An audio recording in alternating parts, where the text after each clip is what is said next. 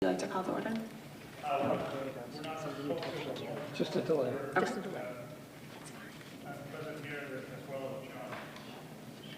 Okay. Excellent. So we will begin with the Pledge of Allegiance.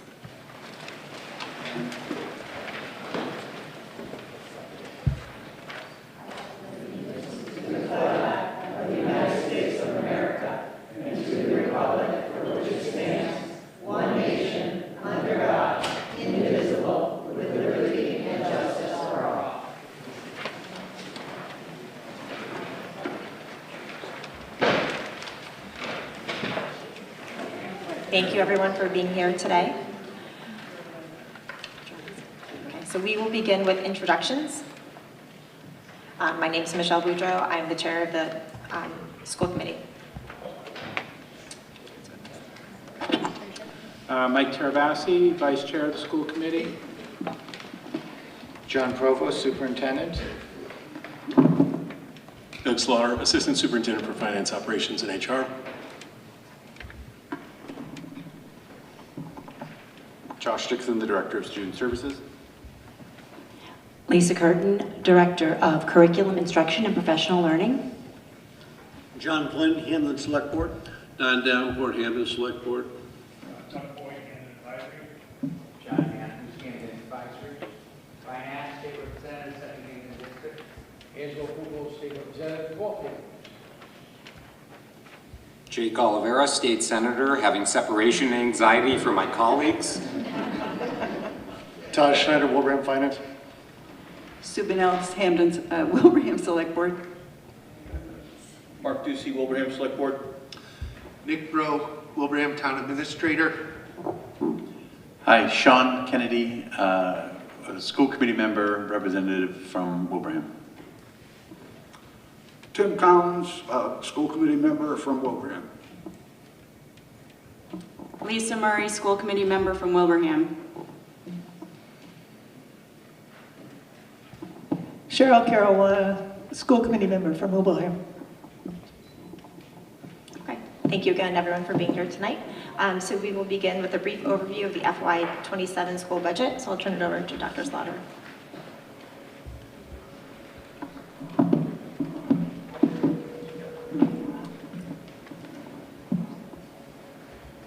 Good evening. So I'll begin by first orienting you to the document that's on the screen behind me. In the third column from the right, it says budget estimate March 2nd, 2026. That's really kind of where we started in earnest with our budget. We started earlier than that with the development of our budget, but that's where we had a pretty good set of information regarding our health insurance. Some of the other things within our budget had settled. There's still some things that are moving as we go through the process, as is always the case. But that March 2nd set of numbers in that column all the way down is a representation of where we thought our budget would be for level services. And now it's not perfectly level services. It's not exactly what we're doing today, but it's pretty close. It's what we know about the people we have and the needs we have. And then, of course, making estimates of increases for negotiated step and cost of living increases for employees, our estimates for health insurance, our estimates for our other costs, and that's what we're represented in that column. To the left-hand side of this document, you see a little bit of history there to sort of see the trends over time with the budget, and so sort of in the middle there you see fiscal 26 with offsets applied. Then next to it is with offsets. Before the offsets are applied, offsets are not actually revenues. They're resources and funds we have available to us that are not strictly counted by the state as revenues, but do help reduce the cost that we end up having to pass along to our member towns. The column of most interest, though, is the budget estimate March 17, 2026. And so what that represents, after having gone through our level services approximation, we had gotten some feedback from our friends in Wilbraham as to what their capacity to support the budget was as far as their assessment, that sort of thing. Subsequent to that, we made a series of adjustments and composed a number of strategies to try to reduce our overall ask of the two communities. Subsequent to that first round of strategies. We had a meeting with our colleagues in Hampden. They gave us further advice about the circumstances that they're under and the pressures they're under from a budgetary standpoint. And so we went back and made a second tier of strategies and proposals for reducing our budget further. And if we were to implement all of those, and this has all been presented to the school committee at the last meeting, but if we implemented all of those, the total reduction from our level services would be just shy of $2.3 million in reductions. Now, some of these are leveraging resources that we think are going to come to fruition. We're making estimates about what we think Chapter 78 is going to be. We're making estimates on what our interest income is, what we think our Medicaid reimbursement is going to be, how much of our school choice revenues we can leverage for the coming year, et cetera, et cetera. We're also making estimates on the expense side of all the different expenses we have, whether it be staff. We've got a pretty good estimate of our health insurance. That's a real driver of this year's cost. Our health insurance is going up about 11.2%. That's a pretty hefty hit to our budget. We had anticipated a pretty significant increase in just seeing the trends across the industry, as well as our own regional health trust and what it can and can't afford, and what we've been able to do over the last couple of years to mitigate those costs. In past years, we've had some things that we could do that were pretty easy lifts as far as reductions to our budget. We changed our transportation structure. It did require us to change the start times for all our schools. That's not a small thing to do, and it has a lot of adjustment, but it did have a pretty significant savings. But that's a sort of one-time adjustment that we have. So as you look at this budget and you see it, what you're noticing most significantly is health insurance costs going up a lot, other expenses going up a pretty significant amount. Our offsets, which are things like grant funds and other sources of funds, and our revenues are not keeping pace with the growth in our expenses. And so you get a bit into a situation where we're upside down as far as that's concerned. That puts much more pressure on our two member communities to provide more general fund support to fund the budget. In looking at this, the thing I'll point out here at the bottom of the page, I've got operating and debt assessment in sort of one cluster of information, sort of three bunches from the bottom. Then I have the capital assessment, which is significantly reduced from the current year's capital assessment. We've trimmed that down quite a bit. And then the bottom tier of numbers there is the total amount to be assessed. And it does show the sort of comparison to last year. And hopefully we're in areas of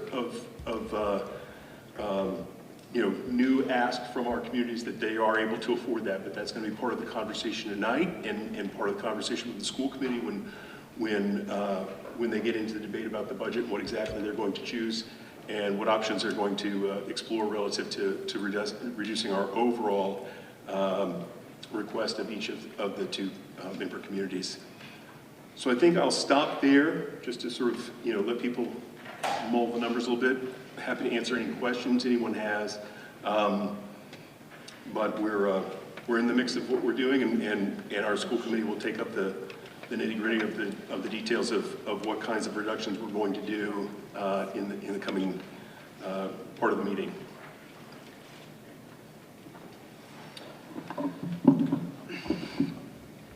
The only thing I would add is that the only word that I heard you mention with respect to our budget is reductions. We're not talking about adding anything. We're not talking about making education better. We're talking about making devastating cuts to our schools. I see a sign out there that says stronger schools, stronger communities. This is not a budget for a stronger school or a stronger community. You have a takeaway with you that talks about different things we've done to try to close the gap. We've got about $800,000 in fiscal strategies. Those are things much like cutting the buses that we might be able to do this year, but we won't be able to do next year. We've got about $373,000 in programmatic cuts. Those are less services for kids. We are anticipating aid. One of the things the school committee, or the finance subcommittee rather, gave us permission to do was anticipate per pupil minimum aid going up to $150 per student as it was last year. As you know, that's not where it's at right now. But if it doesn't get there, we have to make more cuts. And even with that, we're talking about potentially more than 10 staff being reduced. So the purpose of this part of the meeting was to really just provide some context and make space for our elected reps who I know can't be here that long tonight to make comments. So I think with that, I will just stop talking. Okay, so we will open up for remarks from our elected officials. You guys can go.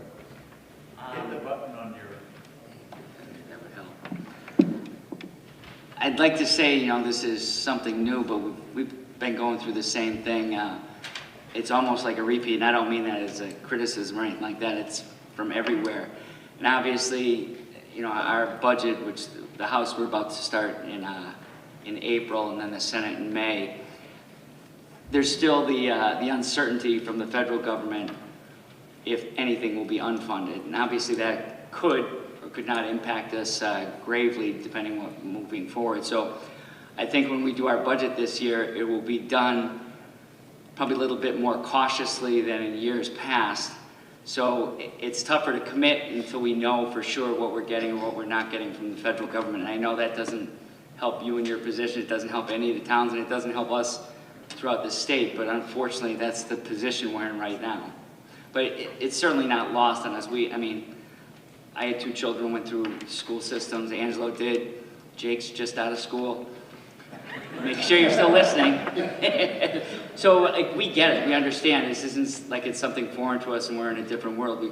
We fully understand what it means to our students, and that is how you treat your, I think it's how you treat your students and how you treat your seniors says a lot about who you are as a community. And I think that's important for all of us around here to make sure that we're making the investment early and late.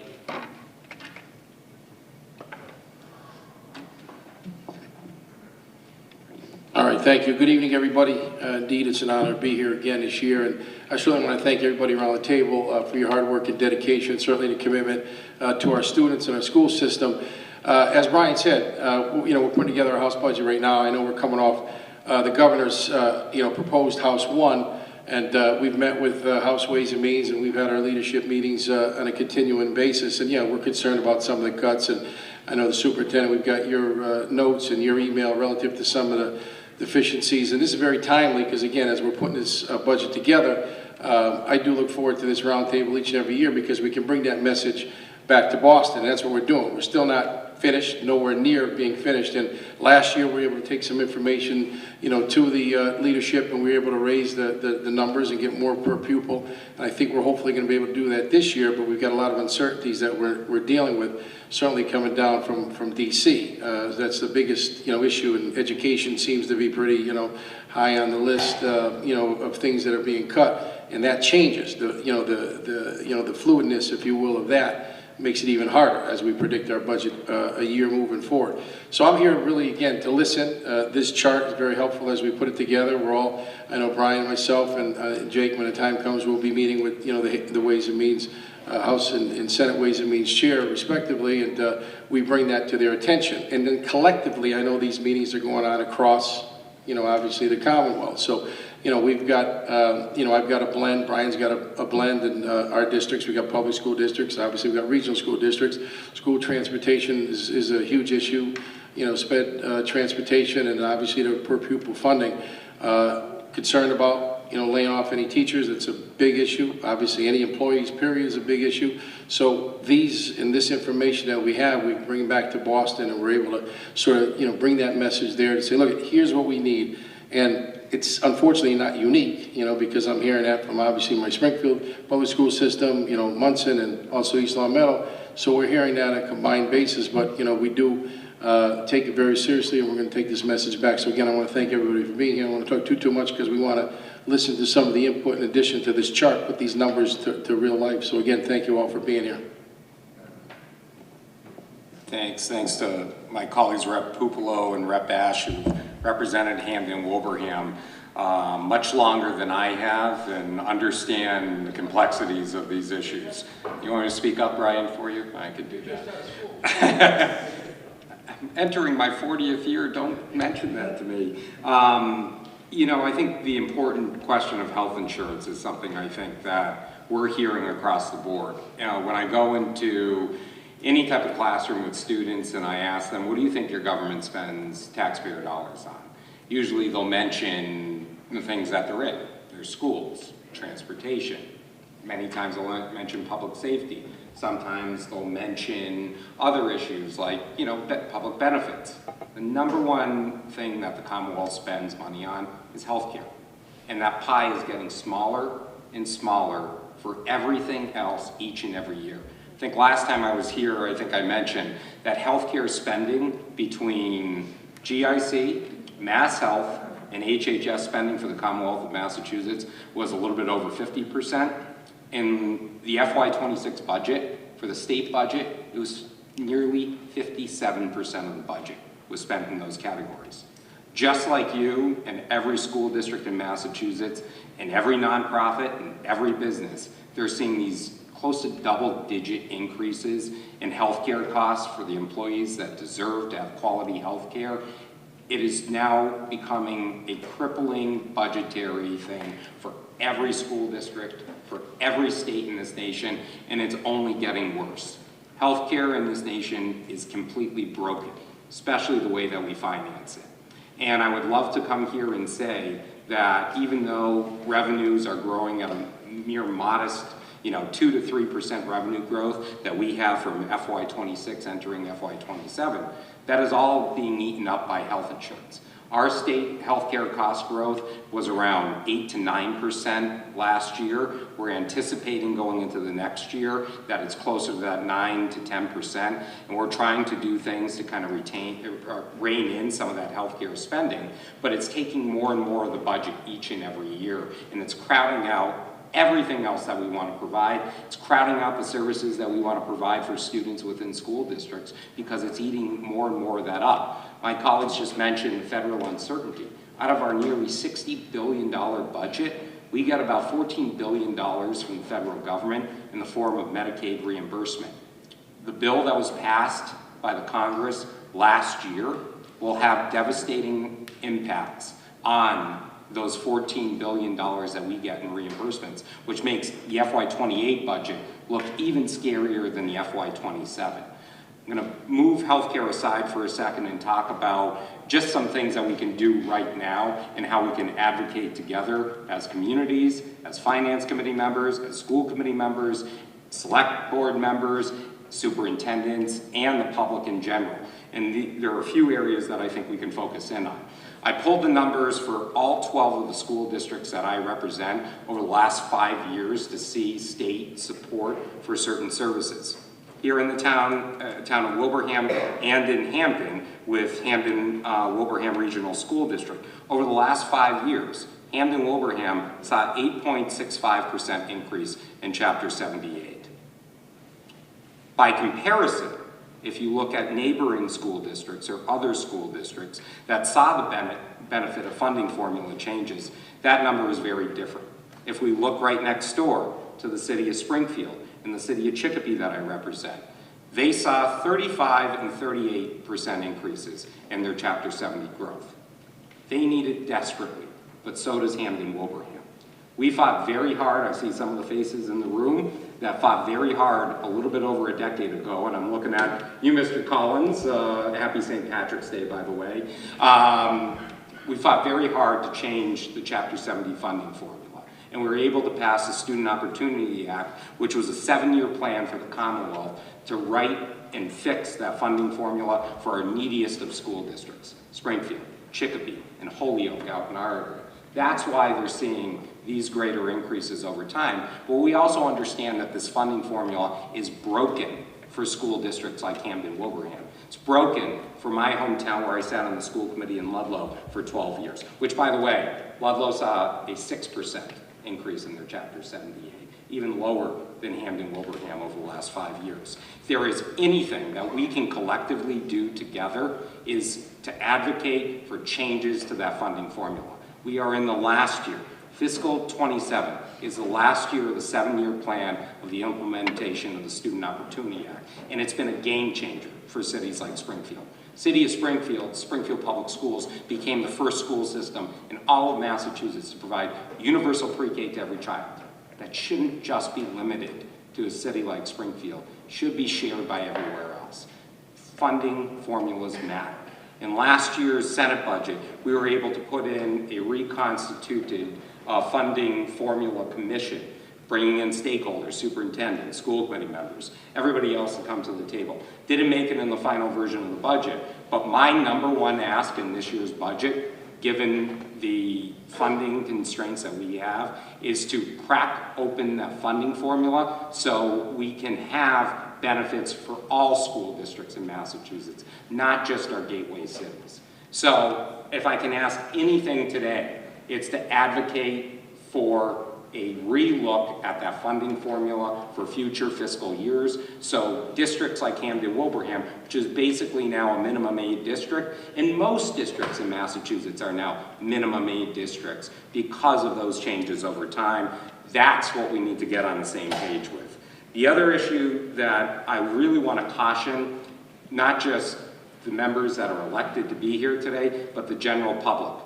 There's a ballot question coming up this November to roll back our state's income tax from 5% to 4%. That would cripple our state's finances. It is fiscally irresponsible to vote for that measure. And if the ballot measure passes next year, we will be back here saying that this Commonwealth has $5 to $6 billion less than we did in the previous fiscal year, coupled with federal cuts, meaning we don't know where it's going to come from. So if I can ask anything to the public and to the people sitting around this table, please advocate for cracking open that funding formula, and please do not vote for that fiscally irresponsible ballot question that will put our state back and will put our 351 cities and towns back so far if that goes into place.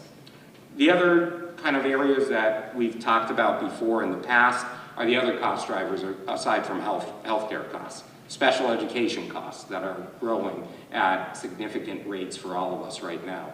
I have a bill to do the exact same thing that we do with the Chapter 70 funding formula, which is to look at the long-term fiscal stability of special education costs for our school districts in Massachusetts. It's been reported out of the Education Committee favorably. It's now in the Senate Ways and Means Committee. I've partnered with colleagues on the House side, and both reps are co-sponsors of that bill on the House side, and that's to make sure that we right-size and fix the way that we finance special education in Massachusetts. Also, the big areas and chunks of dollars that you get aside from Chapter 78. So for Hamden-Wilbraham, fully funding regional school transportation as another major priority for folks. It's also about making sure that transportation isn't a budget buster for every school district. The other big bucket is special education circuit breaker that gives money to school districts for the extraordinary costs that they incur for special education. House tomorrow is taking up a supplemental bill that actually adds more money into the special education circuit breaker line item using some surplus fair share dollars to actually do that. That is something that helps school districts. It's a little bit later on, but can help as well. The one thing that I hope we can have a dialogue with a little bit is some of the capital costs and capital needs. Last year, your superintendent was very responsive, and we were able to collectively put in some dollars for some IT upgrades for Hamden-Wilbraham to the tune of $92,000. It's not sexy, it's not something that gets talked about a lot, but it's needed for our infrastructure. If there are capital needs that you have, we are doing a supplemental budget bill for additional fair share dollars. And we want to make sure that your projects are prioritized, and we can possibly help with that. The last thing that I'm going to share is that funding formulas matter, and we've seen them and see how they work for our 351 cities and towns. So I used that example earlier of here in Hamden-Wilbraham that we saw an 8.6% growth in Chapter 78 over the last 5 years.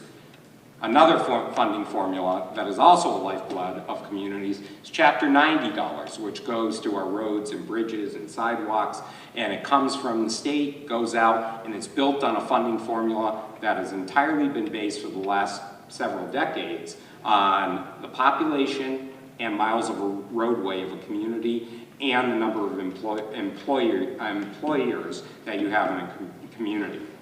For those two last areas, employers of a community and population, always puts Western Massachusetts as a disadvantage. The Western Mass delegation fought together to change that funding formula, and because of that, in last year's Chapter 90 allegation, the town of Wilbraham saw a 108% increase in Chapter 98.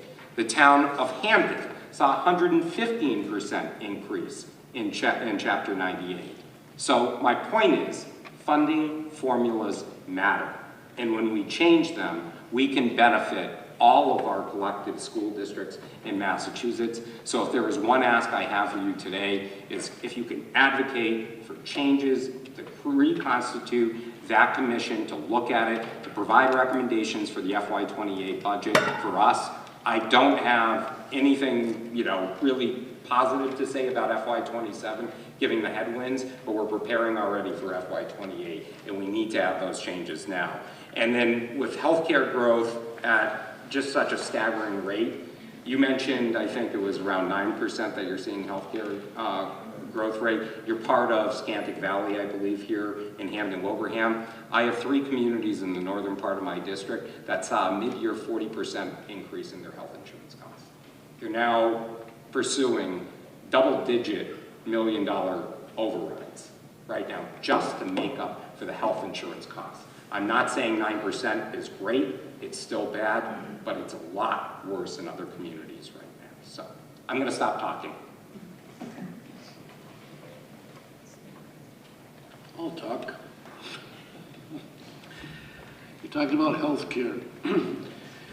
And I guess I'm a pharmacist, and Dr. Tara Marcy is obviously a doctor.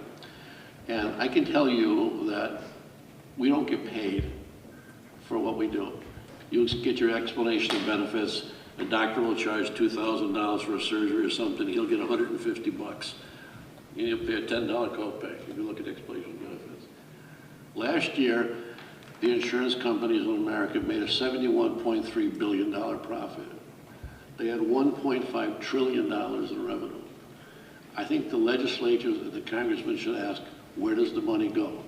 Why, when I fill a prescription, it tells me we bill $100 and I get $11 for it, and the person pays $10, you can't tell me they're paying the other $89 because they're not. I see the explanation of benefits. So the question has to be, is it going to middlemen? Is it going to outrageous profits for CTO? Is it going to shareholders so they can make outrageous profits? And that's where the healthcare dollars are going. It's certainly not going to the doctors and pharmacists and nurses and physicians assistants and social workers and everybody else. That's my bitch. I mean, my comment. I'll back you up on that, Don. One thing I've observed as a pediatric surgeon at Bay State, is that I think that the number of people in healthcare that don't participate in patient care is increasing, and the piece of the pie that they're taking is increasing. There was recently an article that came out, the average hospital CEO makes more than 10 times the average employee at the hospital. There's no call for that. There's no reason for that, right? And so these things are getting out of control. There's too many people who don't provide any health care who are sucking up all of our tax dollars, and to the point now where they're starting to cripple the schools, right? Which is a vital part, And of course, I always advocate for, when you're looking at controlling healthcare costs, to look at options for tort reform, right? Because decrease, protection for malpractice so that it's not so expensive, because that's just another expense that gets passed on from the institution to the healthcare companies, And then, of course, debt burden for nurses and physicians coming out of training. Right?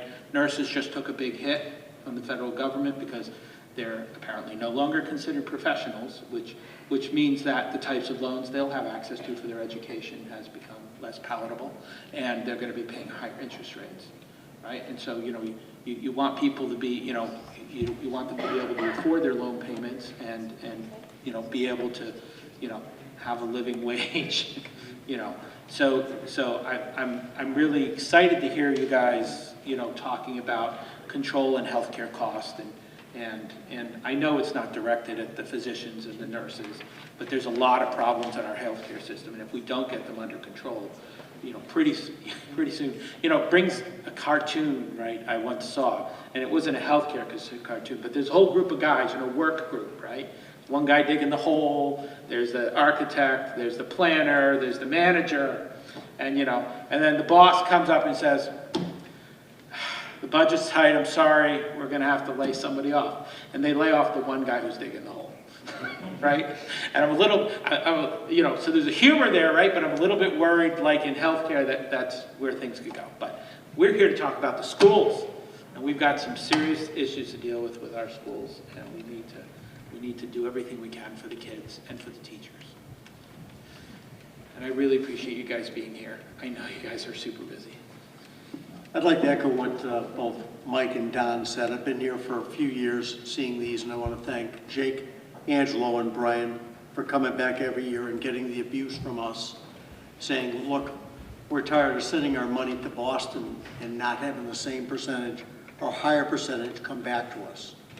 I do appreciate what Jake did, laying out a pretty detailed explanation of the issues that are facing the three of you there.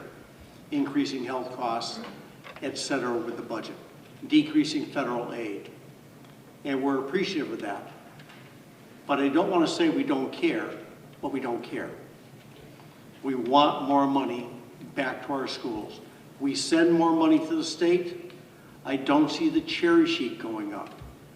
I see, just like you said, Chapter 90 barely doesn't keep pace with inflation. It's based on the number of miles, but the money you get back from the state, you can't pay the miles that you did the year before because it costs more. You have responsibilities as state legislatures. We have responsibilities to the parents, the teachers, and the children in this town. We can't keep going back to them and saying, well, the percentage you have to pay has to go up because you sent the money to Boston, they're using it for something else. We need that money back here so we can take care of what we have here. And then do a reasonable job of everybody balancing what they need. We've got a great facility. Every building in this district is fantastic. And it's staffed by people who care, who give 110%. They can't do it forever with nothing. And we need that money back.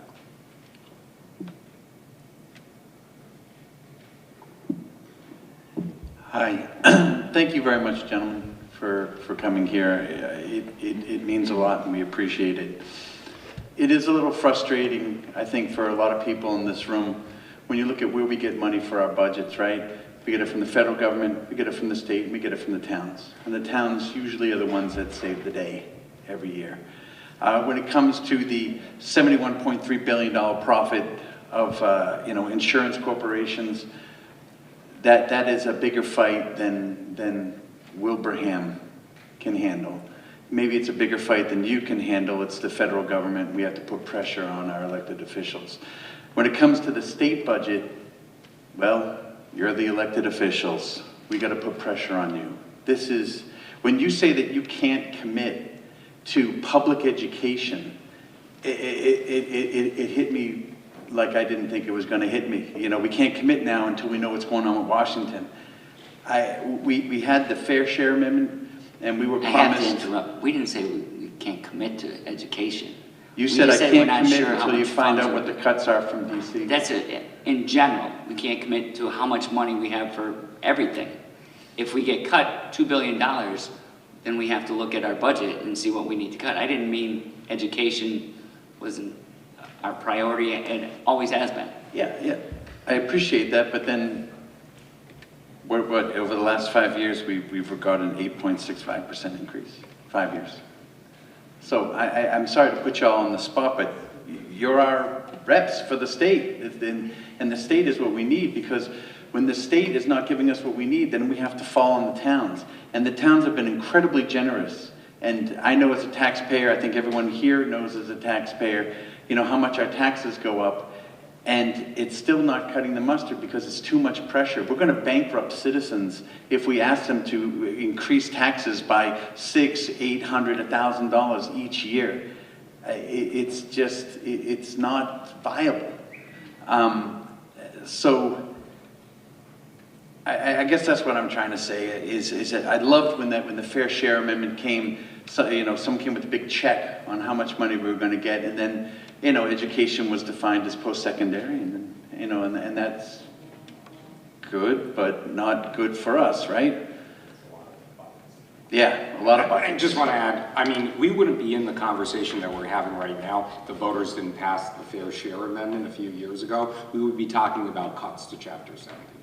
I mean, that's a reality. Yep. The only revenue growth that we've seen that's been beyond has been in fair share dollars. And in fact, you know, I kind of disagree that we haven't prioritized children. We prioritize making universal school meals free for every child in Massachusetts, regardless of the school district, over the last couple of years. And that is something that we've advocated for right along. The problem is with fair share dollars is it was dedicated towards transportation and education. Within education, there's 3 buckets. There's public higher education, there's K through 12 education, there's early childhood education, which we don't speak enough about, and we've done a lot there. And then in transportation, there's something that we always fight against, which is more money going to the T and having more money for regional transportation in Chapter 90.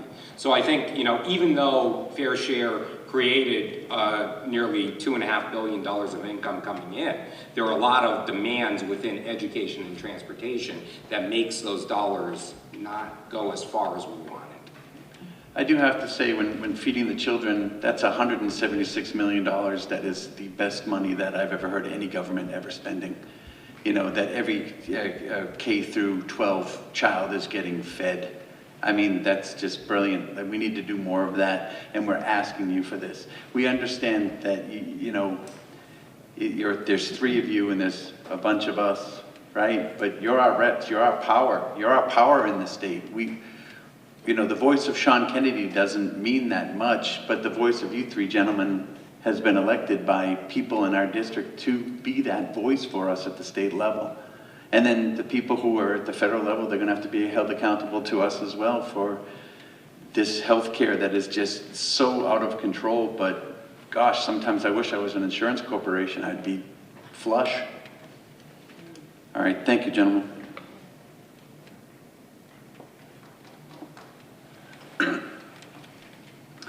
I have been advocating for children pre-K through 12 for a half a century. And in some cases, we've been very successful. Jake mentioned something. You talk about Springfield and Holyoke and the gateway cities. Back in the 90s, they got together and they knew things were unfair and not equitable. They had the vast majority of kids living in poverty, the vast majority of kids who were homeless, the vast majority of kids who weren't native English speakers. And we lobbied hard. And we sued the state. Went all the way to the state Supreme Judicial Court, and they ruled in our favor and turned to the governor and the legislature and said, change the formula. And they did change the formula, and that's why those communities aren't in the dire straits that we are. There are 351 communities. 280 of them are in the same shape we are.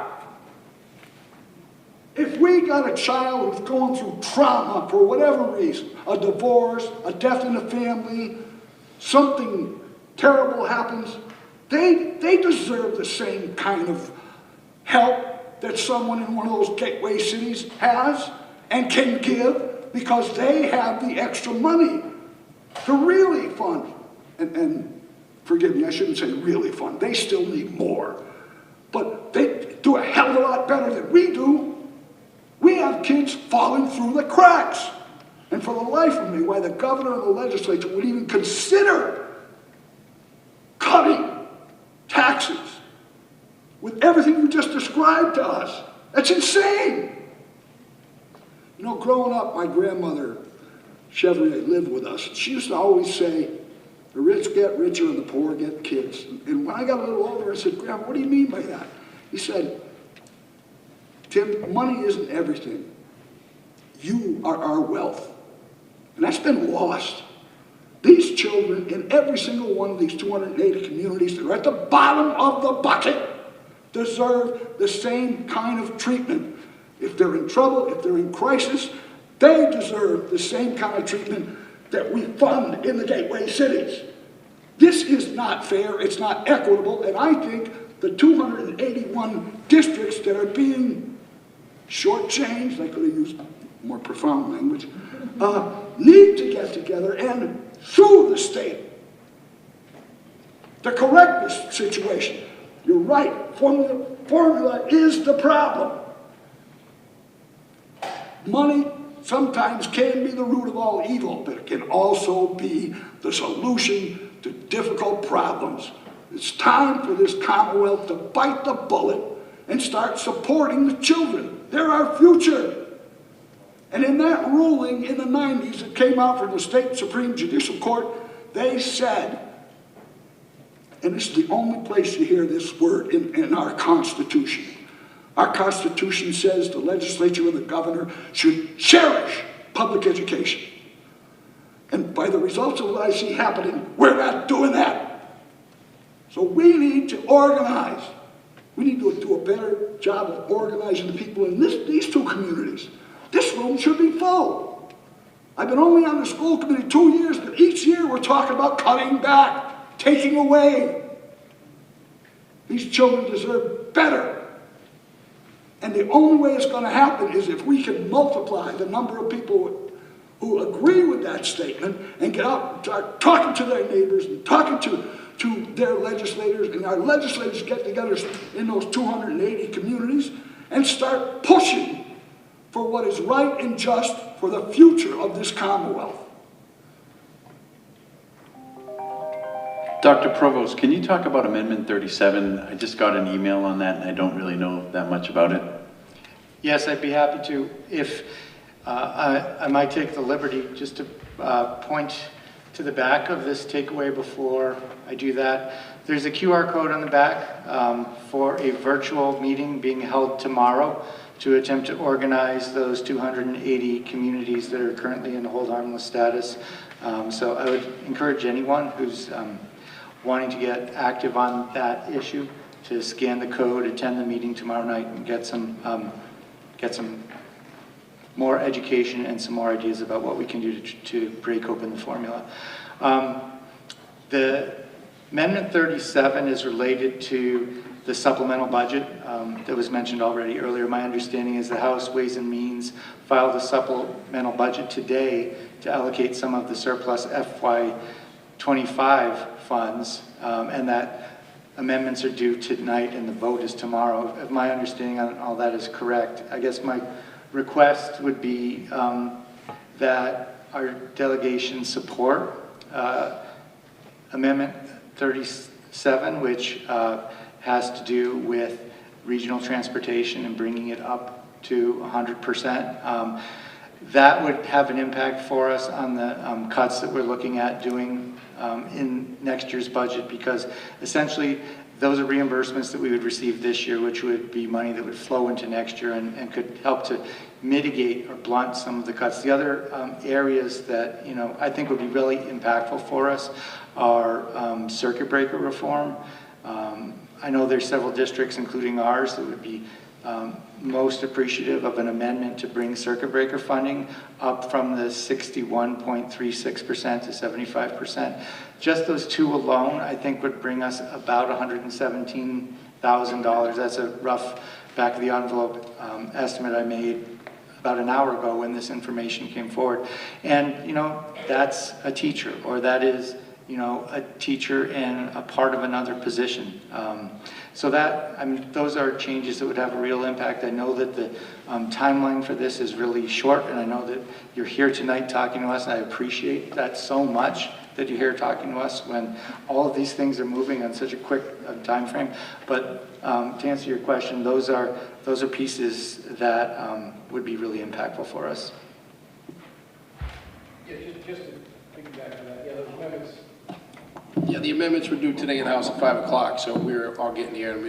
Staff and myself have been going through them all day as they've been getting filed. So that is a key amendment. I think we're certainly going to debate that tomorrow. Hopefully we can pass that. I'm going to plan on signing on to that. I'm pretty sure Brian will sign on to it as well.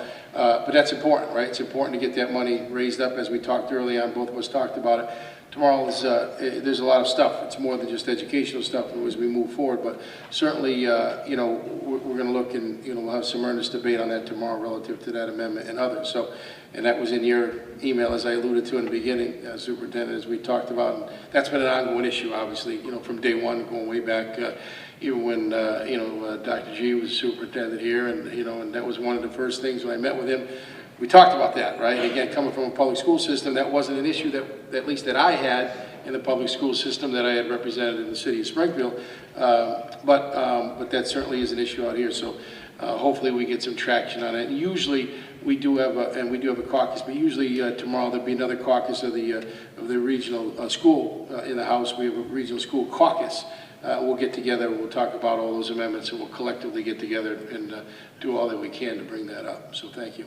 Thanks for pointing that out, because that's a key one. I apologize, but I have to leave right now, but I appreciate what you're doing. And Tim, you hit the nail right on the head. You need more people energized. I was saying, if you had 500 people showing up to meetings like this across the state, you'd see things change quicker. There's too much apathy. I appreciate it. I can't see any of you. So I'm going to ask you to come back when the sun goes through my eyes. I'm sure I'll Carolina, and I'll be with you shortly. Does anyone have any comments to make? But I think we'll probably circle back to the budget conversation. I will open the floor to public comment at this time. So I do ask that if you would like to make a public comment, if you could please come to the table, sit in front of the microphone. Please state your name and your affiliation with the district. Please make sure you press the button and you see a green light turn on. Is there anyone here interested in making a public comment?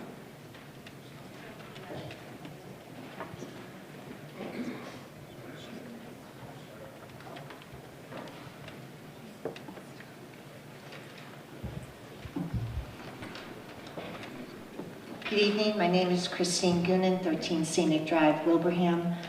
I am a parent of 2 children who graduated from the school system, K through 12.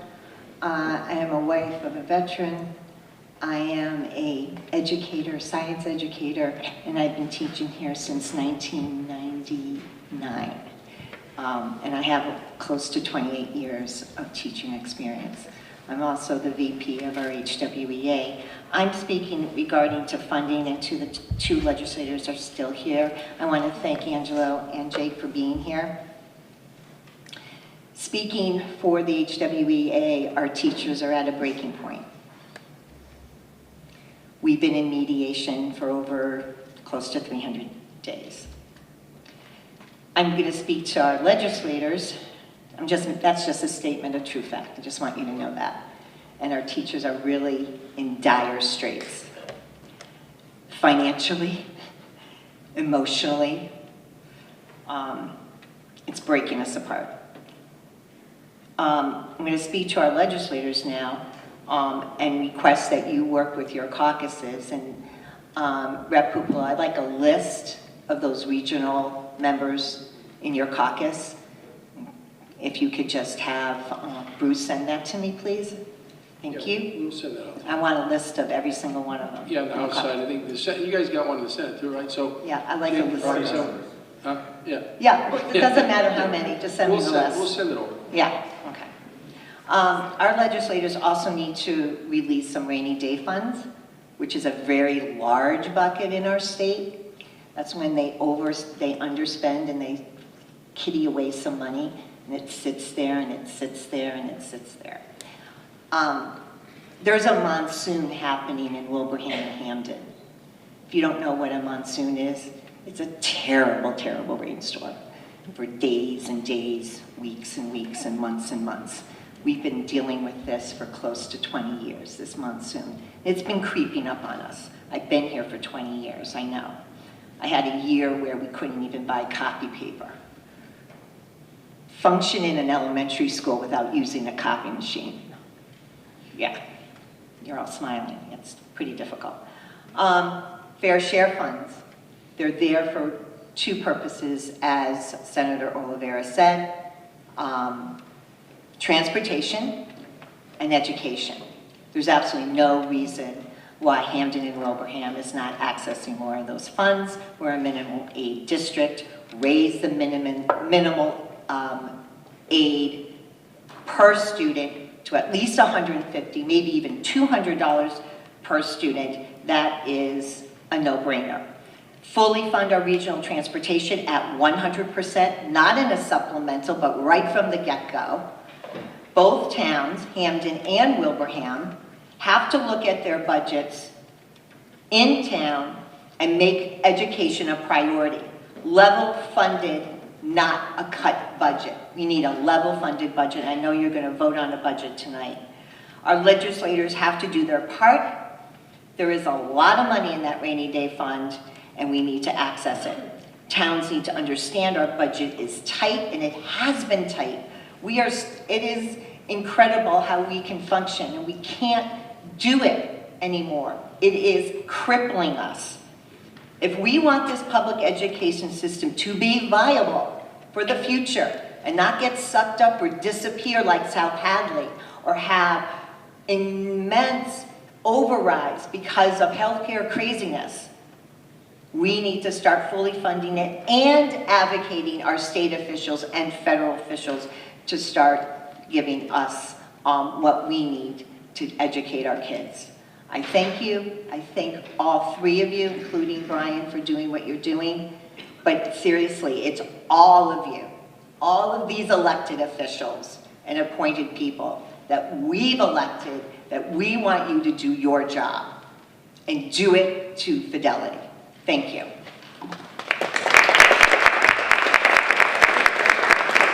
Thank you, Christine.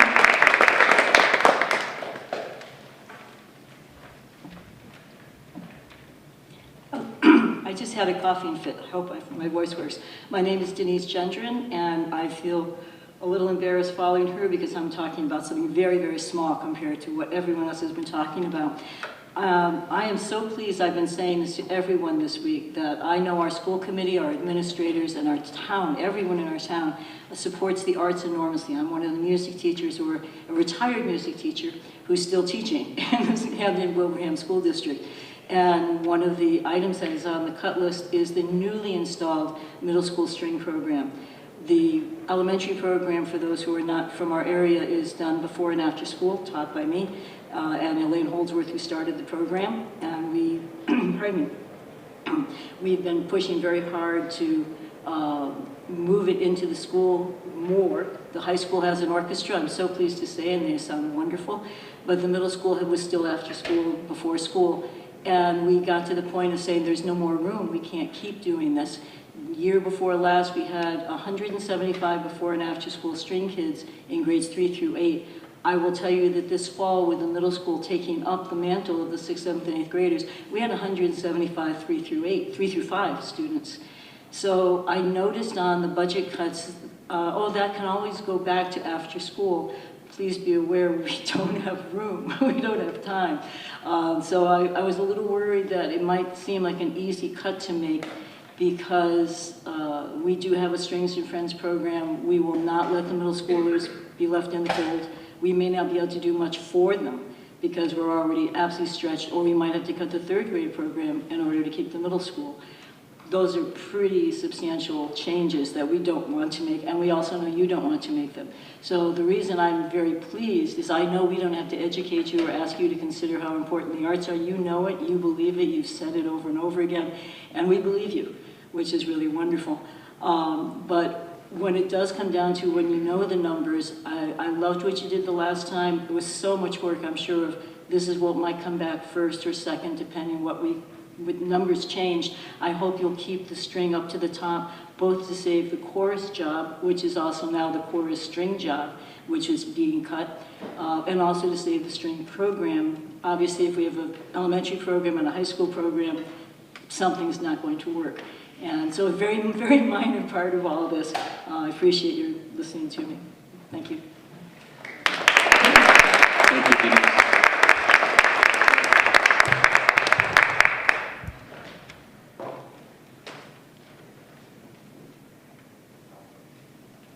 Hello, I'm a student of Minnechaug, and I came here personally because I would like to speak on behalf of Mr. Arnett's fundamental work during gym class and the 2 fitness clubs that he supervises, and how he commits himself to many sports teams in need of guidance, and I feel that he's the most qualified for proper circuits and weight training, as we have a weight room that I question the use and safety after retracting him, and my strength and conditioning alternative gym class that I pray returns next year, as it fueled my performance all around during the school day and paved my way to start the wrestling season, and I enjoyed myself very much.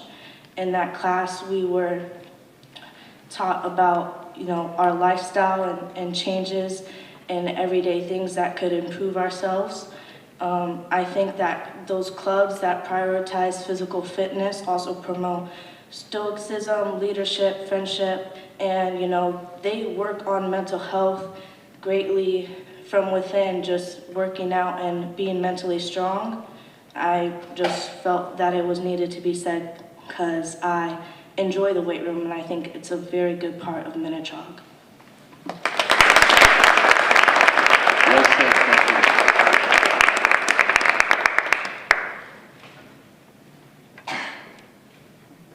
Good evening. My name is Lucy Haile. I'm the junior class president here at Minnechaug. So I want to talk about what the delay of contract is truly revealing about the people who make education possible. So for weeks now, we've seen teachers limit their work to what is contractually required. And the hard truth is that everything that supports students, so the late night guidance, the extra explanations, the patience, the care, has always depended on teachers giving more than they're asked every single day, without recognition, without pay, without being forced.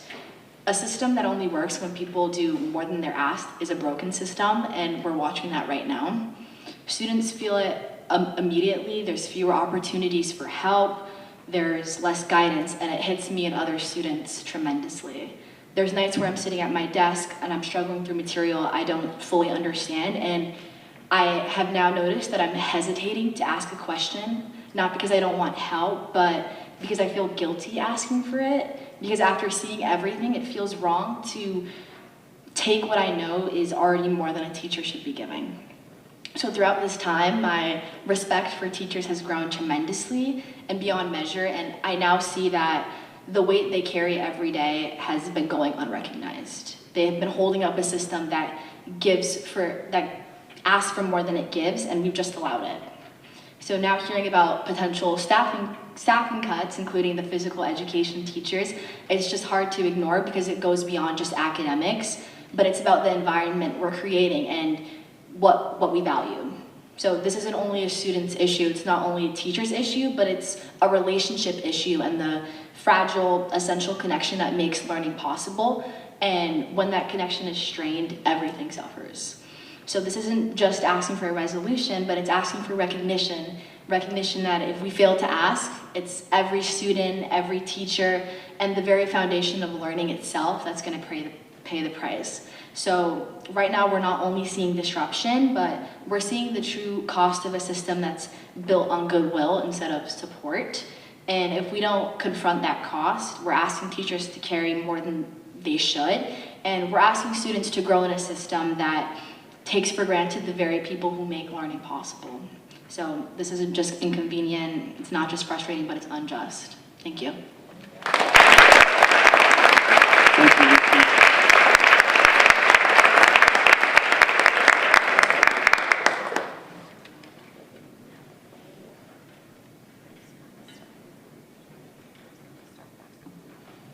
Good evening, members of the school committee. My name is Reese McGee, and I'm a junior here at Minnechaug. I'm here tonight not as someone who understands every detail of the budget, but as a student who feels the impacts of these decisions every single day. For the past 250 days or more, our teachers have been working without a contract. Even through that, they continue to show up for us, support us, and care about our success. As students, we see that We see that and we feel that. Because of the current delay in contracts, teachers can only stay after on Tuesdays and Thursdays. That might not sound like a huge issue, but for students it is. For many of us, especially AP students, those extra help days are essential. Students taking more than one AP class are being forced to choose which classes get help and which ones don't. That is not fair to students who are pushing themselves academically and trying to succeed. And it doesn't stop in the classroom. Because teachers can't stay after school to supervise events or fundraisers, these events and fundraisers have been canceled. For example, our class was supposed to host the senior faculty basketball game. Instead, it got canceled, losing us $1,000 going towards our senior year. That money was supposed to go towards future events and experiences that we have looked forward to since we were young and in elementary school. The teachers here are not just people who stand at the front of the room and give assignments. They're the people who stay after to help us understand something we're struggling with. They write recommendation letters, advise clubs, and support our events. When they are overworked, undersupported, or forced into situations like this, students are the ones who feel the consequences too. I know budgets are complicated, and I know the decisions you make are not easy, but I need you to understand that these decisions don't just affect the school, they affect students' confidence, their opportunities, and their futures. Please support our teachers, please protect our academic resources, and please remember that investing in education is investing in us. Thank you. Thank you.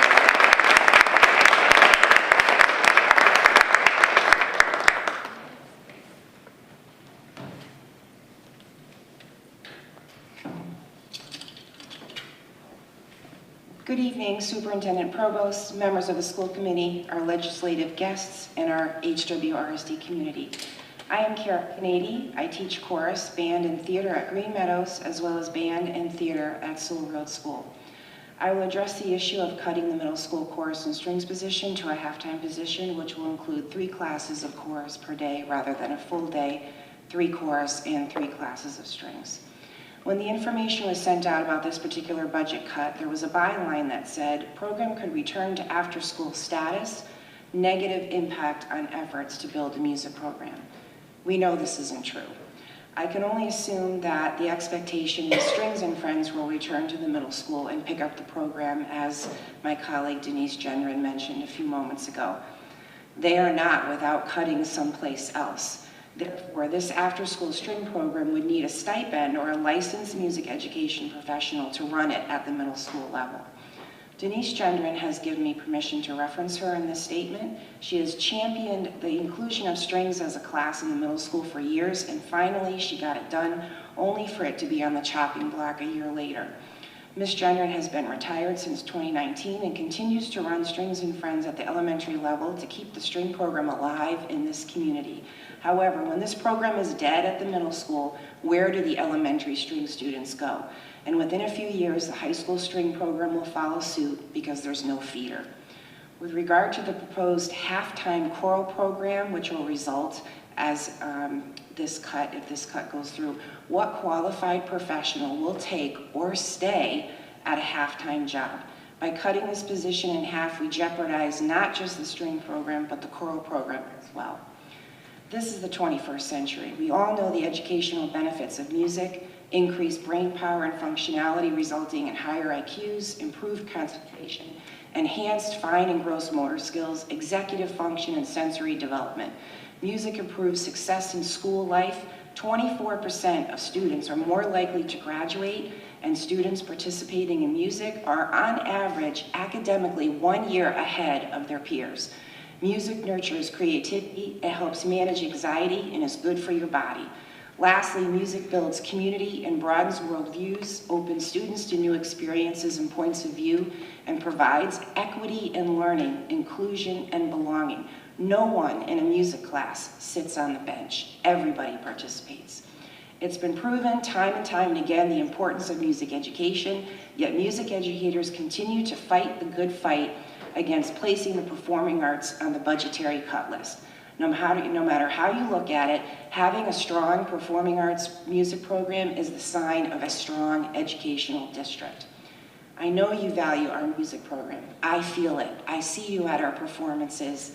I get emails and I hear responses from everybody on this board and everybody within our community. And I understand that your backs are to the wall. Myself alone, I've been on the chopping block 3 times in the last 6 years. So I get it, I understand it. But please, please work tirelessly to find another avenue. I can assure you with 100% certainty that your district music educators will do the same. Our music program in Wilbraham is thriving. Please don't cut it off at the knees. Thank you for your time. Thank you, Karen.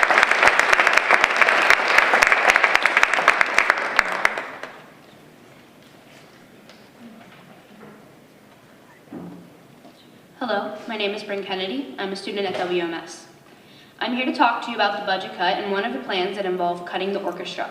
But before I start, one thing I would like to mention is that many other students have mentioned to me that they want to be here but can't because we are children, and just because we are smart enough and mature enough to speak our own opinion, we still need our parents to bring us places. I know you are considering making orchestra an after-school club instead of just fully cutting it. So thank you for considering that. But I would like to point out that that doesn't solve our issue and is not a good compromise. You will still be cutting Miss Wall, who is the chorus and orchestra teacher at the middle school's pay, and level of instruction for kids would be significantly lower. The teacher for said after-school program would need to teach about 40 kids who would be learning a choice of 4 different instruments 1 hour a week. How do we expect kids to learn like that? If you were to take away parts of our music program, it will impact the whole music program. You wanting to take away the orchestra is not because you think it is what's best for the school. You're just trying to get your budget lower.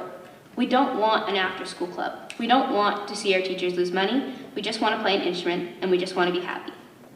I hope you'll reconsider cutting the orchestra. Thank you. That is all. Thank you, President.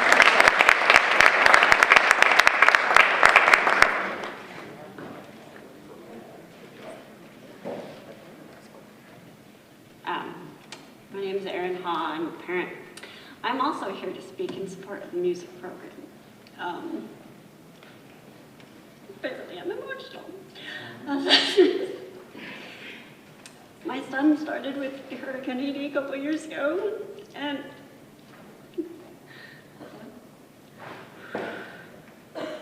honestly, we're not a musical family. We wouldn't have this, you wouldn't have this opportunity without the school. So, I appreciate the school's music program, and he loves it. He's playing in the middle school. He's in 2 district performances this year, like 2 different ones. He's in jazz band. This is a kid who didn't want to do a sing-along as a toddler, and we're not a musical family. It did not even occur to me to suggest he take classes in some sort of instrument. So the fact that the school has fostered this all this time, he's found a wonderful outlet, and it has really enriched him. And I don't know why I'm so upset, but cutting the program is damaging to our kids, and anything you can do to keep it in there would be good. Thank you.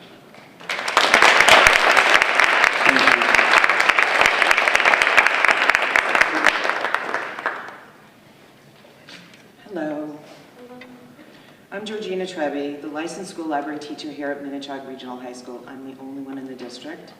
I am also it's a 2nd generation of 4 generations that have either worked or attended either at the Hamden schools or the Wilbraham schools. So it's really important that we have a legacy. The Trevi family has a legacy here.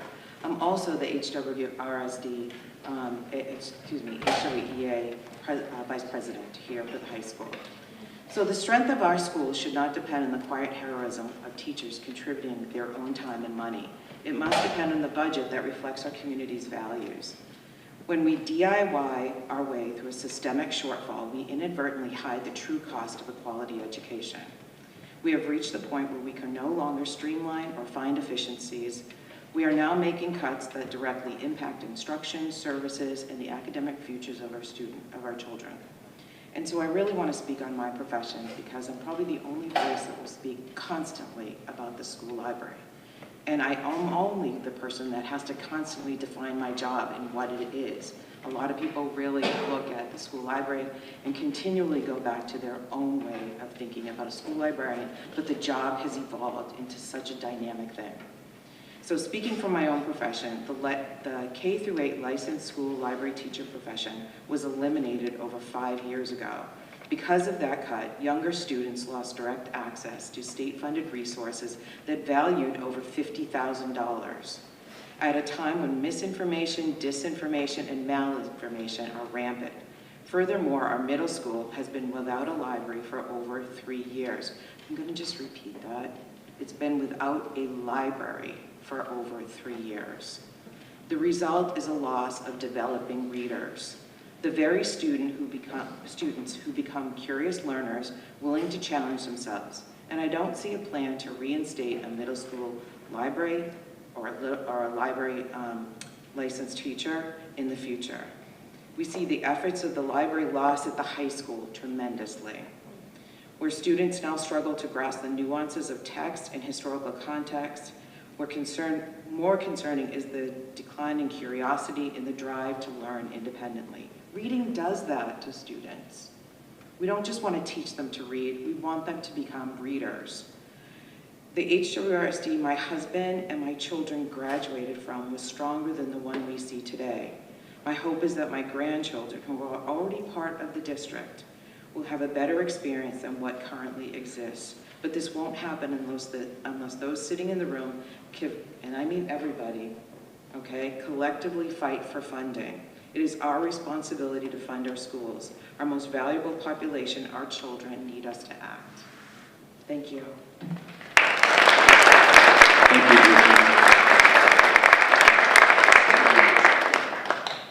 Brought myself on up. Good evening, I'm Steve Hale, principal of Minnechaug Regional High School. I want to thank the representatives and senators for the free lunch program. I have a student here at Minnechaug and I frequently use his code to get lunch. This is my 20th year in the district, 16th as principal of Minnechaug. And once again, I was invited to a meeting in February and March where we were asked to reduce what we offer kids. 20 straight years of trying to figure out how to do the excellent job we do with less staff, less materials, less opportunities. This is a structural issue that has to change. It's not a fiscal year 27 issue. It's a structural issue. Communities like ours are constantly being asked to do more with less, while the demands on public schools continue to grow. It's not sustainable. It hasn't been sustainable for the 20 years I've been here. It's also not equitable. The responsibility to fund public education must be more fully shared at the state level. So I've researched, what do other states do? So there are proven strategies in other states that we should be considering. They include weighted student-based funding formulas that allocate resources based on student need, blended funding approaches that allow health services funding to strictly fund health-based staff and services in schools, education funding that strictly funds educators and operational costs, and social services budgets to support the social service needs that schools are both required to provide and have to provide due to the mental health crisis of our students. There's stronger state-level equalization efforts to reduce the disparities between community-based funding and state funding. The state should also continue to explore dedicated revenue streams for education. Where's the millionaire tax money? Where's the marijuana tax money? Where's the lottery tax money? Where's the casino tax money? We have to dedicate one of these revenue streams for education. We also need to look at school choice funding policies. We get $5,000 for every student. That costs us $23,000 to educate. We need to diversify how education is funded overall. But even before the new strategies are implemented, the state can begin by fulfilling its long-standing obligations under Chapter 71, Section 14B, which was first passed in 1949. The commitments that were ensured to provide adequate and equitable school funding for regional school districts. How many years have we hoped that the percentage might get to 75, maybe 78? It's supposed to be 100%. At the local level, we're now facing difficult decisions. At Minnechaug, physical education plays a vital role in the development of high school students by supporting not only their physical health, but also their academic and emotional well-being. Regular participation in physical activity improves cardiovascular fitness, strength, coordination, while also helping to reduce stress, anxiety, and symptoms of depression.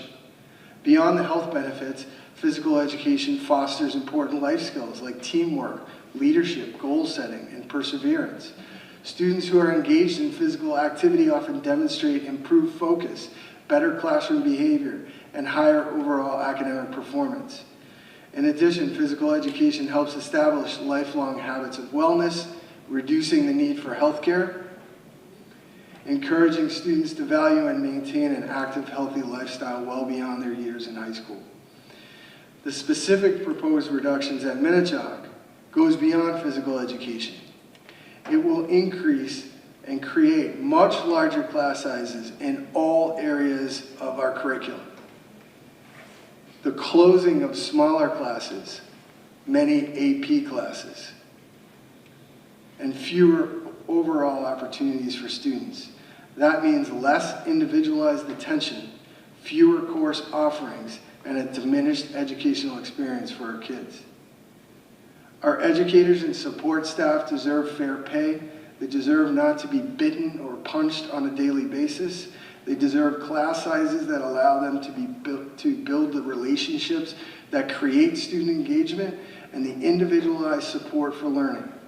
The funding crisis for education is becoming a safety concern for the students and staff. This is not simply a budget crisis. It is a safety crisis, a student opportunity crisis. I urge this committee to continue to advocate strongly at the state level, leading districts like ours to collaborate as one powerful force for a more sustainable and equitable funding system, to reconsider the real impact these cuts will have on our staff and our students. Thank you.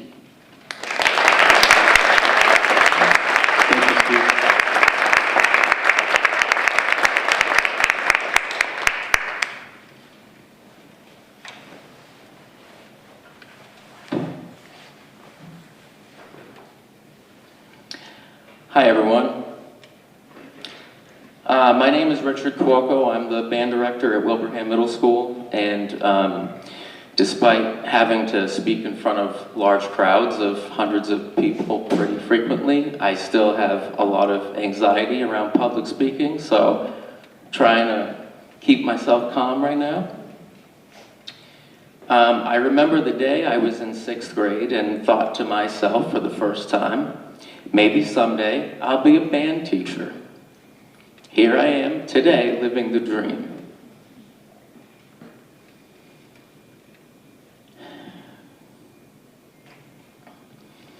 I grew up in a toxic, abusive household. My 2 brothers, one older and one younger, both developed very serious drug problems and dropped out of high school. My older brother is no longer with us. My school music program saved me.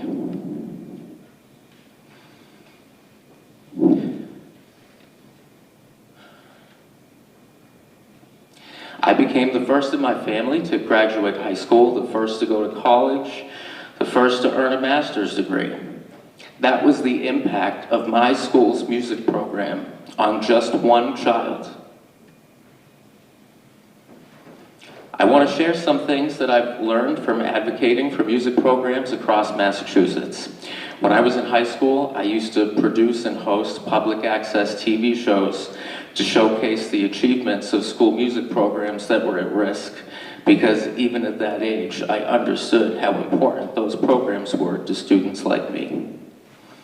I won awards for arts advocacy, but the real reward was seeing school committee members and administrators realize their school's music programs were too valuable to cut.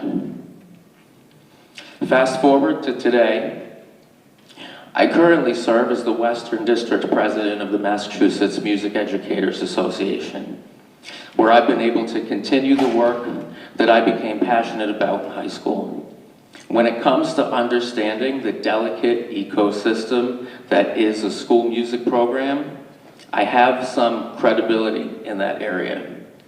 I've seen what happens when positions are reduced or restructured. What may seem like a small change in one area can quickly ripple throughout an entire district. When I first started working in Wilbraham, I had no intention of staying here.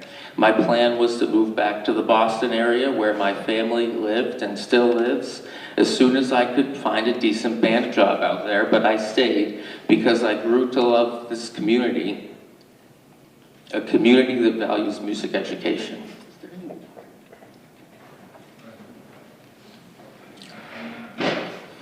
When I told people I worked at Wilbraham Middle School, they made me feel like it was an honor to have this job. Hamden Wilbraham had a reputation for strong music programs. That reputation didn't happen by accident, and it can disappear faster than people think. I never imagined that after 8 years in this district, I would be here advocating for the retention of a program within my own school district. After last year's proposed cuts, many of us believed the community had made its feelings clear. Yet, here we are again. The memorandum lists middle school strings as a potential cut, and others have already touched on this earlier. I feel the way this is presented is unclear for those who don't understand that this position is both strings and chorus. Cutting the middle school strings means reducing the position to half-time. And we can discuss the impact of losing middle school strings, but we also need to discuss the impact of a halftime chorus position, a position that is unlikely to attract or retain a strong teacher, which would have negative effects on the district's choral program as a whole. As I mentioned earlier, a music program is a fragile ecosystem. Band, orchestra, and chorus between the elementary school, middle school, and high school are not separate silos. A change to one has an impact on all. And I just want to describe a scenario that I've seen in many other school districts. It's not hypothetical. A middle school music position is reduced to half-time. The teacher leaves to find a full-time job. The position is posted, nobody applies. Eventually, the position disappears entirely. Remaining teachers are asked to absorb the classes. More teachers leave. Within a year, student enrollment in music drops dramatically, sometimes by as much as 70%. And I have the data that I can share with you. Suddenly, the district faces a different problem, larger class sizes elsewhere, and students who no longer have a place in the programs that once engaged them. But by the time the district realizes the damage, it's too late. A strong music program can take a decade or longer to build. It can unravel in a single year due to changes as small as reducing one position's full-time status. In the impacts and trade-offs column on the memorandum next to middle school strings, it says program could return to after-school status. And again, others have touched on this, so I'm skipping ahead here. Who would teach that? Did anyone check with Miss Gendron if she's willing to put the Strings and Friends program back on her plate? She's been retired for 7 or 8 years now. If we go back to what we had, a once-a-week after-school program that isn't even sponsored by the school district, where students hand a check to the teacher to pay their salary, who's going to want that job? I assumed that Denise who has been teaching strings and friends for many years, would not be interested in retaking that position. But one day last month, she said to me, every day, my body is sending me signs that I shouldn't be doing this anymore. Yet to my surprise, when the memorandum came out, she texted me and said, if strings get cut, I'll try to put them back into my program. Think about what that means. This is someone who would rather work herself to death than see the program die during her lifetime, because she sees the value in it, and many people in our community do. Given my personal experiences as a band kid, my work advocating for other music programs in the state, and the hundreds of extra unpaid hours my music colleagues and I have donated to this school district, I hope you can understand why I might feel a bit insulted and embarrassed at the thought that reducing a music position was even considered an option. I urge you, if and when cuts must be made, please do not touch the music program. The work teachers are doing here is not just for the students we have today, but for the long-term strength of a program that has a profound impact on our students and the entire community. Thank you.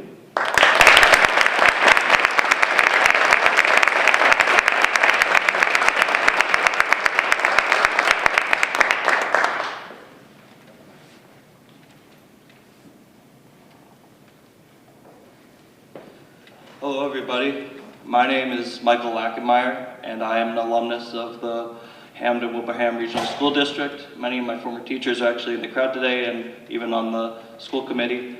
I want to say that this district has given me more than I can even put into words.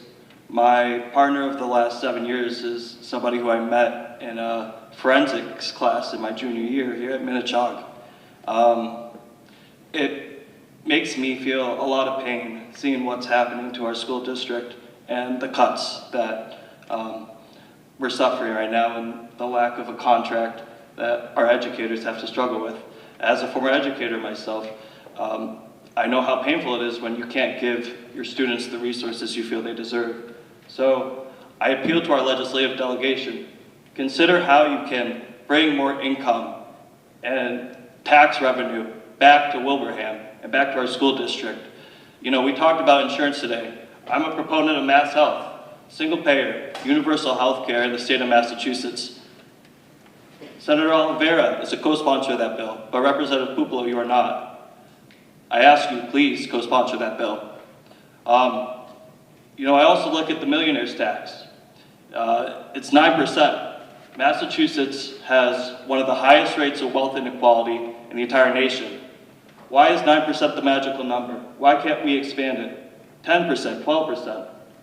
We need more money, and we need it now. And in America today, the rich are getting richer, and everybody else is getting poorer.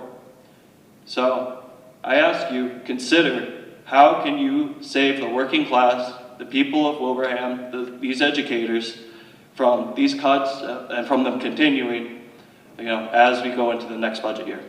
Thank you. I appreciate the time.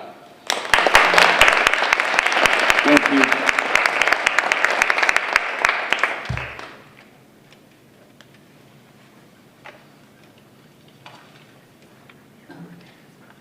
Good evening. My name is Maureen Russell, 1 Pigeon Drive, Wilbraham. Third grade teacher at Stony Hill School. I also have 3 children who graduated from our district. I did not come here tonight with a plan to speak, but after hearing some of the comments, I felt it was important to mention a few things. The first, we talked about healthcare and how many higher-ups in healthcare have some of the highest salaries, yet they don't interact with patients. The same could be said for school districts. There are many higher-ups who get paid the same, if not more, than a teacher, but never see or work with children.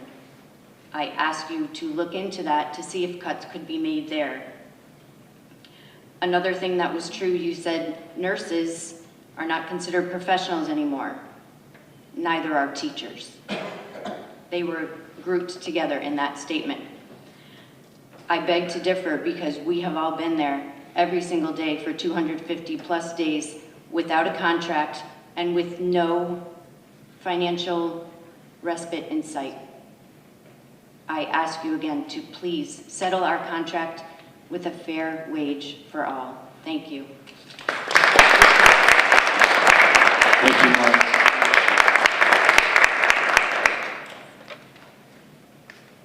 Can I jump in for my 2 cents? My name is Cheryl Caruana, and many years ago, my husband and I came to Wilbraham, and I went blithely down to the school system and said, I'm a teacher, and I'd like a job, and I would like to do a program just for science, hands-on science for little kids. And they said, no, we don't have the money. We don't have the money. And I said, okay, thank you for listening. And I walked home and I talked to my husband and I said, I'm going to do it anyway. I'm going to do it for free. I'm going to do it after school. And by the time I was done many years later doing that program, they asked me if I could set up the program we have now, which is the science program. That is a standalone, and it's hands-on. And so I know that sometimes it takes a lot of time and a lot of caring and a huge respect for children who want to learn in different ways and for teachers who want to teach. I hate it. I literally hate it when it's time for the budget season. I hate it because we put ourselves as adversaries. And I just want to say I'm very proud of the teachers and the aides and the monitors and the custodians. I'm very, very proud of our district and what we have. And we have to keep it. And we keep it by realizing that everybody who loves our district, everybody who sends their children to us, is a blessing. Thank you.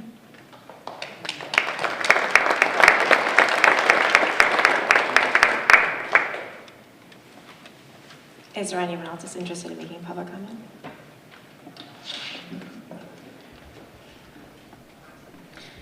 My name is Karen Romano. I know most of the people in this room. I've spoken with most of you in this room at some point in time. I'm sitting here in this chair right now as a parent. And I want to say, based on conversation or comments that were made earlier, that there is no apathy here. The community is not apathetic about this problem. We are, however, at our maximum capacity of what we can manage as parents. So to be here tonight, I have 4 kids at home. To manage my schedule to get here is difficult, and it's difficult for everyone. And if you look around the room, there are a lot of teachers here, and that is wonderful. But the parents are not at home because they don't want to be here or because they don't care. They do. They do care. And that's a big part of why I'm here, and I know many of you know that. I make the point of coming to these meetings so that I can report back to the families and let them know what's going on. So that maybe they can't sit through the whole meeting, but maybe they can take a look at my post and go, oh geez, I didn't realize that was a problem. Or I didn't realize that there was going to be a vote on that. Or gee, maybe that's something that I need to talk to someone about. And that's my purpose here. And that's a personal thing that I've taken on because I think that it's really important, and it's important not only at our local level, but at the state level and at the federal level, of making sure that we do the best we can to inform our community members of what's going on and what they need to be concerned about. But I think the biggest thing to recognize is that in all the meetings that I sit in on, whether they be budget meetings, school committee meetings, select board meetings, I was at the CPA meeting last week, whatever the meetings may be, or sitting in meetings at the school, the PTA, all of those things. Everybody cares. Nobody wants to cut the music program. The school committee doesn't want to cut the music program. The school committee also doesn't want to underfund teacher salaries. Nobody wants any of those things. But there is a reality to the life that we currently live. Because you and your household, as you're looking at what you make and what you do with your money, have to make hard decisions. You have to decide on a day-to-day basis what you spend your money on and what you don't. The district has to do the same thing. The towns have to do the same thing. So does the state and so does the federal government. So there's never a point in time, I do not believe that there is anyone sitting in this room or anyone that has a decision-making capacity that is looking at this problem and going, yeah, we'll just get rid of that, that'll be fine. I think we all care. And what's important is that we recognize that and that we come at each other from a cooperative standpoint of saying, how do we approach this problem in a way that makes it better for everybody? And not in a way that says, you're trying to harm me or you're trying to get something from me that I don't have. And so when we're looking at the budget, there's gonna have to be cuts and nobody's gonna like it, no matter where they come from. But unless we find a way to get more money, unless there is a way to somehow get more money available, then something has to give. And I will tell you from a parent standpoint, we're feeling it. Because in addition to all of this is going on, the other cuts that are happening is I'm getting things coming home from the school on a regular basis asking for more money. More money so that my kids can go on a field trip. More money so that my kids can have an experience that I had 40 years ago. And so that's coming out of my pocket. And then when you come forward and you go, you know what, in order to make the budget this year, we're also going to have to ask for more tax dollars. We're going to have to ask for an override. It's coming out of my pocket again. And you know what? I will go into my pocket every day, all day, for the sake of my kids. And every community member, I promise you, feels that same way. The problem is that the overall rhetoric gets negative when we start to look at, I'm asking for this and I need to give this. Instead, it needs to be, we are a team. We are all a team. The parents, the district, the representatives, we all have to function as a team or else none of this works.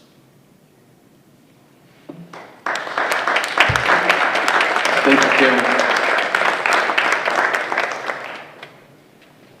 Is there anyone else that's interested in making public comment? I do have one to read. This is from Misty Parsons. She's the principal of Sewell Road School. Dear School Committee, I regret that I'm unable to say these words to you all tonight in person. Thank you for hearing them aloud in my absence. The budget presented before you has many gaps in it. While I recognize the fiscal realities in which we find ourselves, I wanted to call your attention to a few items that especially concern me as a principal in the district. The presented budget has gutted professional development for teachers. We have few PD days and thus utilize supports like individualized coaching and summer PD experiences to support our staff to reach our school and district goals. We have the greatest teachers in the state, and yet we already offer far fewer opportunities to enrich and enhance their practice than our peers. While our outcomes are not bad, we still have work to do to ensure that every student is feeling included in our schools and is leaving elementary school reading, writing, and making sense of mathematical problems at a rate that's competitive with their peers, both now and as they progress. In the last few years, students at Sewell have grown in almost every measure. Our state accountability metrics and achievement on the MCAS, growth for subgroups and absenteeism are all trending quite positively. Most of our major initiatives were rooted in summer work led by our teacher leaders. This includes things you've heard about, like increased access for our students with disabilities in CKLA through the creation of specialized supports, priming intervention and assessment materials, linking the purpose for reading and writing, which even in its infancy helped us grow 14% on ELA MCAS last year.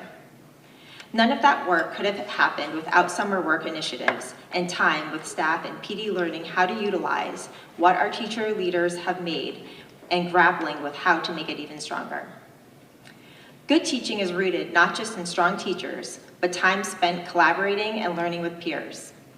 The budget removes almost all time to do that. That isn't simply a 30-minute rush CPT meeting in the middle of the school day. I urge you to advocate for a budget that allows teachers time to reflect, collaborate with their colleagues, and learn and create new things. Otherwise, we risk at best keeping experiences for students the same in a changing world, and at worst, lagging behind in providing what they deserve.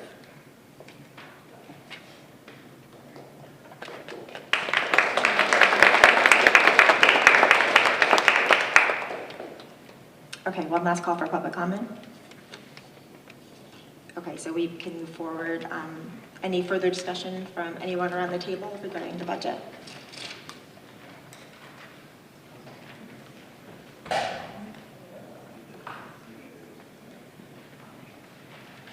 Just wanted to thank everybody for coming and being here today and for inviting us to be here. I know that these conversations seem each and every year to be a little redundant. They aren't. There are changes that we make each and every year to try to take the information that we hear here, bring it back, and try to make informed policy decisions based upon that. To the parents, to the students, to the educators who spoke today, thank you for using your voice to uplift and call attention to these areas. You know, the visual and performing arts are such an important part of what school districts do. Not everybody participates in sports, but a lot of people participate in the visual and performing arts. A lot of people go to libraries like this, and the needs that are there and telling your story is important for us to hear. So I just want to thank folks for doing that. And then lastly, you know, Christine, you made an important point, talk about the rainy day fund a little bit. I do want to say that here in Massachusetts, we do have a rainy day fund that's necessary, but also I want to share a little bit about what the rainy day fund actually does. We're in something that is partly the rainy day fund helped with, for the fact that Massachusetts is one of the only states in the country that for each one of our 351 cities and towns and our school districts are the full faith and credit of the Commonwealth of Massachusetts backs up communities when they go out to bond for a building like this, or a middle school, or a police station, or a fire station. Massachusetts is benefiting from having a rainy day fund that allows us to have one of the best bonding ratings in the entire country out of the 50 states, and allows districts like this one to borrow dollars at a lower rate than many other states and many other school districts, because the full faith and credit of the Commonwealth of Massachusetts backs up our cities and towns and school districts. So when we talk about the rainy day fund and we see this tsunami that we're in, I'm waiting for the tidal wave, unfortunately, to come and hit us in fiscal year 28. It's not a lot. Once we spend that rainy day fund, there's not a lot to replenish it with. It's usually just for one time. So if we begin to put in operating dollars for the state, that's only going to be a Band-Aid for one fiscal year and won't get us to the point where we want to be. But understand that here in Massachusetts, we want to partner with our cities and towns, we want to partner with our school districts, we want to make sure we uplift our voices. But just to close, as Tim mentioned earlier, we live and die by funding formulas. If we can come together and advocate as a community, as the public, as teachers, as school committee members, as select board members, as finance committee members, I think that is the best use of our advocacy going forward, is to focus on funding formula and making sure that included in this year's budget, we reconstitute the funding formula commission to ensure that we make changes for those 280 school districts that, to John's point earlier, are not just here in Western Massachusetts. If you look at that map, they are everywhere across the state that are impacted by it. So, just thank you again. I'd like to Madam thank... Chair, sorry, go ahead, Tim. I'd like to thank the legislators, the people from the town, and the people from the community who spoke. We can do something to help our legislators. There is a committee in the House on education. There's a committee in the Senate on education. You can communicate with them. You can ask your neighbors and your friends to communicate with them and express that you don't want to stand for the dismantling of a quality public education. It's been backsliding the last few years. We have not been moving forward, we've been moving backwards. And that message, whether it's an email, a phone call, a handwritten letter, they keep track of that stuff. And we all have friends that live in other communities. And if we value public education, we need to find people in those communities who value public education and teach them a little bit on how to advocate with the legislative process. We got a long road ahead of us, but we can make that change. The gateway cities in 1990s did that. It took almost a decade of pounding and get a little progress, but the suit is what put them over the top. There's clearly inequity across this Commonwealth when 280 school districts are on the bottom and they're getting the 8% we're getting, when the gateway cities who organize are getting 20% or whatever it is. That's not equitable. A needy child in this community deserves the same resources as one of those gateway cities. And right now, the way the funding formula is, that's not happening. So I'm going to do everything I can, and we need your help and everybody who's not here's help. They don't have to come to a meeting. They can do it right from their home. Thanks for listening. Madam Chair, just briefly, I just want to again say thanks to everybody for being here tonight. Certainly was a great discussion.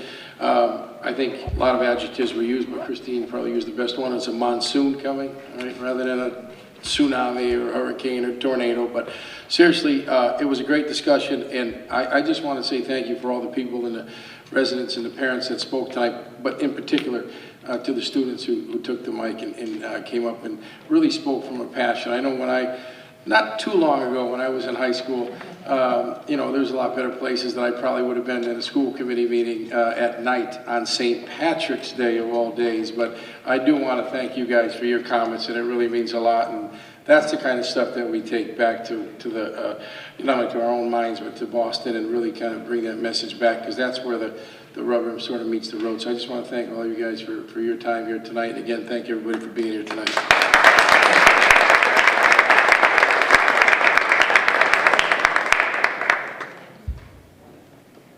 Thank you.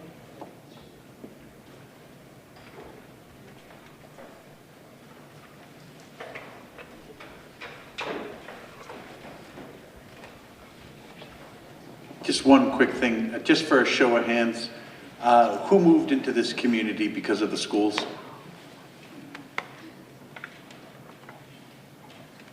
All right, thank you.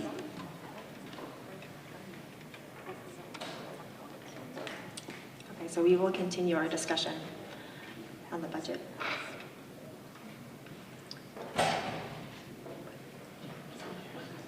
Oh, wait.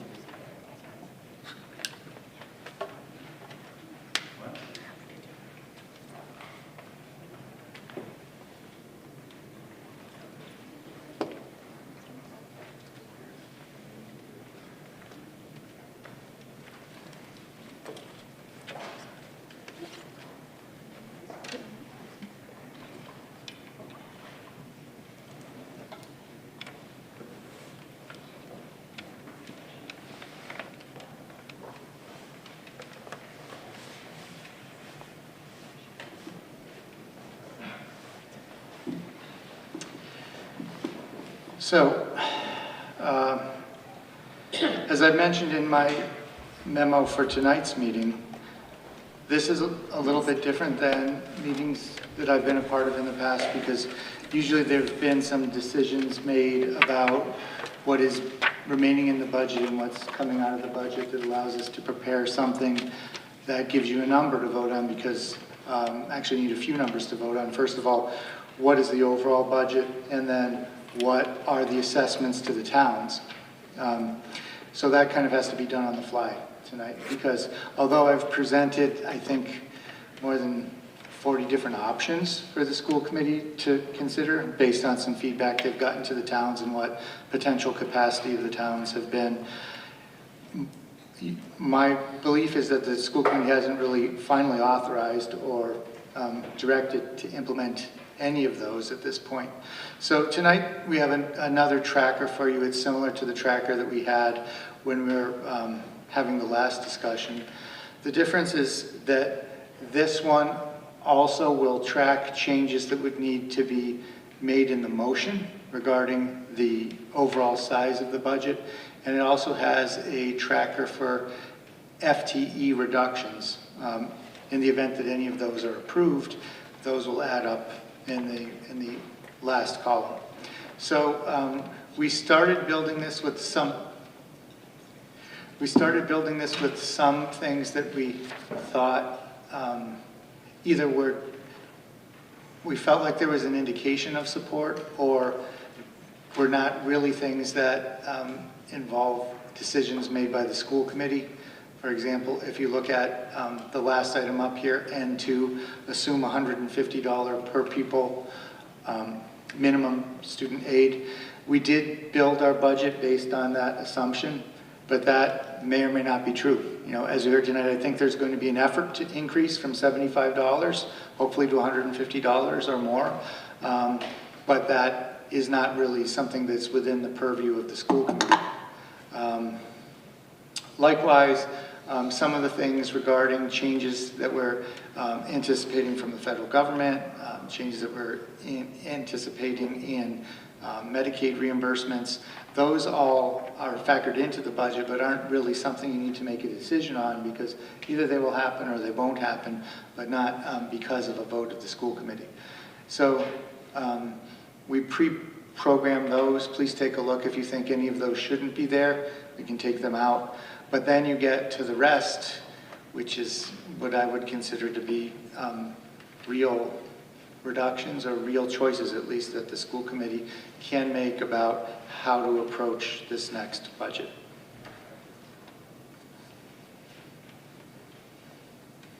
So my thought is, if we can get this list right, we can quickly transfer that over into the budget.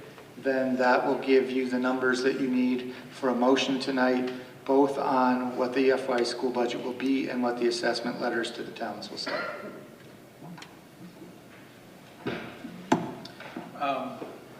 So as we go through, I think I'd like us as a school committee to maybe go through this list more than once, like do an initial pass of things that maybe, well, at least for myself, I hate everything on this list as an actionable item. But we are being forced to make some horrible decisions, you know, due to lack of funds, right? So perhaps if we can go through once with what we might consider, you know, options that we will only choke on a little bit, and then see where we are, and then hear from the towns, and then we might have to go through the list a few times. I don't know, does that seem like a good idea, guys? Actually, before we do that, I just, so when it comes to the school budgets, you know, you have two towns, and depending on what's going on in each town, sometimes, you know, Wilbraham might be a little tight, and other times Hamden might be a little tight, and it goes back and forth, right? This year, it just happens to be that Hamden is the one that's, I think, a little tighter on budget than Wilbraham. So I would just ask for guidance from our representatives from Hamden.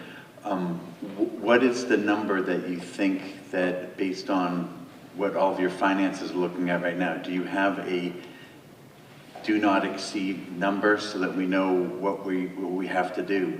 Because it was going to have to equal that number in order for it to get passed by Hamden. I'll give one quick statement. One thing that bothers me looking at this spreadsheet, and we brought this point up last year, and it's a concern to us, that if you're going to continue to, as you did last year, incorporate the capital items in the assessment, we can't work like that. Because when you change the capital things on an annual basis, it skews the assessment so badly that we don't have the ability to project it. So I'm going to ask you right now, because based on this, you're holding it in there. We've always worked with the assumption, up until last year, that capital items were outside of the assessment. I know, Dr. Provost, you had a different interpretation. We discussed that last year. But in terms of keeping the level increase the same for both towns, it's important from our standpoint to keep that out. Having said that, I don't know if it's appropriate to say this is as much as we'll give you. We understand the job you're working with. We understand the responsibility you have to provide a quality educational experience commensurate with being good fiscal stewards for the towns you live in as well. I think you give us the number that you think pardon me, does the job you need to do, and we see if we can accommodate that in our budget. Doug, do you have a different thought? I essentially agree with that that position, especially the capital. The capital is as I said last year, the idea of holding the operating budget essentially captive to the capital items doesn't make a lot of sense, because the capital items can draw a lot of attention and endanger the entire operating budget. So again, we would make the request that the capital items be held aside. We deal with the operating budget. In terms of you know what Hamden is capable of doing this year, as we explained last week when we met with you.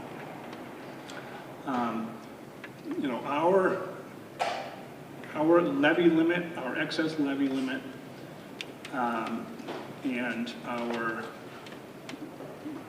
estimated new growth will be probably less than $1 million in new taxing capacity.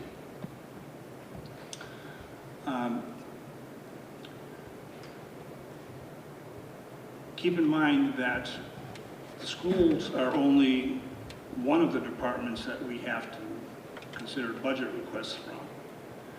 We have to weigh the needs of the school district against all the other departments, the fire, the police, the fire, the library, highway. So and we're not suggesting that we spend out our entire capacity, because in the coming year, as Jake was saying, the next budget year is going to be upon us before we know it, and we'll have almost no capacity left. So we don't want to spend out our entire amount. So out of that 900, we have to accommodate the increased assessment from the schools and the increased requests from the town departments. I hesitate to give you a specific number. I piggyback on John's comment.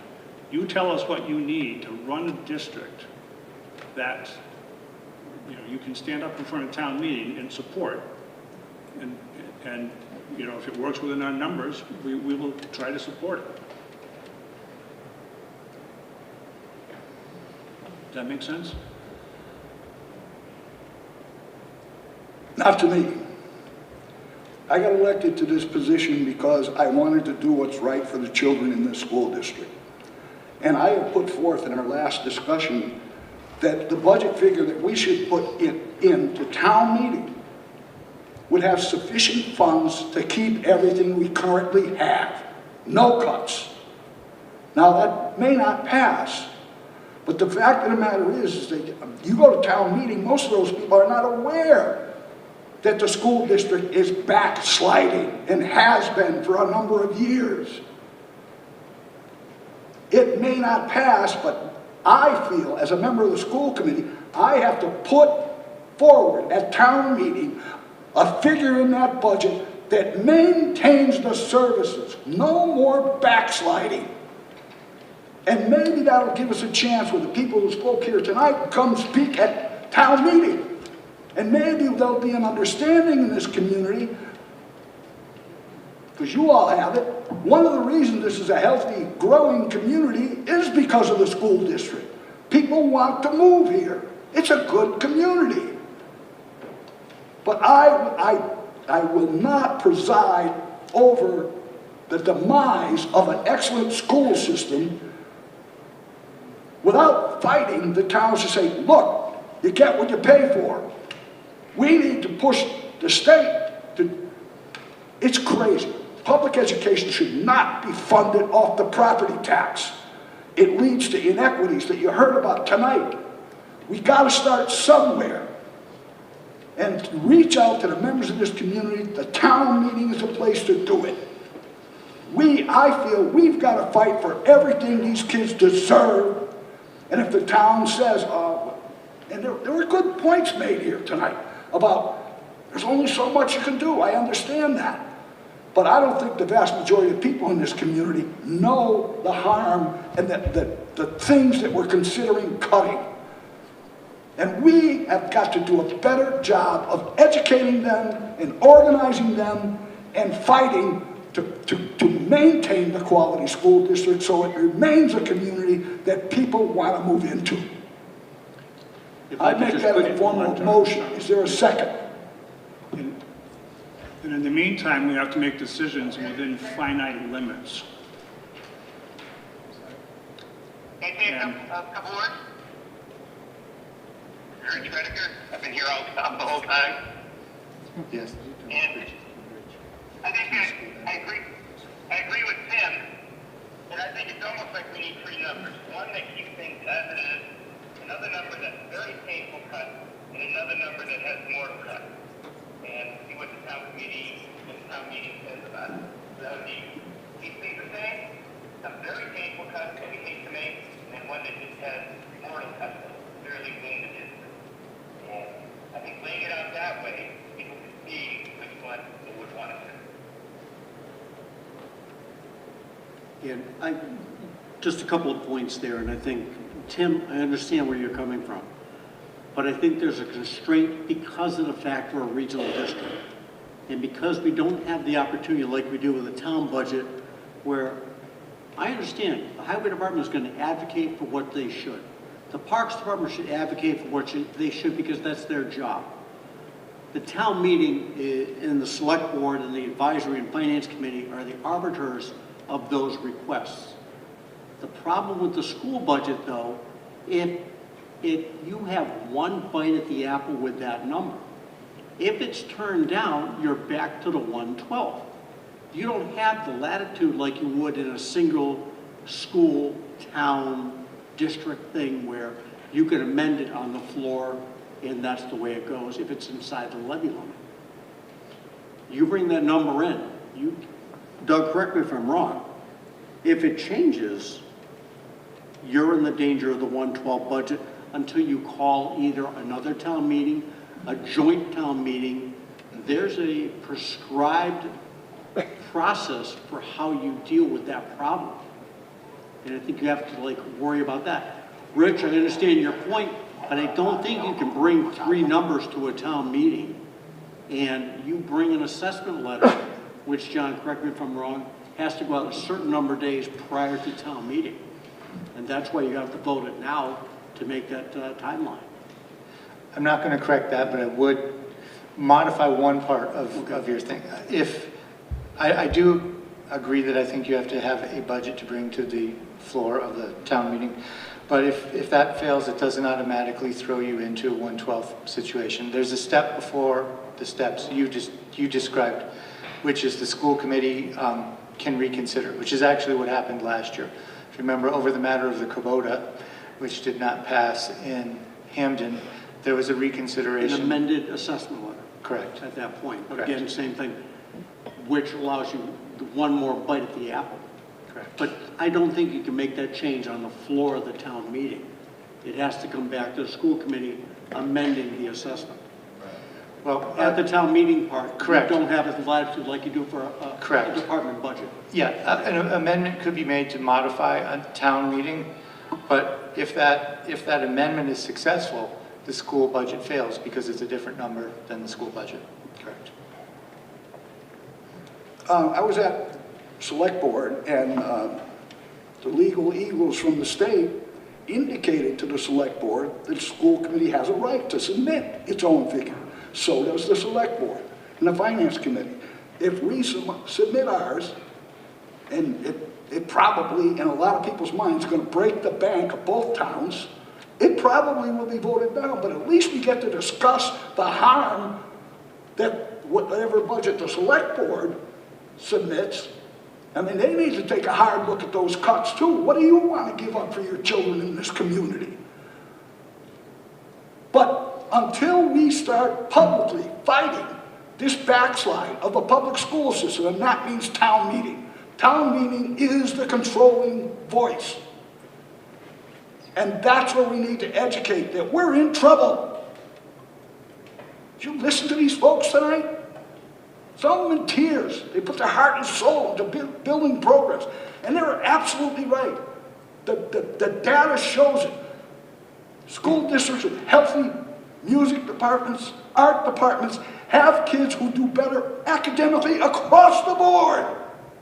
When we start chipping here, chipping there, chipping there, we're going to have a devastating effect on the quality of education. And to do it and acquiesce and give you a number that gives you cuts is not something we should do. We should go to town meeting and try to educate them the way these people came here tonight and tried to educate us. But quite frankly, we don't control the money. Town meeting does. And Tim, you're right. That is your position, it should be. You're a member of the school committee. It's your job to advocate for that. We're the select board, and we oversaw an 8% jump in the tax bill last year. That's our position, as so to speak, just like your select board, the stewards of your town. So all those things are in consideration for us. You should advocate tirelessly, as you have been, for more school money. Make that case. But again, it comes back to the town meeting and those people, how much more can they afford? We hear from a lot of people that saw a huge increase in their tax bill last year and want to know what's going on and what can happen next year. And many people in our town, both parents and seniors alike, say that we're struggling to, pay that increase. Heck, you saw an increase in your bill, I'm sure, as well. And it's a personal decision that can I afford that or not afford that. So that's my point. Which was why I brought this up in the first place. This is a balancing act. I would love if you said, okay, here's the number, and maybe it's a little more than something that we have here, then we can make less cuts, because I want this not to rip the community apart.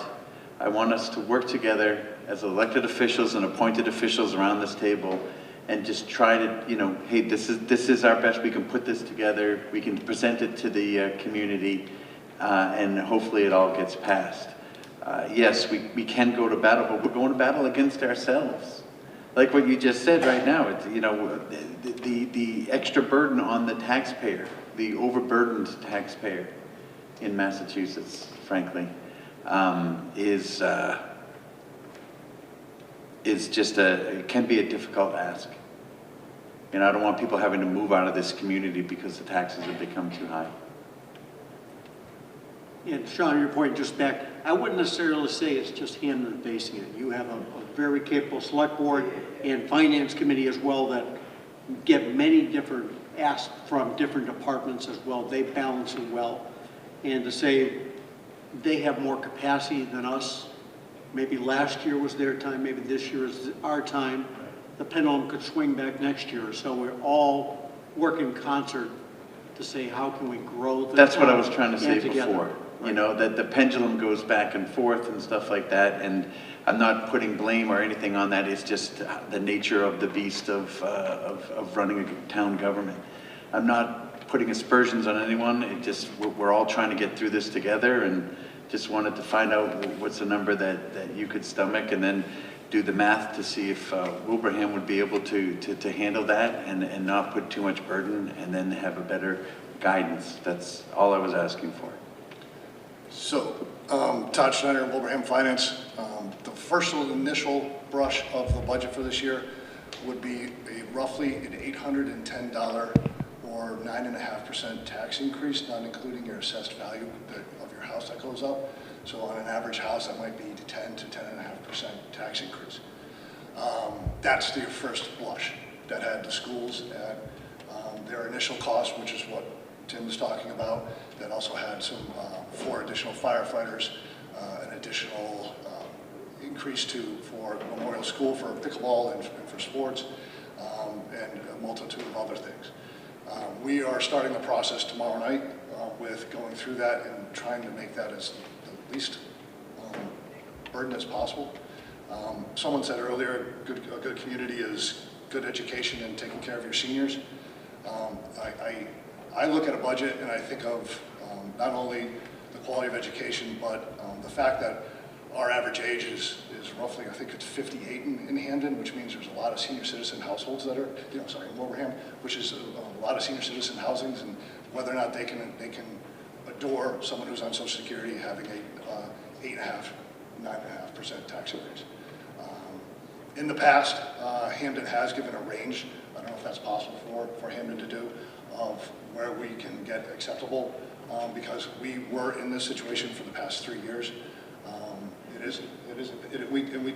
We worked hard and we worked tirelessly, and that's what we volunteered to do. So I don't know if that's a possibility. I don't mean to put you guys on the spot, but if there was a range, maybe that could help out with the process going forward.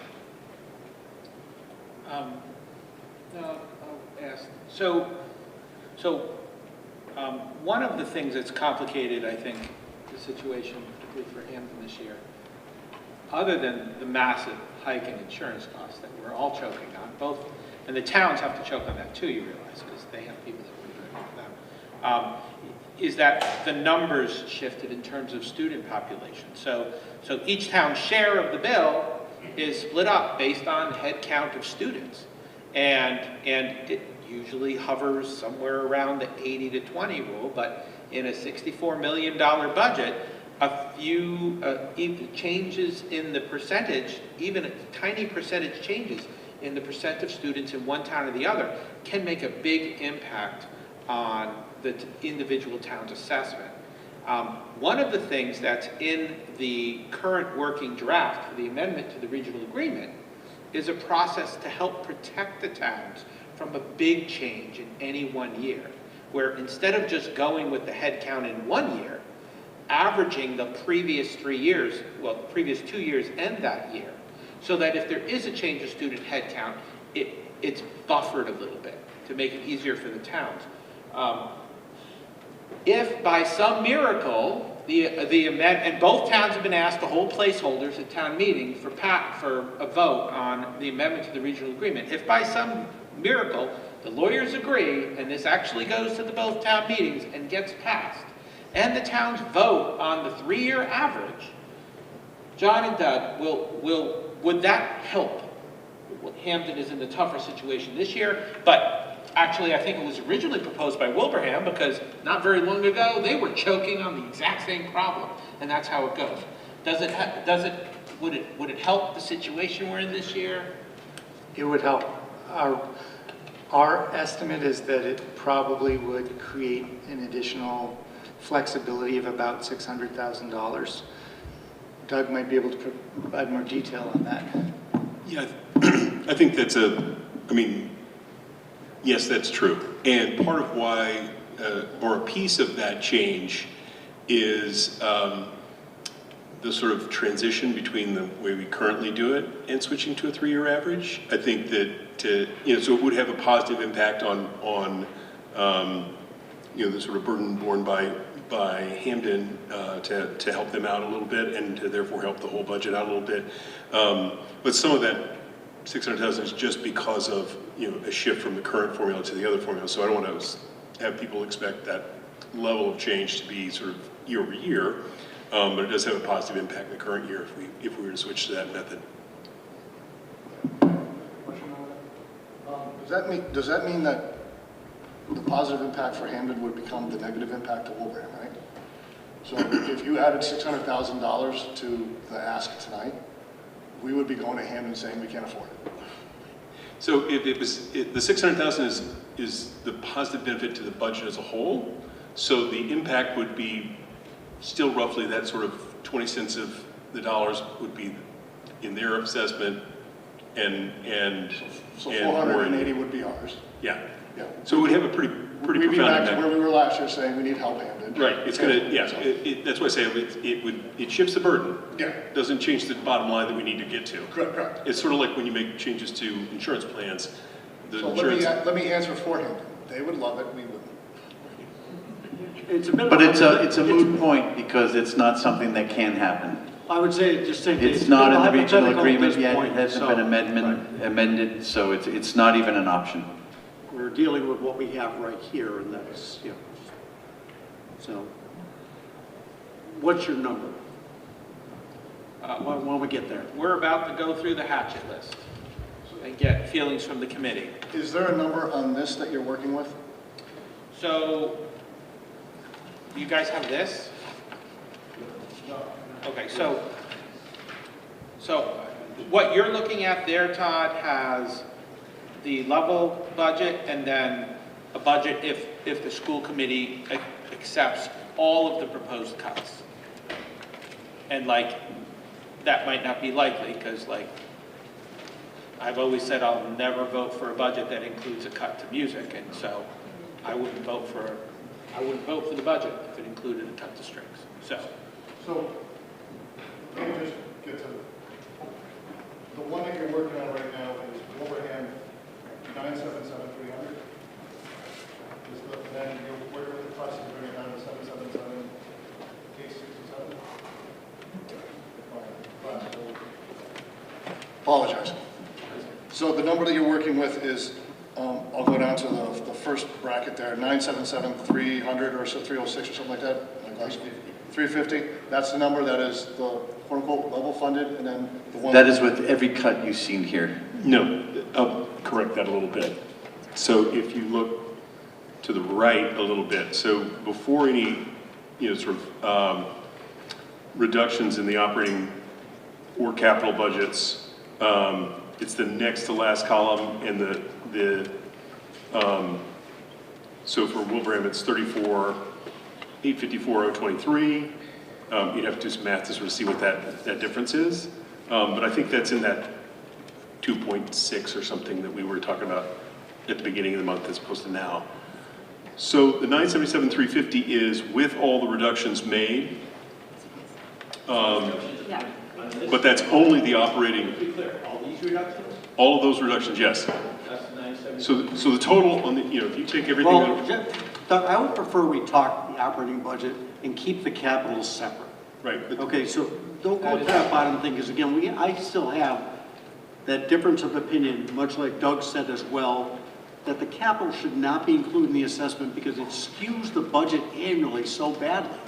One year you do a boiler, it's up big. The next year you don't, it's down and throws the increase up. Can we just stick I with believe it's operating? law that we're supposed to include them together We in the made that assessment point to the last town. year, but I understand your point. Yeah, but we can address the budget without that. That's what I'm saying. Good. I think we can, and I think the other thing that I just want to mention is that one of the reductions that's proposed on this set of sheets impacts the capital part of the assessment pretty significantly, and so when you're looking at the total ask of the community. So I just want to make sure that you're aware of that, because it reduces a project out of the list. So that's one thing, I just want to point that out as far as that's concerned. But the totality of what's on these two sheets, so the memo from the superintendent, is, and again, it still includes $160,000 relative capital, $2,275,323 worth of reductions, adjustments, et cetera. For the operating and debt portion of the budget, that would make the increase in the assessment for Hampden for the operating and debt part, it would go up $522,303, and for Wilbraham, $977,350. That's with the entirety of what's on these two sheets. So would we like to go through these potential cuts one at a time and see if the committee finds them acceptable, or would we like members of the committee to nominate ones to be removed from the list? I think it might be good for us to go through them initially one at a time because everyone in the audience might not know them. Yes, okay. I made a motion, and it wasn't seconded, and I gotta say this again. I mean, I know the pressure that's on the committees that are dealing with the finances. I understand that. And I also probably understand that this is a fight maybe I can't win. But it's a fight worth having. And it's worth having in front of the community, not a small section of the community. Town meeting is where this needs to be discussed. Personally, I was elected to shepherd the school district. I'm on a fixed income. I know what I'm asking for. It's probably going to push me out of town. But that's what these kids deserve. And half this community, or maybe more than half of these two communities, don't even know the ramifications of that list of cuts. That's appalling, that list of cuts. I can't vote for that. And I would like us to submit something to the town meeting so we can have this discussion. Even if I lose the fight, at least we're going in the right direction.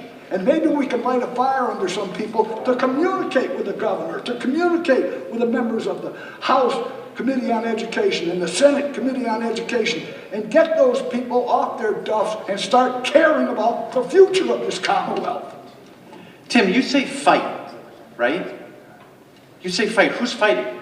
Yeah. Who do we want to fight? We want Hampton fighting against Wilbraham? No, listen. Do we want the citizens fighting with the seniors because they're on a fixed income? What is this fight? We don't need a fight. Madam we Chair. need to find something to come together on. If we could just make a point of order and recognize the remarks of the last speaker that spoke at public comment, that we need to come together.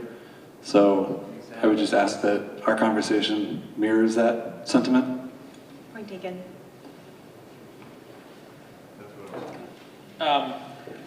So why don't we start at 3A, because the other items are already listed on the board, so that's the... So 3A... Wait, actually, can we start with 1E? 1E is E&D by 100,000. How much do we have left in E&D? Am I correct that it's 500,000? The current ENT is 1.2 and change, and we initially projected 700,000, which would be 500. If we utilize 1E, that drops it to 400,000, roughly. So I would recommend changing that 100,000 to 500,000.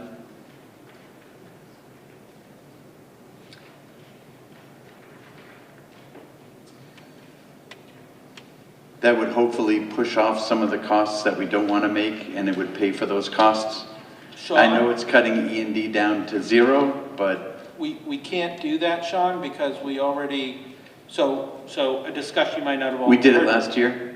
Sean, we need to save at least $205,000 to cover the current difference in Chapter 70 that's proposed by the legislature, and where we're calculating in our budget it's going to be. Right now, we only know we're getting 75 per student. We're calculating the budget on 150 per student. That's a $204,000 difference. We authorized in Finance and Operations Tech Committee, we all agreed, authorized John to do that in the budget, keeping in mind we would have to keep at least the amount of money in E&D to be able to bridge that gap if the legislature falls short. Okay, I amend my request and make it $295,000 out of E&D.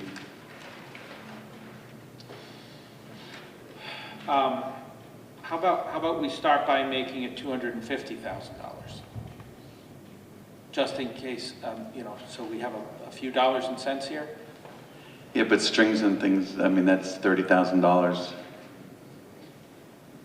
Yeah. I'm just saying there's a lot of things, so that means something like strings and things, I think we should just push what we can push.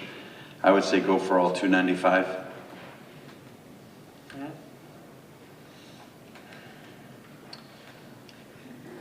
How about we push it, how about for the first run through, Sean, how about we see if the committee would agree to go to 200,000? Knowing that we can commit more, I mean, we need to get to a bottom line number and then hear feedback from the towns. Or we can go with the full 295. I don't support the 295. I don't support the full 295 either, Sean. I think it's not. I do. What fiscally about other responsible. people? Tim, Cheryl, Lisa? I said no. No. What do you say? Michelle, can we just, we're kind of caucusing among ourselves, and you guys and girls have a job to do, and I'm not really sure that we can play a part in that at this point. He's been very nice. I'm making a motion to adjourn. Figure it out. Figure it out. Send us the bill, and we'll let you know if we can pay it. Right. But again, we appreciate Don's been on a school committee before. He knows it's a hard job. 20 years. Right. So we appreciate what you're doing, and you don't need us in the backseat second guessing what you're doing. You're going to do your job. As I said to Tim before, your job is to advocate for the school department. Send us what you think that bill is going to be. Send it to Todd and his committee, the select board as well, and the voters will speak. We'll let you know. Right. We agree with Tim. Bring it to the town meeting, and we'll see what happens. Right. I just don't think you can bring several choices. It's one choice. Well, you're welcome to say. Thank you for attending. Thank you. We'll take the water.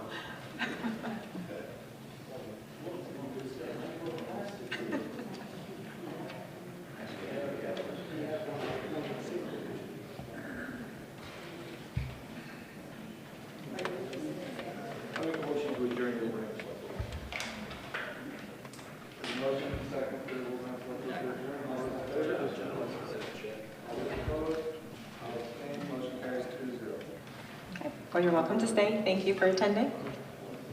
Always nice to see everyone. We will continue our discussion, and while everyone else chooses to leave, we're just going to take a 5-minute break, if you don't mind. Okay, biological.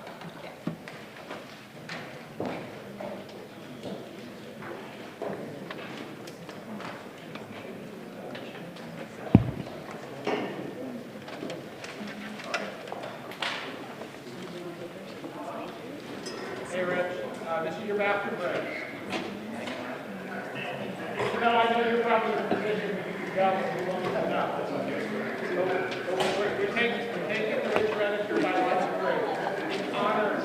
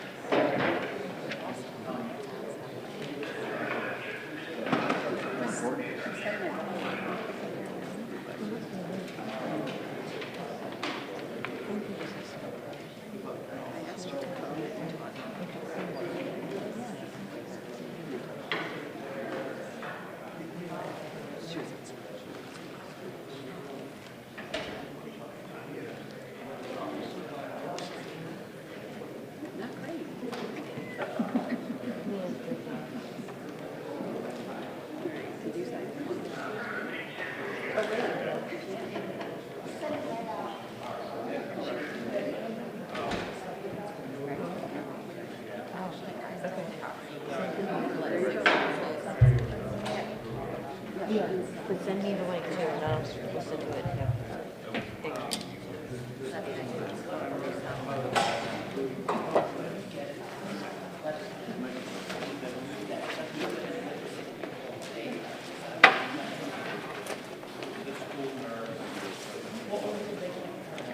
Those Steve listening good? You can throw out the paper.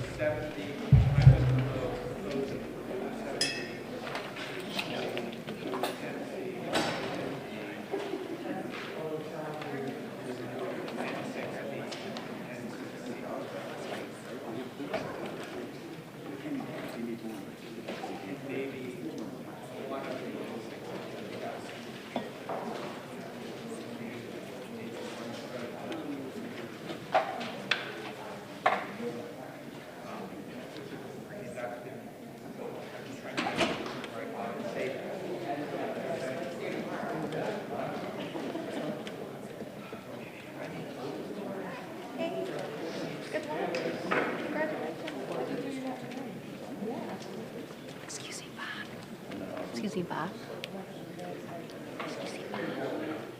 Hungry? Are you hungry? I have cookies. I have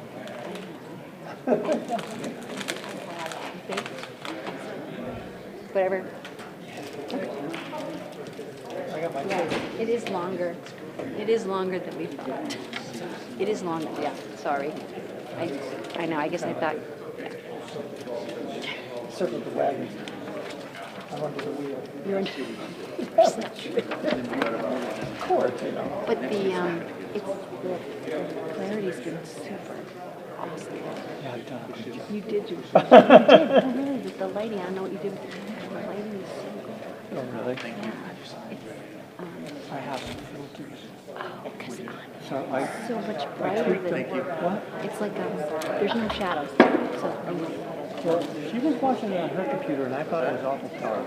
But maybe I was because I was looking at it from the. oh, my computer looks really. It's good. Light, yeah.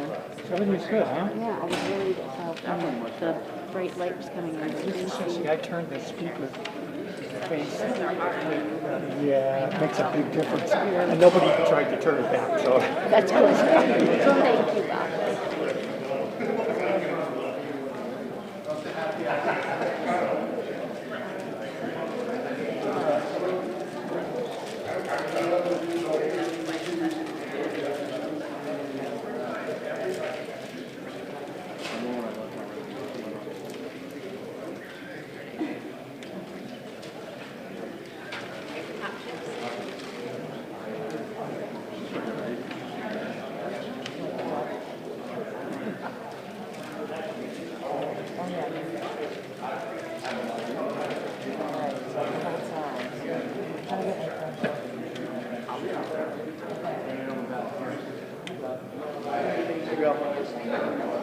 Are you dealing with any of this in Southbridge, or is the state still pumping money? State's dialed back its Yeah. So, well, I mean, like everywhere, they told us to, budget for 15%. Right. And strategic support grant, like the so-called receivership grant, is,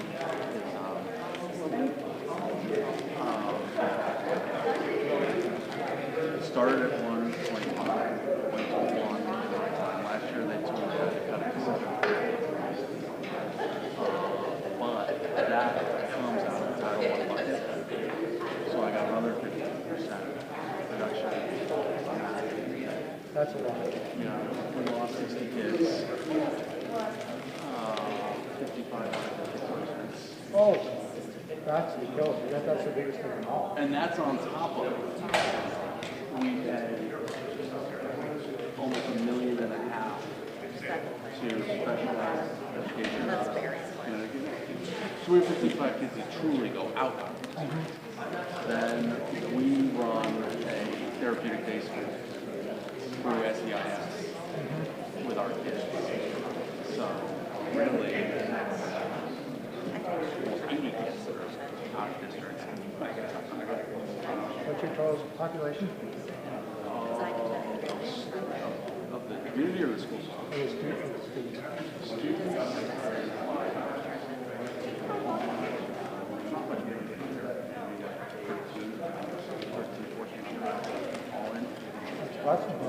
We're 28. Are you on a break? Yes. Oh, okay. No, fine. I'll make something at home. I'm thinking corned beef. Yeah. Sounds good. I've got a can. Corned beef. But bring out the can. And an all-day truck for dinner. Yeah, I can be here for a while. I need these calories. Thanks. You're welcome. Get there. You did figure to come out. That's okay. Okay. You got a lot of night. Yes, I do. I'm still working on it. Yeah, I get to use that all the time. I'm making a shovel from every direction.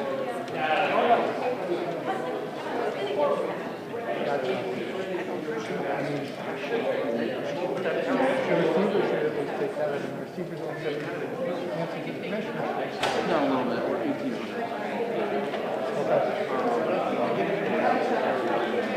it's interesting, like, I think my predecessor left a lot of regime that was very good to me, and he certainly did nothing important, but he saw the history play. And we've just been saying, we're getting so much faster than the other brands. We just suggested principals. My 5 principals, all of them have done the job in 3 decades, and only one of them comes with experience from outside. So it's like they don't get it. It's like, okay guys, I got a $6 million capital close. What are your recommendations? We need everything. Okay, but you're not going to have everything. So what are your recommendations? I can't fit that. There's a lot of when I see Aaron, I have to say something. I try to get out a little bit. Right. Right. It's all stuff and connections you never knew about. I was trying to get on it, but She did. She passed about a year and a half ago. February, which, I mean, printing packets, making kids. Oh, yes. Yeah. I'm on Yeah. It was 16 hours of instruction. We gave them 25 hours at a rate. We recognize there's another preparation. There's preparation. The director of the program said for 31 extra hours of prepping. And he was just like the AOD, the administrator. Pretty excited. The principal signed off on it. Oh, I know. I was going to be high. So he's putting in for 31, and I gave him 10 hours of prep. Yes. So you're telling me you signed off on 40 hours of prep for 60 hours of instruction? Oh, I didn't think of it that way.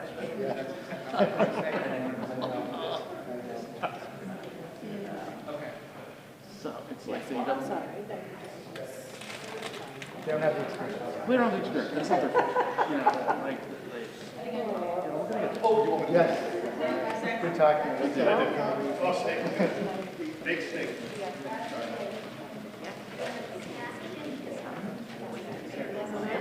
Really? Yeah.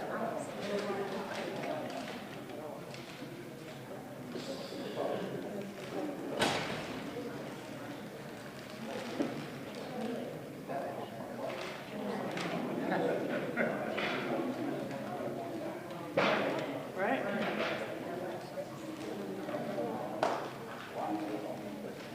Yeah, really.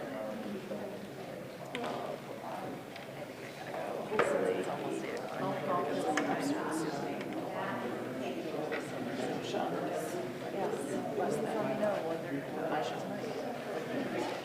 Yeah, we've been good, but he was, yesterday he came home and they're like, that wasn't It's going good. That's why I like staying for a little stay away from you.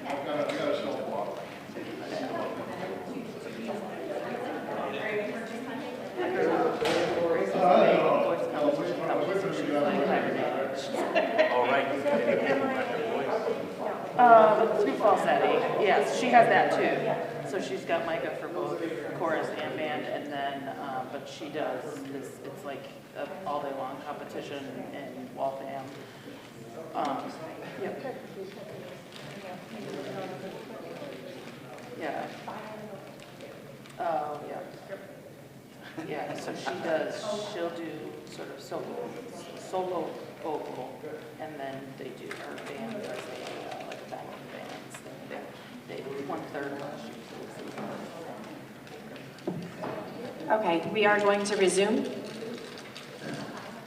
Thank you for your patience.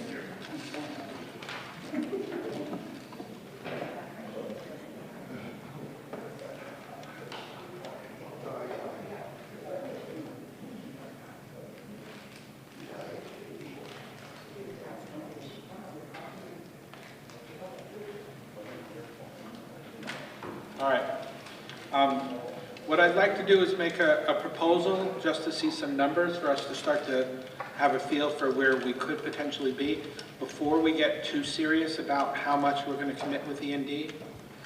I'd like to see what the numbers look like with all the cuts, with the following exceptions.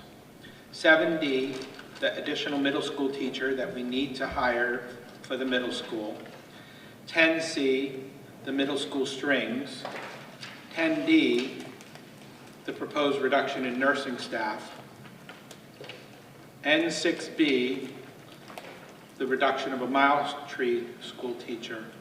N6C, the reduction of the Green Meadows teacher. And also I'd like to see N6A reduced to the elimination of only one position instead of the proposed 3. So that's adding back 2 of the 3? Yes. So I'd like to see where the total budget and the individual Hamden and Wilbraham assessments would be with all the cuts, excluding those. Once again, I was proposing the removal of the cuts of the middle school teacher that we want to hire,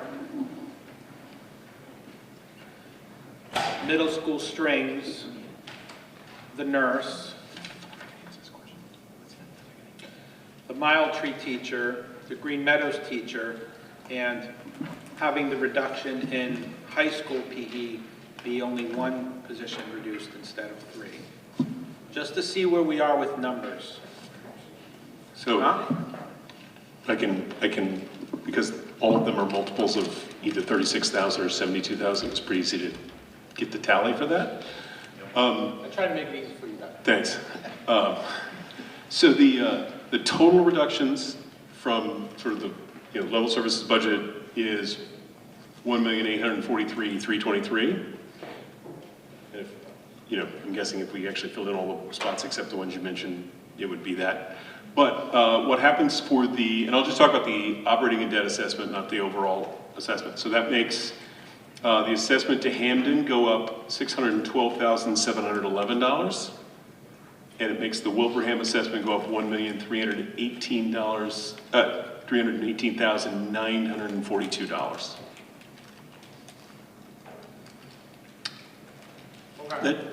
The total of those, I think it's 7 positions, or 7 different things, total to $432,000 of basically expense back into the budget. Uncuts. Right. Uncuts. All right. I'd like to hear discussion on this. As a starting point, I want to, what do people think? Are there other uncuts people want, or do they think that I'm being too lenient with too many uncuts?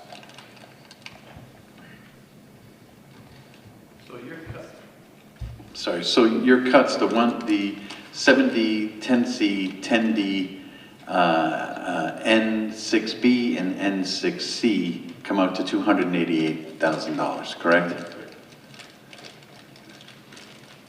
Yes. Now, what about the N6A if we only reduce 1 PE teacher, keep the other 2? And how many total PE teachers do we have at Minnechaug Regional High School?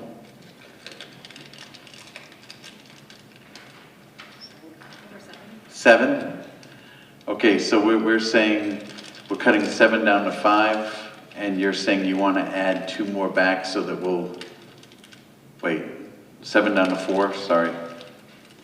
So you're saying you want to... reducing 1, so there would be a total of 6 PE people. Of 6. And then how much would that save with 144,000?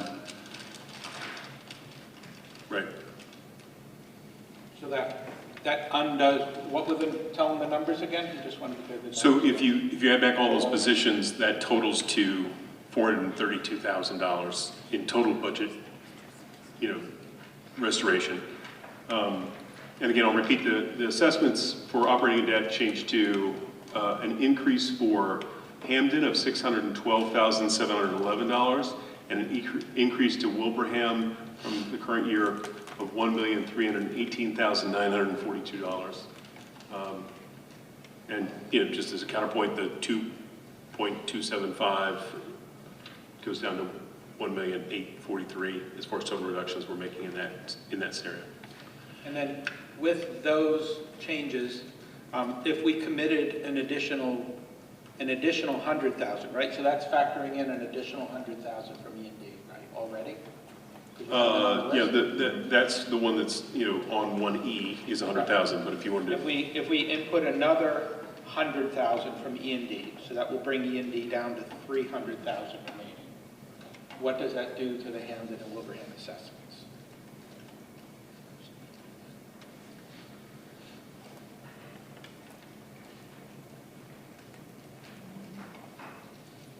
So that makes, oh, sorry, I'm speaking to the microphone.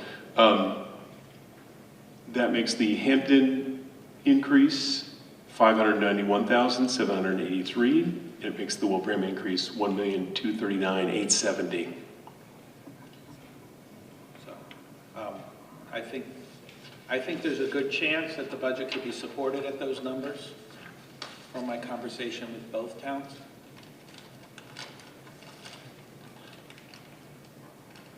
Can I have the Hamden number again, please? For Hampton, the increase would be... Turn on your microphone, please. Sorry.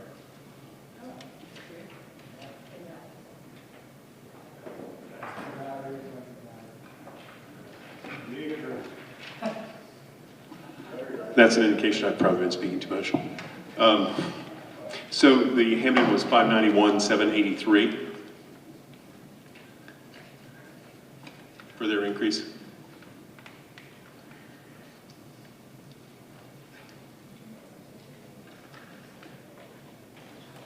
And once again, I'm not saying this is what it has to be, but like I felt like we're spinning our wheels, and so I just wanted to throw something out there as a starting point, and I would love to hear from, oh no, let's maybe uncut this, or no, Mike, cut the gym teacher, or, I'd love,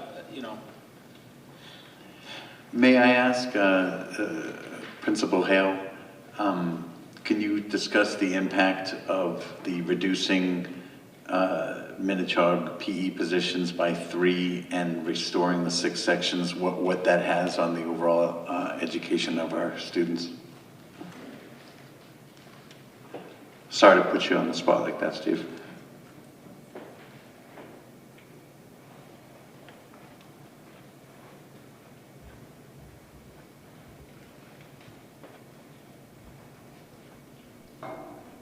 I guess my first question would be, I thought the 6 sections was restored in the overall presentation. Can you hear me? Just to answer that question, so one of the versions of potential reductions is eliminate 3 PE, restore back the 6 positions. So I think what Mr. Kennedy is asking is, can you just talk about what the impact of reducing the 3 is?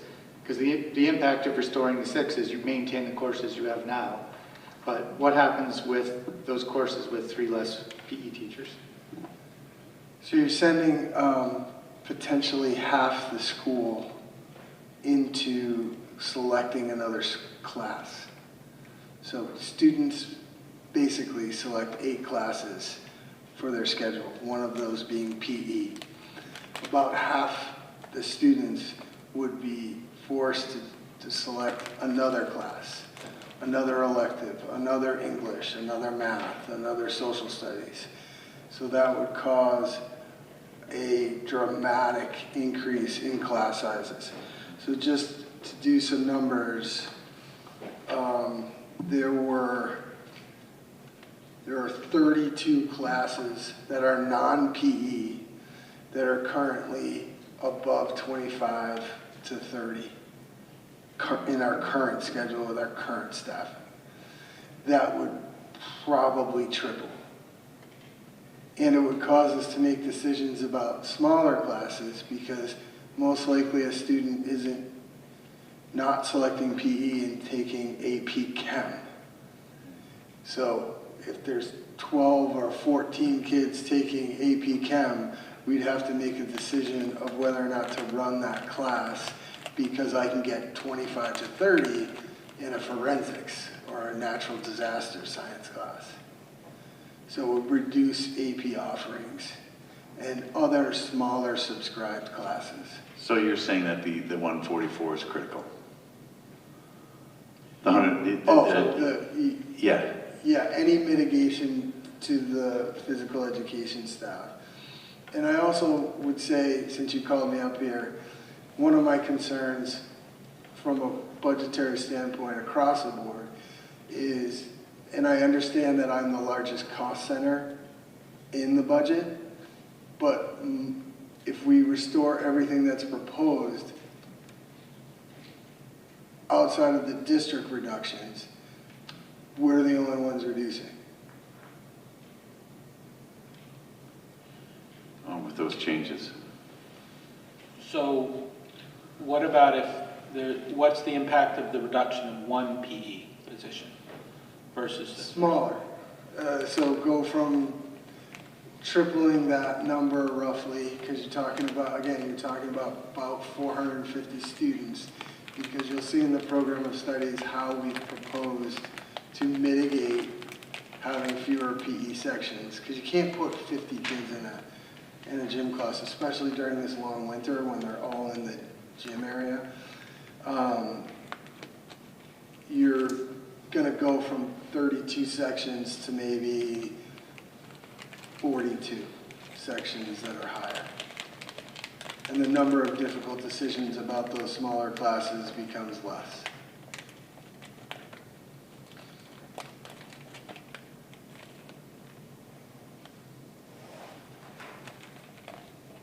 AP classes be in jeopardy? If one I'm is sorry? eliminated, would AP classes be in jeopardy? I know you can. It's hard to, because they haven't even picked classes yet, so it's hard to know where the course requests are to be able to dedicate the number of sections to keep class sizes reasonable. Okay.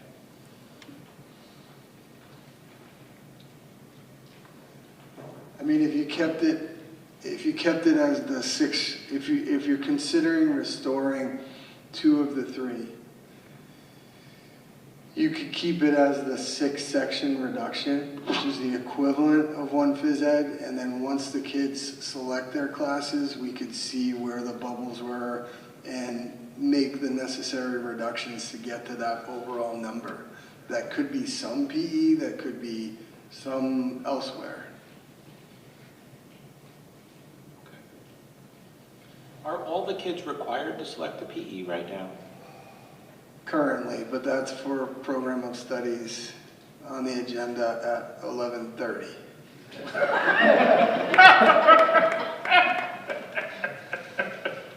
Okay. Hey, John, you had at the last meeting and other meetings, you had referred to a potential administrator cut that could potentially go on the chopping block. If we're taking some of these things on, we're going to have to add some other things, add some money from E&D. Can you talk about that position and the impact it would have, please? Sure. That is the reorganization of our, actually there's a couple of administrative positions. There's the reorganization of our maintenance and facilities administration right now. There's a vacant night shift supervisor position, and there is the director of facilities and maintenance is going to be coming vacant in August. So the idea was to reorganize the duties of the remaining positions in a way that eliminates one of those positions. We're also that is 7A and 7B, is that what we're talking about? That's 7A is what I just described. 7B is we have 2 positions that are currently vacant within central office. The proposal would be to not fully hire both of those positions, but do something that result in probably a 1.4 position instead of the 2 FTEs that we have currently. Okay, so there wasn't an additional one that you had in mind? We had talked last week about a potential reduction of a clerical staff. That is not on the list because it was just something that was mentioned. It was something that was on a potential list, but it was removed because we had a number that we thought we were trying to get to, and we had gotten to that number. So Doug, if we committed an additional, instead of 200, an additional 272 from E&D, and we kept all 3 gym teachers, the assessments would stay the same? You have that priced at 72,000 per head? Yeah, 72 per FTE on those PE teachers. So we just added, so we had 100,000 via of E&D additional use for 1E, then we added another 100,000. You're saying add another 72 or 172? Another 172. So they go up to 272 in addition to what is in the memo from John. All right. No. The memo from John has the 100, so if we go add 172 to this. Okay.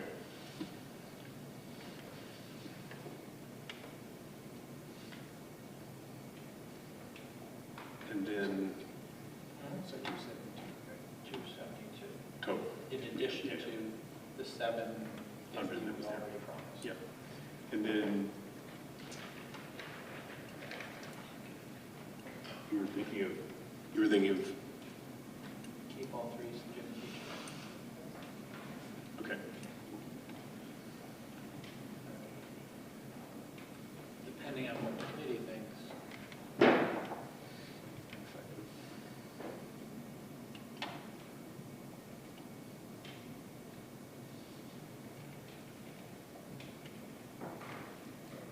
That would make the Hamden increase 591,783 and the Wilbraham increase 1,239,870. They might be, fractions of dollars or hundreds of dollars different from what I just said before, but partly because of where they play in the formula. But yeah, basically the same as it was. What do you guys think? Contributing a little extra E&D to keep all 3 gym teachers versus we'll still have enough E&D to cover the $204,000 if the state falls short of the $150 per student.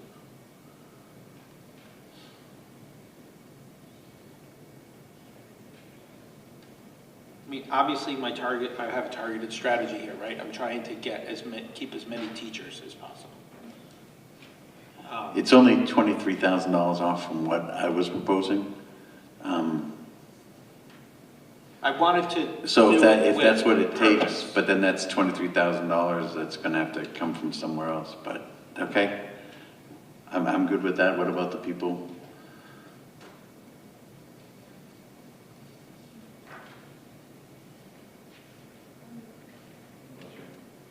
I'm not in favor of reducing the teacher.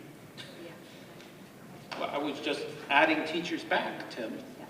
I'm in favor of keeping the 3 positions. Okay. I struggle with bringing E&D Talking about down taking to more 0, money out of E&D. because if the 150, if we do not get the 150 per student, then I struggle with that. We'll only have about $28,000 in E&D Which one's too much? if they come in. Correct. That's the consequence. Yes. And unfortunately, as I understand it, the way the rules work, we can't say we're going to eliminate the gym teacher position, and then if the legislature comes through later, we can't then fund it from that. All those extra funds would be to go to E&D for the next year. Yes. Which is, it's the way the rules work with the budget. The budget is the budget once it's set. So, it's, we want to keep the teachers.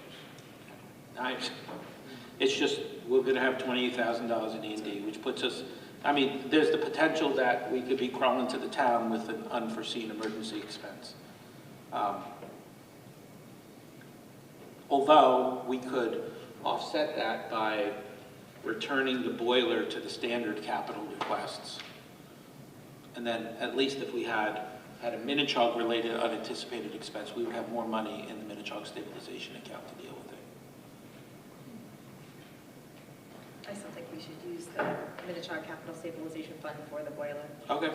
For me, that's the purpose of the account. All right, but That's a responsible thing to do. we're talking about assessment. So is that what we're going to go with for our first, for a budget that we're going to vote on to send to the towns an assessment letter? Yes. What do you think, Sean? I just, can we, what are the final numbers with all of these changes and stuff? What's the assessments to the towns? Increases in assessments to the towns? So the increases to the operating and debt assessment for Hamden, $591,783, and for Wilbraham, $1,239,870. It makes the budget that you would have to vote $59,956,182 for the operating and debt budget. John, what do you think of these proposed changes to the hatchet list? I almost forgot to ask you, I'm sorry. No, that's fine, that's fine. I'm very excited to see the restoration of teaching positions. I'm very concerned about how much E&D is being relied upon in order to do this. Part of the reason that we have this issue right now is that we started with putting in $500,000 less of E&D this year than we had last year. So this would bring us more or less to where we are. However, I think our E&D is likely to be reduced, which means that, you know, you will probably have, you might have, I would say, anywhere between $750,000 and $900,000 in a funding cliff next year before you even get started. That's, I mean, the strategy is good for this year, but I just, you know, if we're looking at that, and there could easily be another $1 million insurance increase next year, you could have a $2 million gap before you get started. We could also not increase the E&D commitment. So if we don't increase the, if we only increase the E&D by the 100 that you have proposed here, we take back that 172, what does that make the town assessments? Too high. Well, that's the problem, right? I'm a little, you know, that's going to put Hamden at 620, 630, something like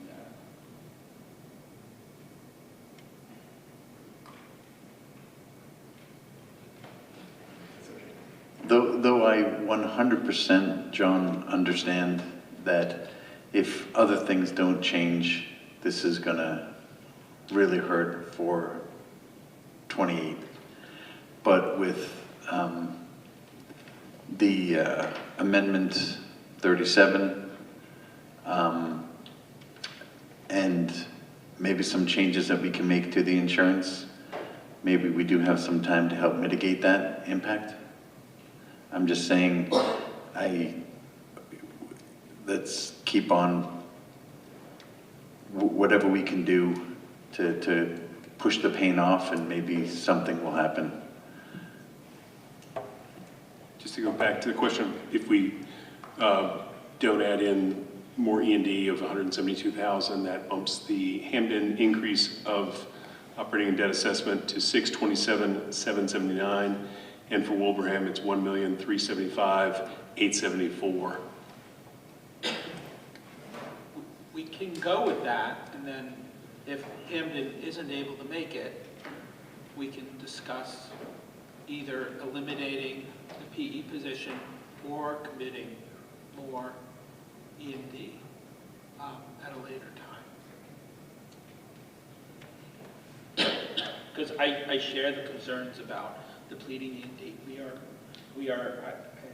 We use too much E&D to support the operating assessment budget. It's a free cash account, and it's not necessarily going to be there for the next year. I feel bad, I don't really have an alternative solution. I'm not for cutting positions. But again, I say it every year, I struggle with, first of all, using E&D to support our operational budget is not a strategy. It's not sustainable.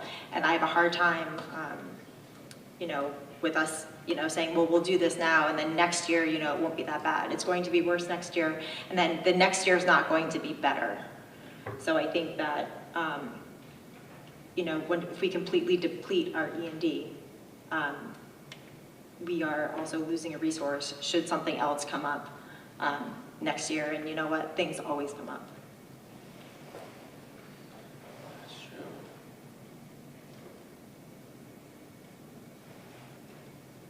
So what do you propose instead, Michelle?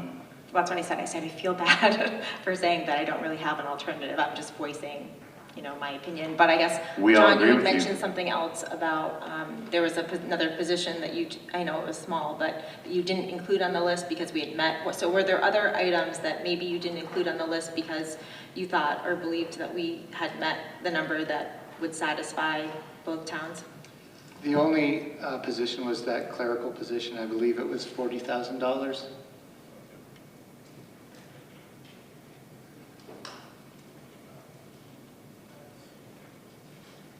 And can I just as I said that, something else occurred to me. You wanted us to keep the remaining strategies in the budget, other than the ones that you had identified to put back in. One of those strategies was the cost savings from not paying benefits from positions who wouldn't be there. If you restore those positions, then you don't have the cost savings, so you need to probably reduce something else in order to pay for the benefits for the positions you're bringing back. So the clerical position will have to be cut to cover the benefits. Those are almost the same amount of money. So yeah, basically a trade, yeah. John, how much money do we have in the school choice account?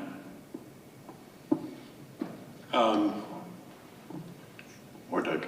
Current balance, so if you, basically the revenue for this year is exactly what we're using in the budget, so we have about $950,000 in the account. It's about a year's worth of revenue, which is, for a revolving account, a nice ability to sort of cushion the blow in tough times. So, you know, it is similarly sort of one-time money in some respects, but at the same time, it has less volatility than E&D. You have a little more control over how you leverage that. So that's certainly a strategy. You know, one of the strategies was to increase the school choice offset, 100,000, which will be, you know, probably more revenue than we bring in for the year. So we'll actually reduce our balance. But if the committee wants to you know, dig a little deeper into the use of school choice, that's an option you can certainly take into consideration. So after the additional money from school choice that we're putting in, we still have $950,000 left in that account, or that's No, that's $950,000? That's the current balance, and I think that, you know, so we have a fairly large exiting senior class of school choice, which is part of why your memo last week, I think it was, indicated 30 or 35, I think, seats. If we fill all of those, we'll be close to the same. We won't generate quite as much revenue, so we'll be in a decreasing balance circumstance regardless. But you know, there is some capacity there, so that is it is an option. But again, it's a finite resource. I mean, in much the same way E&D is, or you know. Right. So we put more money from the school choice. We put 100,000 in. So if we take that 100,000, subtract it from 950, so we still have $850,000 in that school choice account that we can use for anything, correct? Mm-hmm. So if we deplete E&D and we have an emergency, we still have $850,000 in school choice, which I think is, for all intents and purposes, part of E&D, just listed differently. Yeah, I mean, you still have some restrictions. I mean, the intention behind any of those kind of revolving funds is to use it for the purpose. So it would be, you know, it would be a cascading sort of situation. But yes, you know, indirectly, you couldn't directly appropriate from school choice to buy, I don't know, Kubota, but you could, you know, increase the use of E&D to then lower your cost in, say, health insurance, because that's part of the cost of providing education to those school choice students, and teaching positions, resources for other places, et cetera, et cetera. So and teaching positions, yeah, right? Yeah. And phys ed positions. Yeah, those are absolutely legitimate uses for the E&D. I mean, for the school choice or the E&D.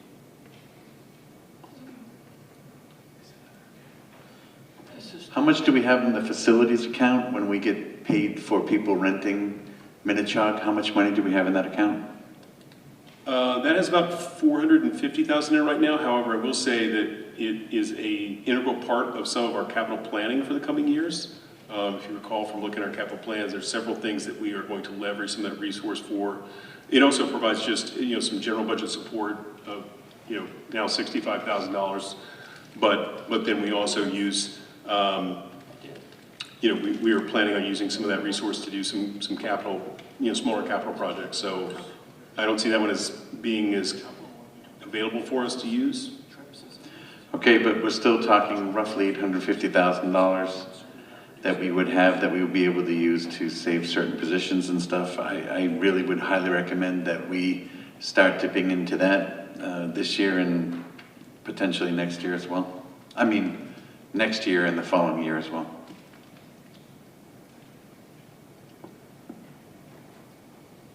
So the question is, so everyone's in agreement that we keep the 3 PE teachers?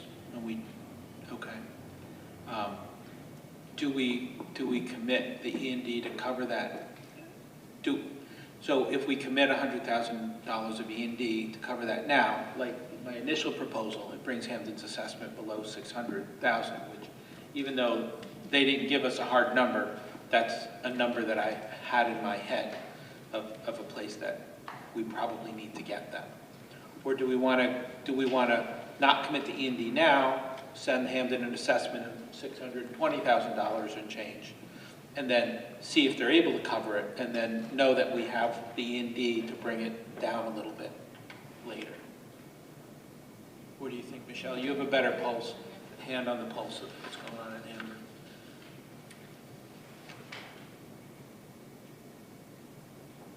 I'm not sure that that's going to work. But I think we have to, but you know what, I think it's not about, I think we have to present a budget, again, I think the same conversation that we've had. We need to present a budget that we need. We're saying that we want to not reduce any services, and we're working on making some reductions tonight where we can, where they're, they're impactful, but they're a little less impactful than some of the other positions that are, reductions that we're talking about. So I think that's what we need to do.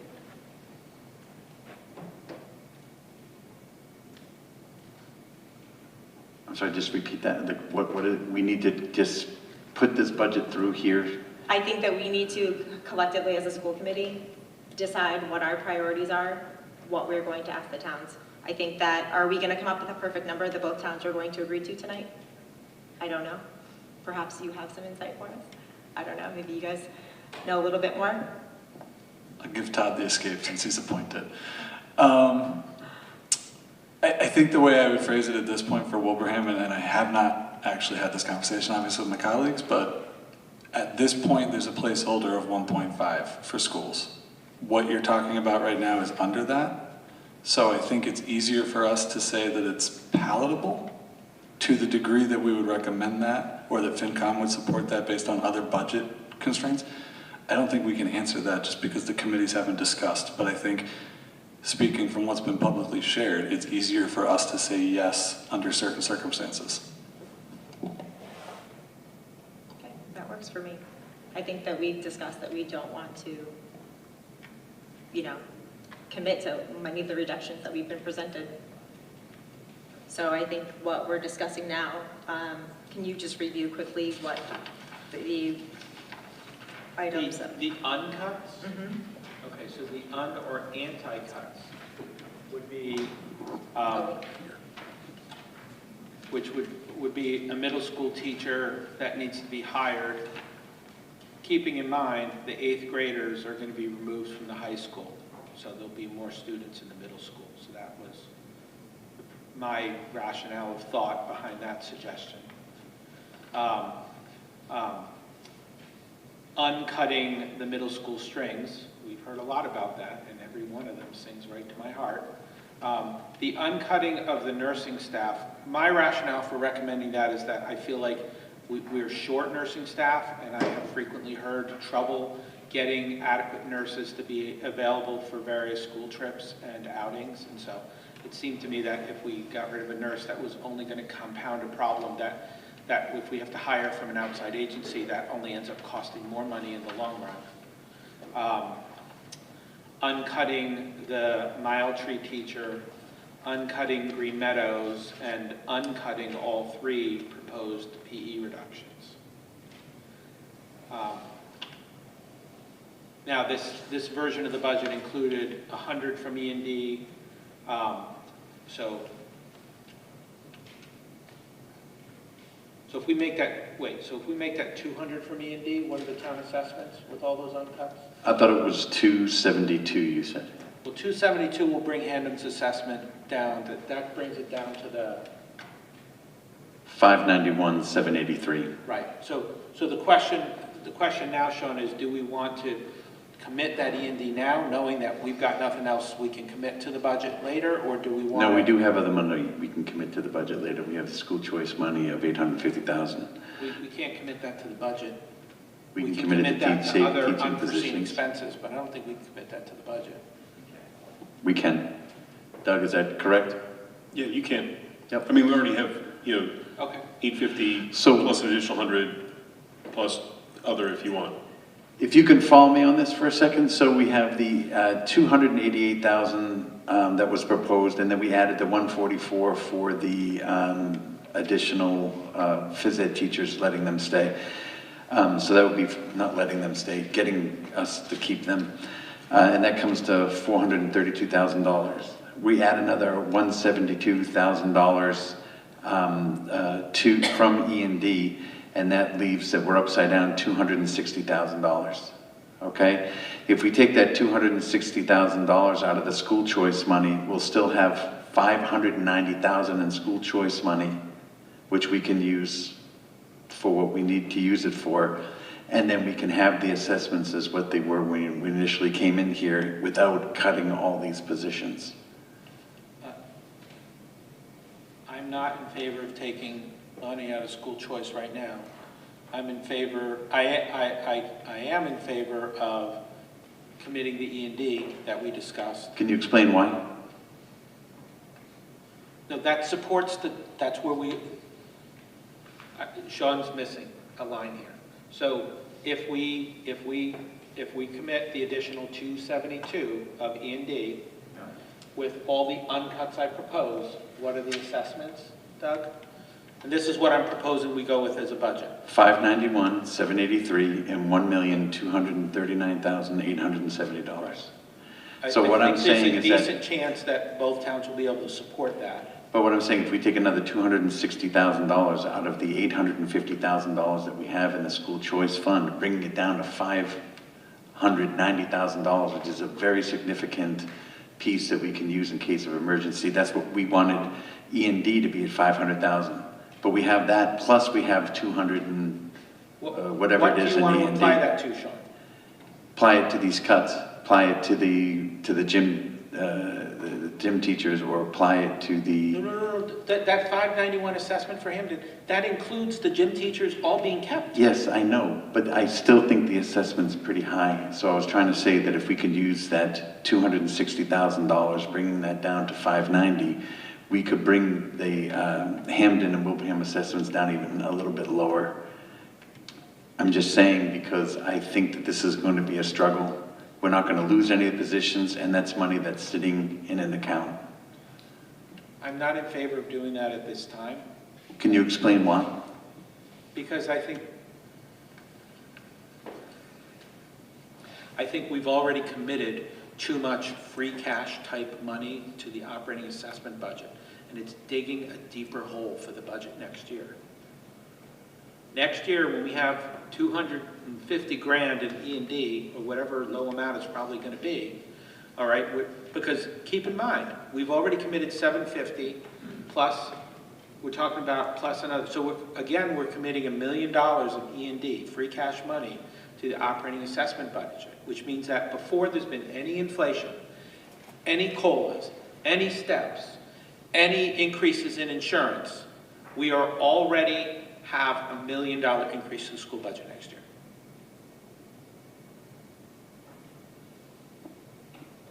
Right? I mean, we've been talking year But we're after saying year that about trying there's to some back hope off with... of the free cash use in the budget. Right. This is not, this is from a different account that is sitting there with close to $1 million, bringing it down to 850 because we're already using 100,000 of that. And once it's used, it's gone, Sean. Yes, I know, Will, we keep I think replenishing it it would be- with school choice kids as they come in. I think it would be more responsible to use that money for things like a boiler. Like, what if another boiler goes? That would be a good responsible use of that. We have $590,000, a boiler's $160,000. We could do 3 boilers.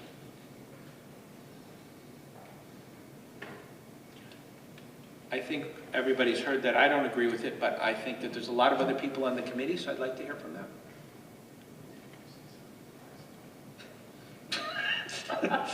We all heard that, Sean. Do you have anything Oh. else? Do you have any guidance or any recommendations or suggestions?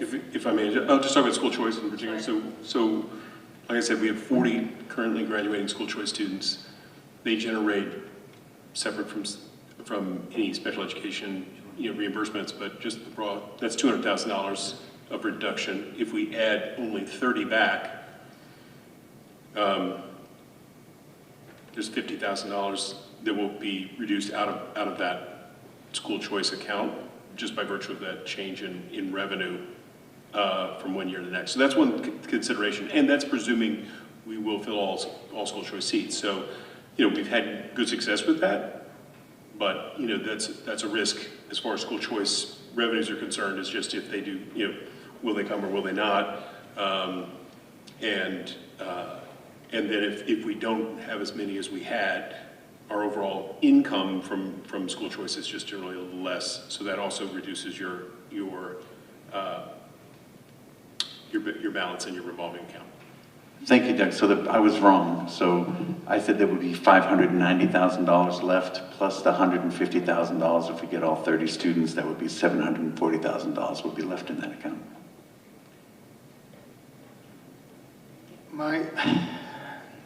My guidance is to listen to the words that were said at the beginning of this meeting.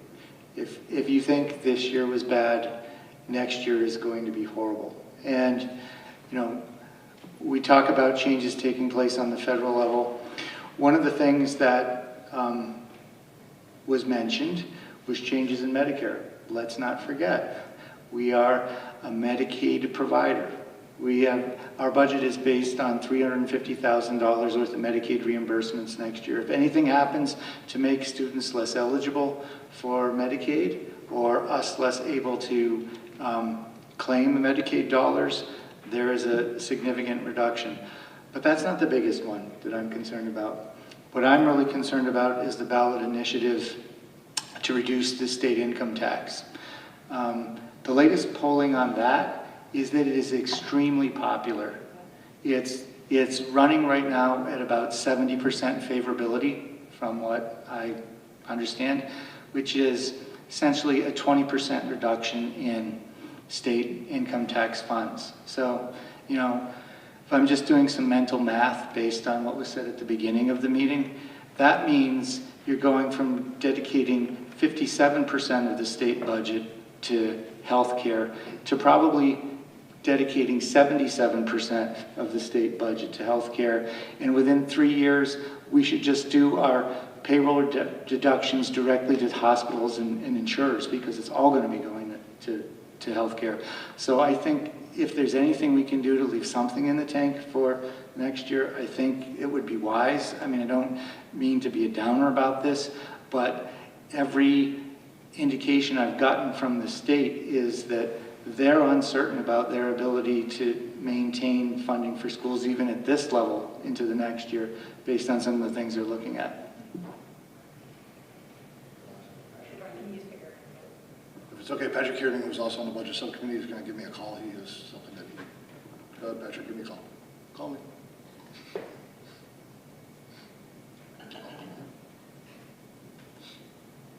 Please hold while I try to connect you. I don't know who else has that.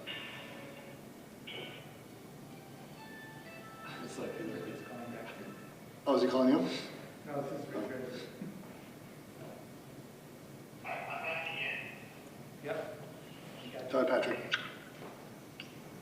Todd, can you hear me? Yep, Dale, can you on speaker? Todd, can you hear me?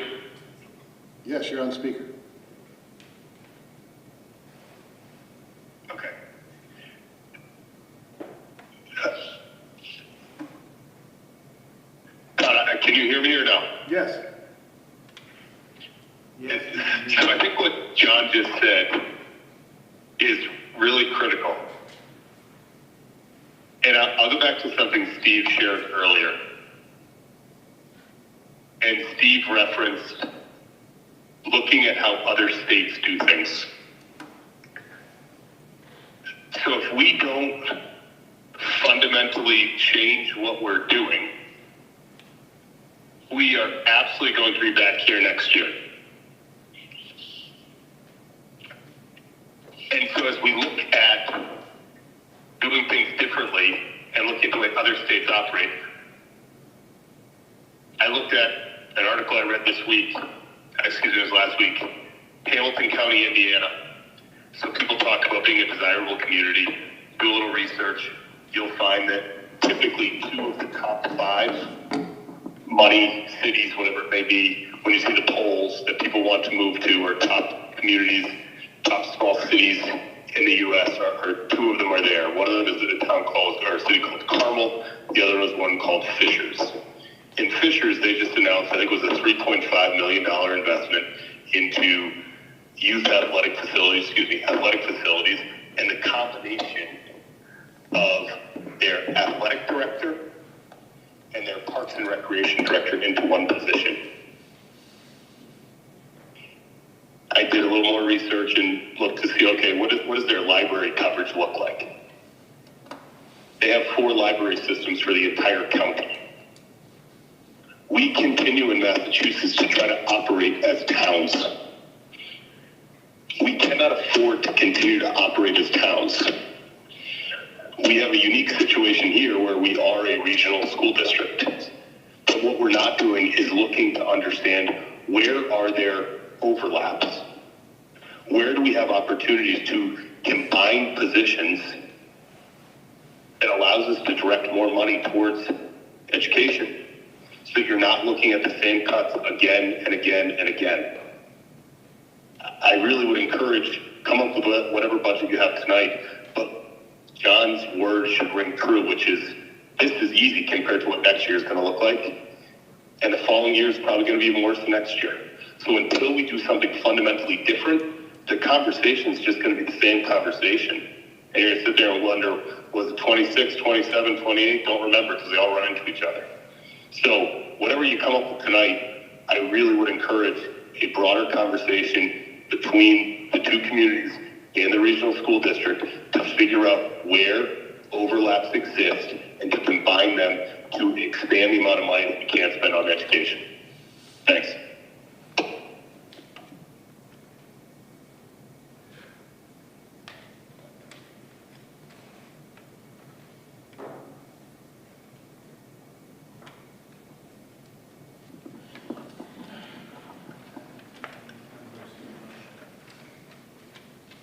Does anyone have anything else to add?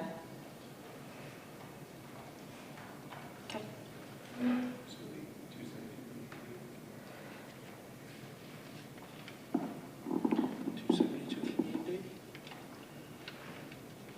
What is that number?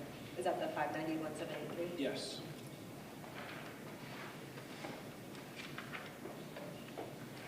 Doug, I tried to keep it under 600. I know he's got a whole committee to deal with. Yeah. Okay. So in that case, the motion would be... So for the operating and debt budget, the motion would be, I move to adopt an operating budget of $59,956,182, inclusive of the debt service payment for the Minnechaug Regional High School of $1,910,150 for fiscal year 2027 for the Hamden-Wilbraham Regional School District into assessed member towns as follows. For Hamden, $9,924,568. Wilbraham, $33,180,073.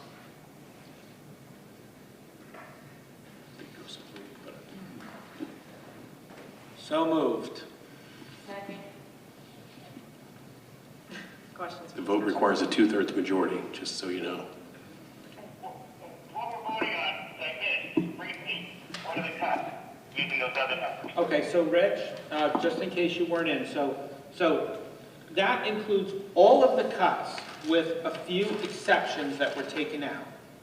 Basically, many of the teaching positions. So so the things that were removed was the middle school teacher that was going to be cut, the string program, a nurse, the 3 gym teachers, the Mile Tree teacher, and the Green Meadows teacher. All of the rest of the cuts are in. I talked about before. Right, and then that also includes committing an additional $272,000 from E&D, which brings our total commitment of E&D to 272 plus 750, if you've got a calculator in front of you there. What's the increase in Hampton? With the numbers we were talking about, like 700, 400, 500? $591,000 is the increased assessment for Hamden with that budget. Like the middle ground, it's a painful budget, and not as bad as the other. Exactly. That would be the engineering there. I'm hoping that they're in a position to meet us there. Thank you. No, thank you, Rich. All right, we have a second additional discussion.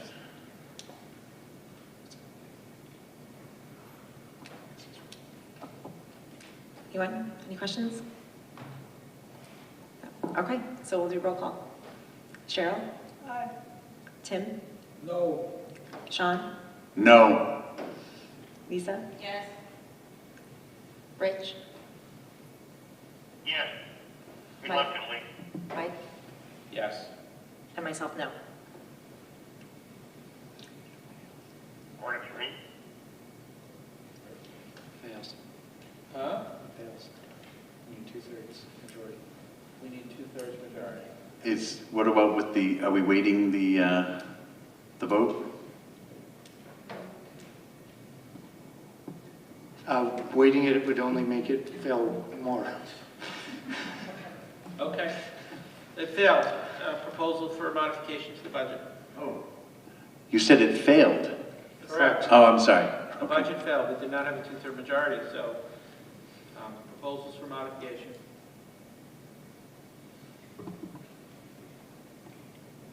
I propose that we add $260,000 from school choice money, which would bring it down to $590, and then it would increase to another $150,000 next year, which would bring it back up to $740,000.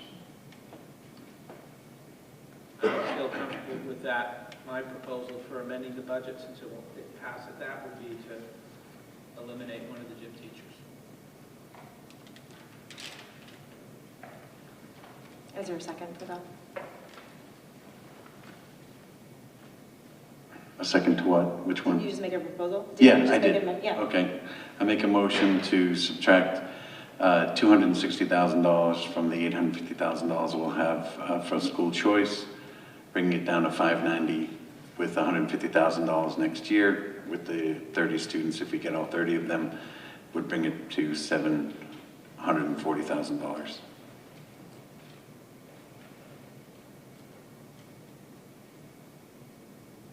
Is there a second? So he's dipping into the school choice account, is his proposal. We can't, we've committed all of E&D that we can. So so with the numbers where they were, Rich, so you understand, if Chapter 70 comes in at $75 a student, we'll have like $30 left, $30,000 left in E&D. However, if they give us $150 per student like they did last year, which they have not promised they would do, then we would have $234,000 approximately left in E&D. And we would have $850,000 in school choice money that we could use.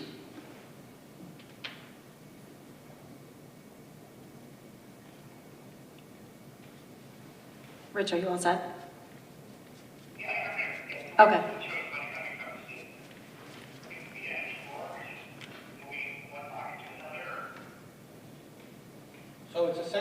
another free cash account, Rich, of money that's accumulated from free choice. It could be, I'm told it can be used to support the budget.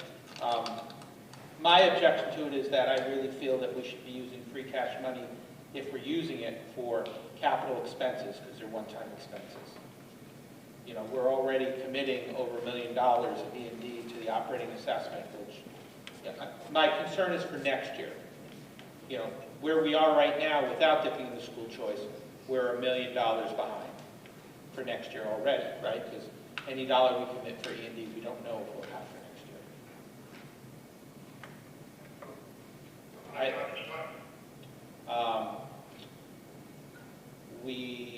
Because I guess, do we ask people why they voted no?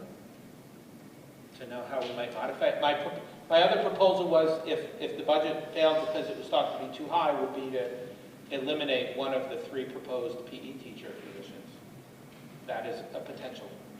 That would reduce the budget by $72,000. But I'm open. Anybody else have any other suggestions? I feel like I would suggest we don't cut any of the gym teachers and use $260,000 from school choice, still giving us plenty for the future. And it keeps on growing. It keeps on getting added to the more years that we have school choice. Please, we have a position that we could save, and then we can reduce it a little more to what I think will be more palatable for both towns.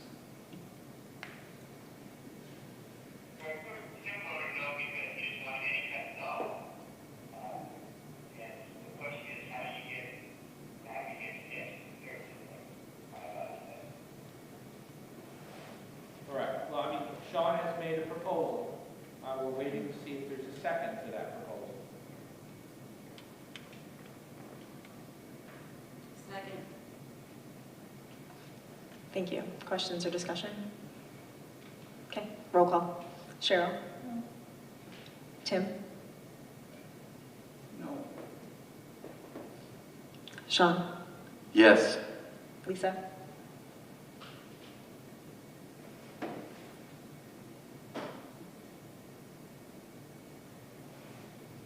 No. Rich? No pressure? Yeah. Mike? No. It's probably better that way.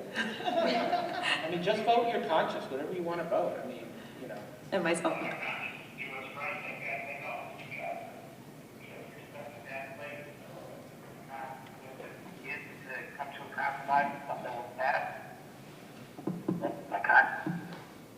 I can be split either way. I agree with Tim, I agree with everybody. Okay, I vote no. So, motion fails.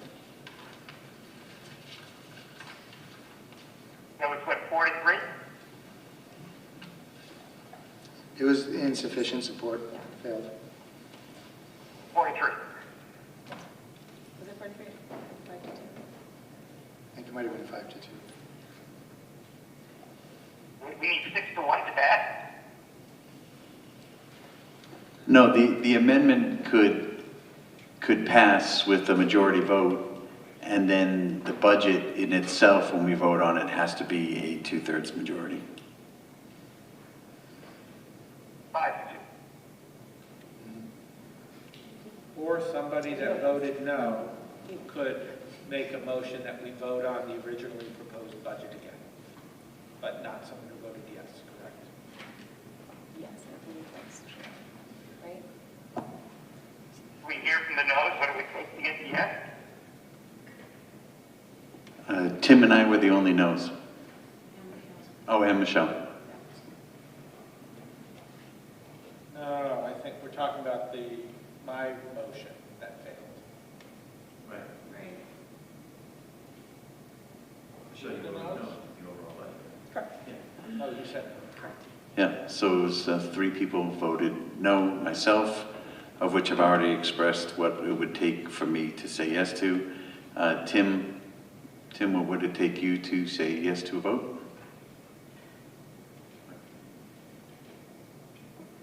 I stand with the position I made in the meeting when community was here. I'm not going to vote for any cuts. And then Michelle? I'm just struggling with the numbers. I don't really have a great answer. Oh, sorry. What do you want to do to make the number better?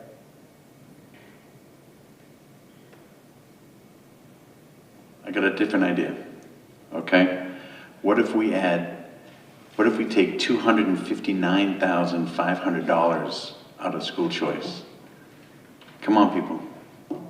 Is there a number that here would work for everybody?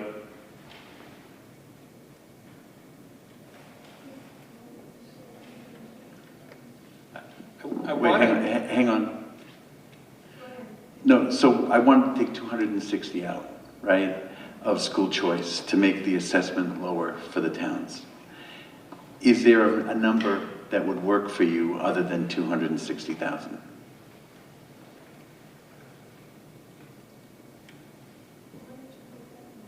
I picked that number because if you take all the cuts that we added back in, the total was $432,000, and then we're taking another $172,000 out of E&D, which leaves $260,000. So if we took that $260,000 out of the school choice, we would be able to keep the initial lower assessment, which I think is closer, which is what, 522 towards, because when we met with the towns and we met with advisory committee, they were saying 460,000, no more than 500,000, but most people were saying that 460. So if we come at 422, I think that's going to be a struggle, possibly could pass, but I think if we go at 591, 783, I don't think there's a chance it'll pass. So I'm just saying, if we can use that money, get it closer to the original number that we were saying of the 522, then I'm hoping that it'll pass in Hamden, pass in Wilbraham, and then we can have a budget, and now we have a year to really work hard on figuring out how we're gonna survive the potential horrible cuts. But then again, we have the Amendment 37. If that goes through, that will be helpful. And who knows if the federal government, if they take one day's bombing of Iran and put that money into education, that would be billions.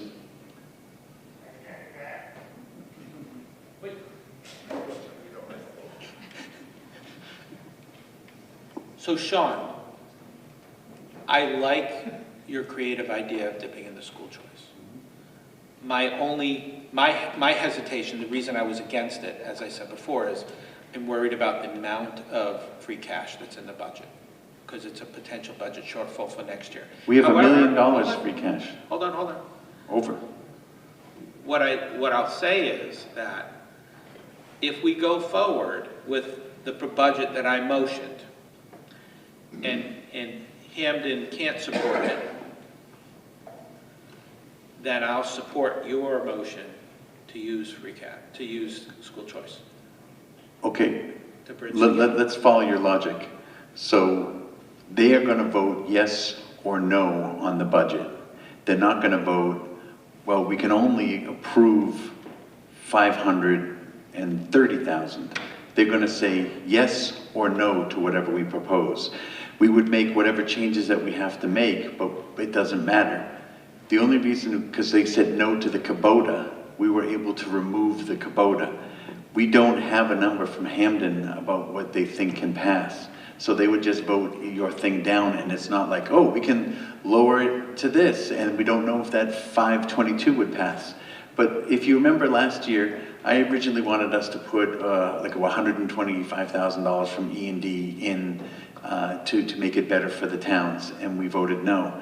But then, I think it was a month later, we voted for $280,000, right? So what I'm trying to say is, if you go to the town with 591, 783,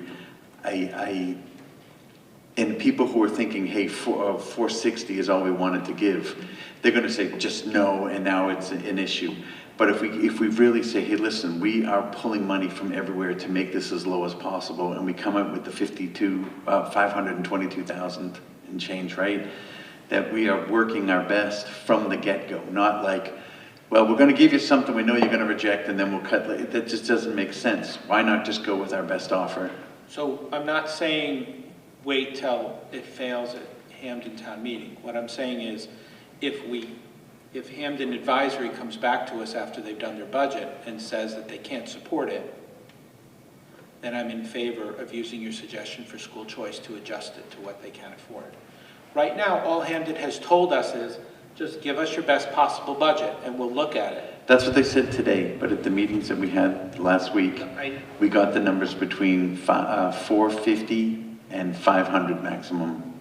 But more 450, 460, I thought was the number that was batted around by both select board and... I have heard that they may be able to reach higher, okay? But they don't know for sure yet because they haven't done their budget. This is, in the years when it was tough for Wilbraham, the same thing happened. The school committee passed the budget and feedback came that they couldn't be supported, and then the school committee always has the opportunity to adjust the budget before town meeting, right?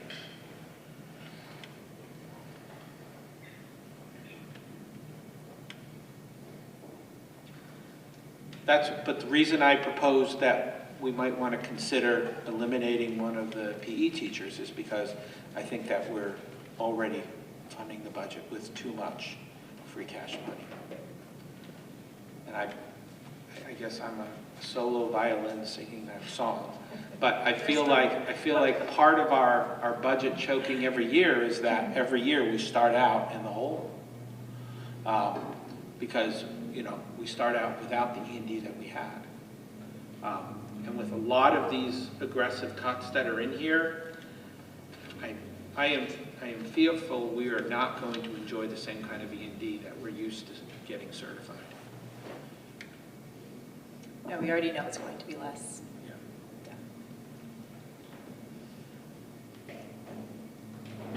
Same here. Last year, in order for us to give you the 1.75 million that we gave you, we put all of the stuff that flows to E&D. Sorry, last year, Hamden, in order to get the 1.75 million that we were able to get you, we looked at all of the reoccurring items that were flowing to E&D, like Dr. Slaughter did this year, and so our free cash, or our version of E&D, will be a lot less going forward.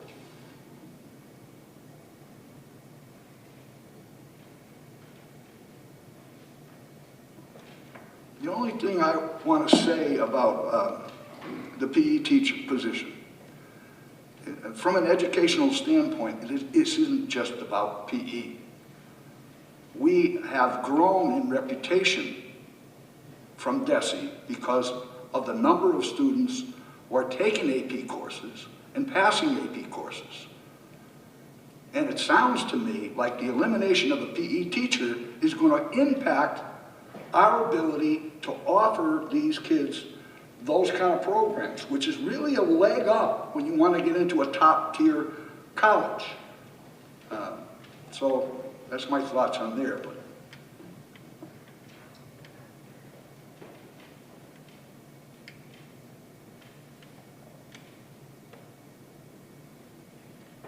Sean's proposal of 260 from the account, what does that make the town assessments?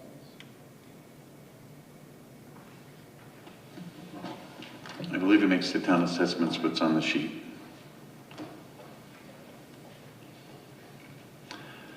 $522,303 increase to Hamden and $977,350 to Wilbraham. Is that correct, Doug, or not? No, not quite. So if we add another 260 from school choice,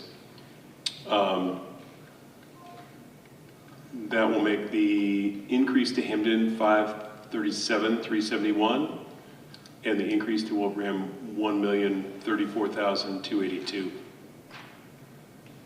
1 million what? 34,282.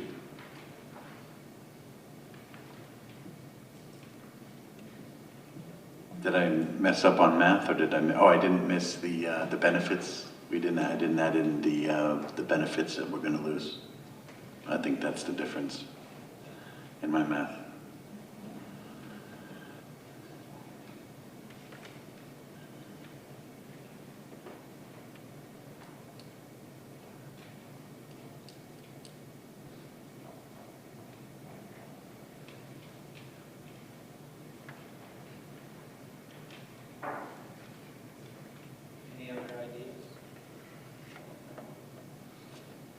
So I'll say I didn't vote for the use of the money from the school choice because I thought it was taking too much money from that account.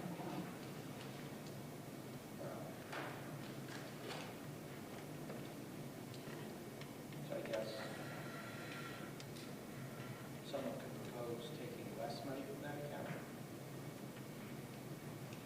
Or a no vote could propose to vote on the budget as it was.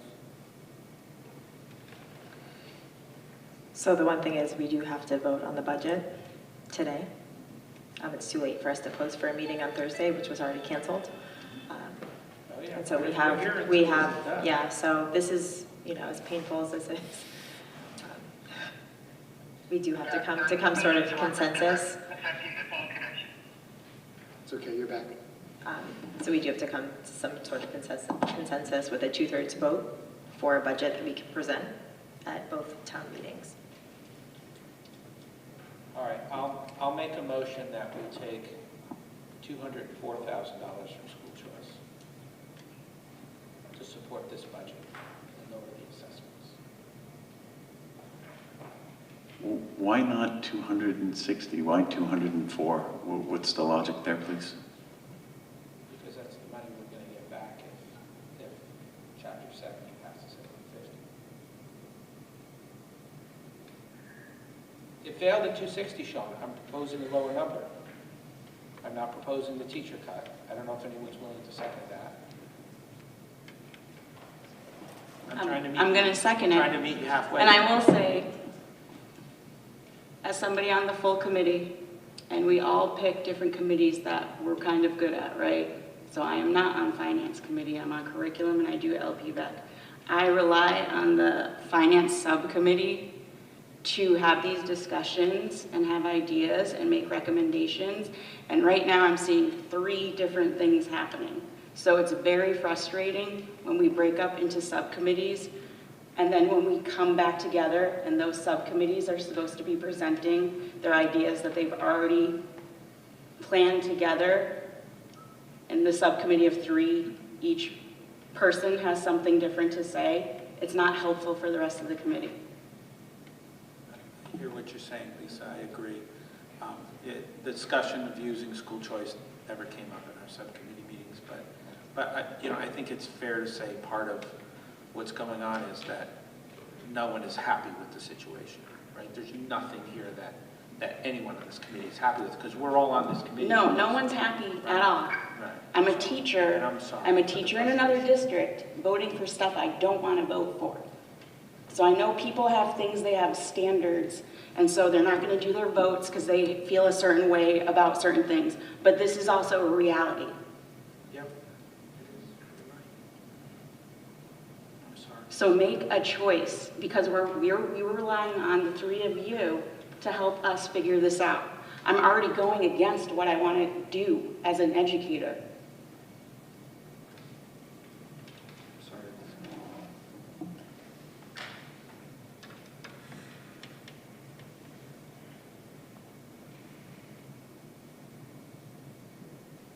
More discussion. Well, I guess Right now, our shot at like more or less an agreement except for like $60,000. Yes, I'm meeting in 2/3 of the way there, or 3/4 of the way there. Try to get this done for everybody. But it's all of us that have to agree, not just me and Sean, as entertaining as it is to watch us butt heads. As I said before, I'm repeating myself. I have a hard time using that much E&D and then whether you want to call it school choice, whether you want to call it E&D, pulling all of the money, I guess it helps us today, but not really. It's not, again, this is not a sustainable model. We've been supplementing our operational budget for years with E&D. It has not been sustainable. Here we are today, and it's not going to get better next year or the year after. So we will start next year, our next budget cycle, having a more difficult conversation, So what's your solution? Again, it's great to say that this isn't good and you don't like it, but then what's your solution? There is no solution that I've heard. But I guess I was just sharing, again, my opinion, which as a member I'm able to do. I didn't say you weren't.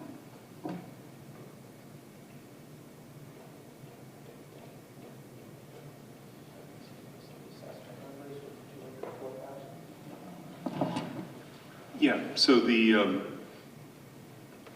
assessment increase for Hamden will be 549,091, and for Wilbraham Can you is repeat that?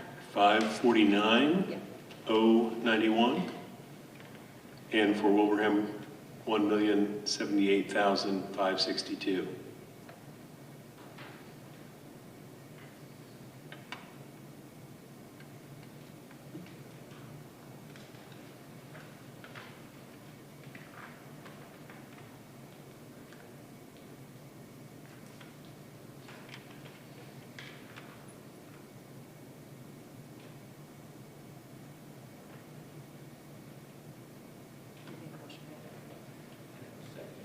Okay, any further discussion or questions? Okay, so we'll do roll call. Cheryl?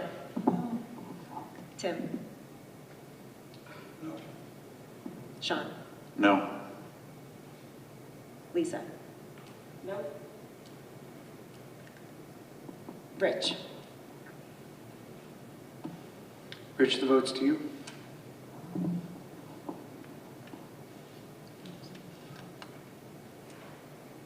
Rich, can you hear us? It says he's on. I'm getting a taxi, unfortunately. Okay. The vote's to you. I'll vote, you and Sean are together, I'll support you guys. Sean voted no. Sean voted no. I met him 3/4 of the way, and he voted no. Those are the facts. Rich, did you vote? I'm sorry, I missed that. No, he wanted to know, he said he was for it if Sean and I agreed, but I was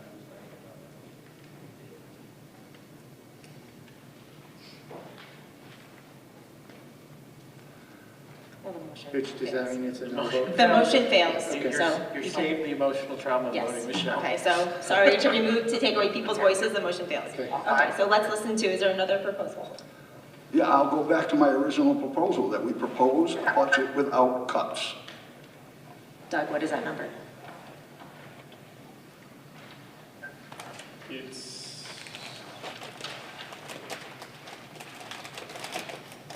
the 13 column on the sheet there.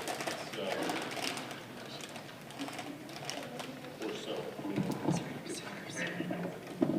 Yeah, if we did none of the cuts. Yep. Hold on.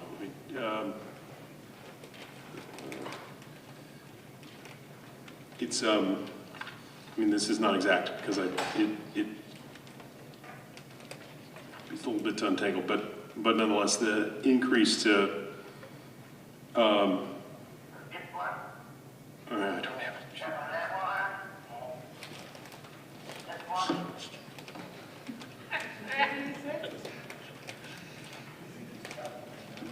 Rich, have you already been hitting the Irish cream?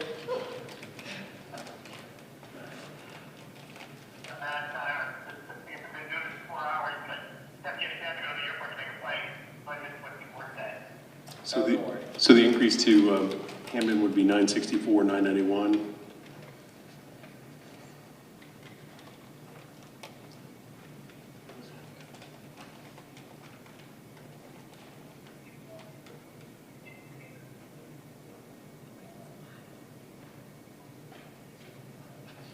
And the increase to Wilbraham, the increase to Wilbraham would be 2,649,985.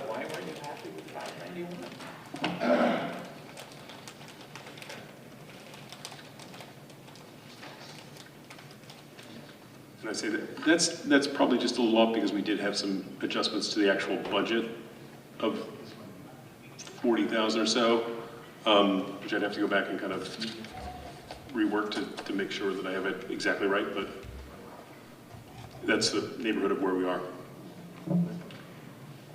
Would it be acceptable to the committee to find out if this motion passes before he makes those Yes. adjustments? Is there a second? What was the motion? For no cuts, budget with no cuts. Okay, so we have a second. Any discussion? Okay, roll call. Cheryl? Back up a little bit more. Oh, okay. Tim said yes. Sean? No. Lisa? No. Rich?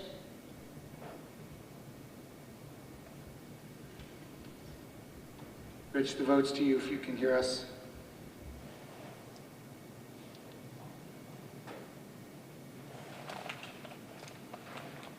All right, we'll pause on Rich. Mike? Okay. So, and myself, no. Motion fails.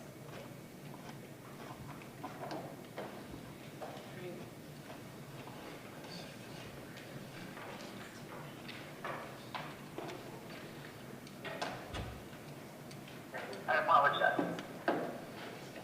That's it. MTS South would we would recommend proceeding that to the school system. I'm sorry, Rich, was that a question to me? Yeah, I think I need to hear the church's judgment on what's best for the school. I suppose yea or nay on this, but if I miss the thunderstorm and getting attacked. Well, this was going back to the original motion. I think we've received some guidance from both, for the original budget, I think we've received some guidance from both towns that it wouldn't pass. I mean, to your question, it definitely is the best thing for the district, but it is like extremely unlikely to be able to pass in either town. It would 100% require a 2.5 override in Hamden unless they gave no increases, unless Hamden used their entire excess capacity, gave no increases to any other budget, and probably cut a couple of the other department budgets. Am I allowed to pause and make a motion to let Dr. Hale do his high school program of studies and vote on that? And maybe the finance committee can think about what they want to do and make a recommendation to agree? Well, it's not this for the, we can certainly do that, but just so you know, it's not for the for us to make a recommendation, but it's for the entire committee. Sure, but it would be nice if there wasn't 3 separate things going on. Okay, see if you want to present. I'll second that. He's coming up.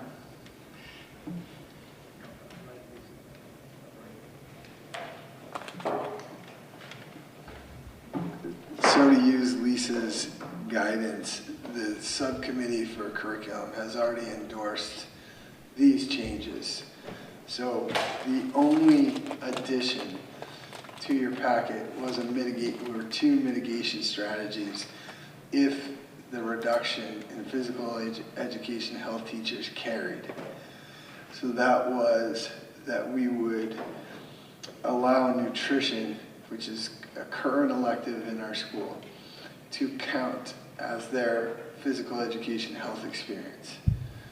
How that helps is that nutrition is a class that seniors can sign up for, and we service 122 seniors this year who take that class, so they would no longer have to take phys ed. Now, that would create that they were selecting another class, so those 122 kids would go out into the schedule somewhere else, increasing class sizes. So I would suggest, based on not knowing what the end reduction is, that we keep that recommendation and we change the second recommendation. All of this is highlighted in green for your ease, and it's on page 1 of the summary of proposed changes. Was instead of, I was going to ask the committee to approve that if juniors and seniors play a varsity sport, that would count as their physical education health experience. Again, that was based on reducing the physical education staff essentially by half. So I would say let's leave that as a, instead of will not, may count. And what that provides the flexibility of, if you have a student who is a really high-performing student, this is where I could see it playing out, is a student might say, instead of taking PE, I'd like to take another academic course. And they happen to be a basketball player or a hockey player or that kind of thing. That gives me the flexibility to say, okay, you could take 8 classes without PE because I'm going to count your varsity experience as that PE credit. So you have all of the other proposed changes.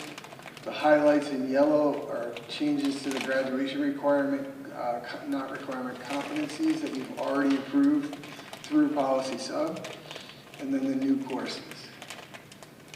So I entertain a vote. Does it have to be a varsity sport? What if they only make JV? Well, typically the reason why we targeted varsity was, number one, it's juniors and seniors. 80 to 90% of our juniors and seniors have made a varsity sport. There's very few juniors that are on JV. And in your no-cut sports like swimming, cross country, track, indoor track, there really isn't a JV in varsity. You're on the team, you're on varsity. I should have noticed this earlier, but the language doesn't say juniors and seniors. So what about a freshman or sophomore who makes varsity? Oh, sorry. It was supposed to say juniors and seniors. So you would want to add them to approve it with that modification? Yeah. And you would want the flexibility to do this regardless of how the budget ends for both things, correct? Yes. Okay. But instead of forcing that participation as will count, we'll change it to may count. So I could say I play varsity, but I don't want you to give me credit for that. I want to just earn my credit some other way, and that would be okay? Correct. Provides greater flexibility with the students themselves. Allows me to increase internships, allows me to increase early graduation, allows me to increase for seniors, reduce day schedules, gives me greater flexibility with the unknown nature of how much staffing I have, and to mitigate the impact of decreased staffing elsewhere in the schedule. The schedule's a tube of toothpaste. If you squeeze in one area and cut that area, the toothpaste expands in all the other areas. That's the best way I've heard it described to me. Plus, it's almost time for me to brush my teeth. And for the morning, I think. I'm not sure. I think I missed nighttime. Make a motion to accept, as edited by Steve now, the proposed changes to the program of studies for 26-27. Second. Questions or discussion? Okay, roll call. Cheryl? Aye. Tim? Yes. Sean? Aye. Lisa? Yes. Rich? Yes. Mike? Yes. And myself, yes. Thank you. Motion passes. Thank you. So now we're back to the budget. Can I get a clarification here? To approve this budget, we need everybody but one to vote for it, correct? 5 out of 7, I think, would do it. Okay. I guess really quickly, just to address your point, Lisa. So the last time that we all were, the budget from Finance Committee hasn't met since our last school committee meeting. And what we did, the direction that we did give Doug and John was to give us the cuts. Like, how can we reach a more palatable number for each of the towns? And we were doing as they requested, and we did request all of the budgets and showing us what it would look like with all of the reductions. And it's our job tonight as a full school committee to discuss these and propose a budget that we want to vote on to propose for town meetings. Sure. But my point is, rest of us are still relying on 3 of you, since you've been meeting with the towns, your subcommittee, with administrators. So I rely on you for the information that you guys provide, and it's not helpful. I think what you is kind of doing your own thing. I think we each have our own vote. That's true. Yes. And that's, I think we're exercising our responsibility and our duty. I would just like to say, before I brought up school choice and how much money we had in school choice, how many people at this, on this committee understood that we had $950,000, of which we know we were using 100 because it's in the budget, but how many of you knew that we had $850,000 left in that budget? Okay. So that's what I'm saying is that, so that you didn't know before this happened, you didn't even know that money was there in an account. So what I'm asking you is the money that you didn't know that was there, we can use 260, actually it needs to be more if we keep it down at the 522, so we might have to make the number higher. Doug, what would the number have to be from school choice in order to keep it at the 522 for Hamden? And then we still have, or will have next year, $740,000 in that account of which you were not aware of, right? We'll still have $750,000, right, in that account that we can use next year or not use next year or whatever. So I'm just saying this is something that keeps the number low to Hamden, which I think I've talked to some people from Hamden, I've talked to some residents of Hamden, and when I mentioned 500,000, it was a guttural reaction of like, there's no way it's gonna even be 500. So to go at 591, I just don't think it's palatable. I think 522 is the closest that we can come. That's the number I'd like to give to Hamden. Again, this was money that you weren't aware of. It's a significant amount of money, but we still have a significant, so right now we have 850. Next year, if we use that 260 or whatever it needs to be, we'll still have $740,000 next year. Okay, which is just $110,000 less than what's in there right now.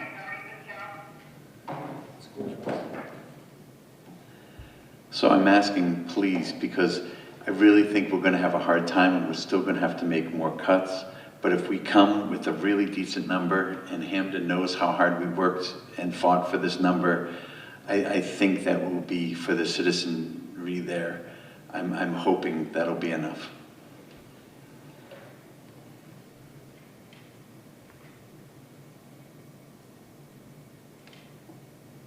So I make a motion to add, Doug, what does it have to be in order to keep the number at 522 and change whatever the original edited assessment with all the cuts? How much do we need from school choice in order to make that?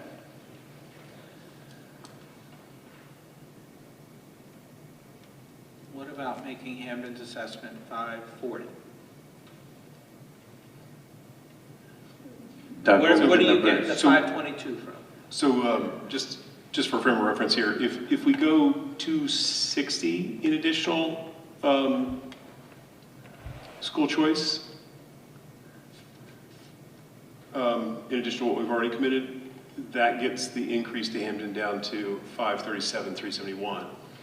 And for Wilbraham, the increase is 1,034,282. So if we were going to go lower than that, we'd have to increase the use of school choice even more. Right, how much would that have to be in order to get us to the 522, which we were originally talking about with all these cuts? But then we save a lot of these cuts and use some money that we have, again, that a lot of people here didn't know about, but, or we're not aware of, I'm not saying they didn't know about, but the exact number. If we could do that and keep our original, the 522,303, I think that is the maximum with a prayer that we're going to get out of Hamden. So the subcommittee's direction to John and Doug was was to try to have the Hampden assessment be around 525, just so you know from our meeting. I think the 522 that's there just happened to be what it came out to with the stuff that they put together. So that's not, that number's not taken from, after we met with Hampden, we're like, well, give us a list for 525. In my mind, I was like, hopefully that's the lowest it could go, and you know, I figured there might be some cuts that we would want to get rid of. But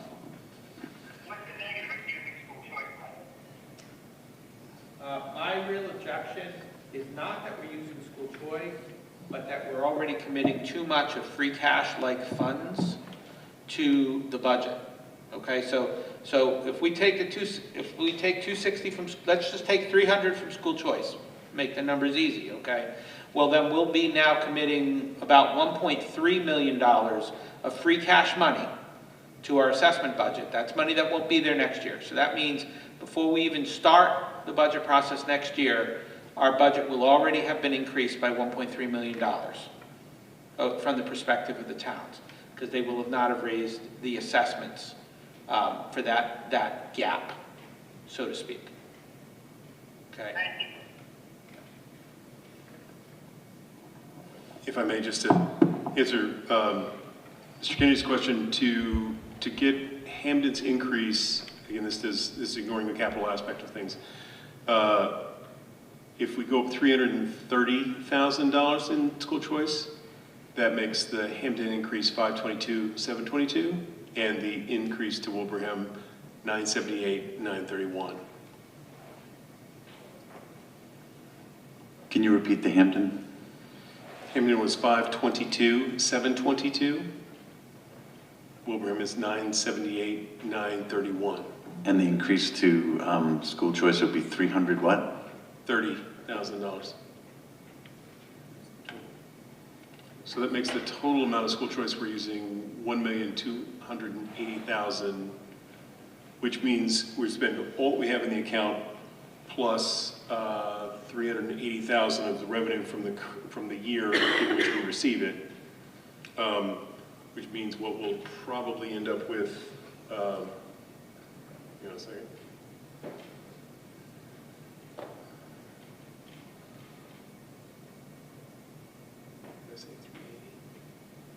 330, I thought you said.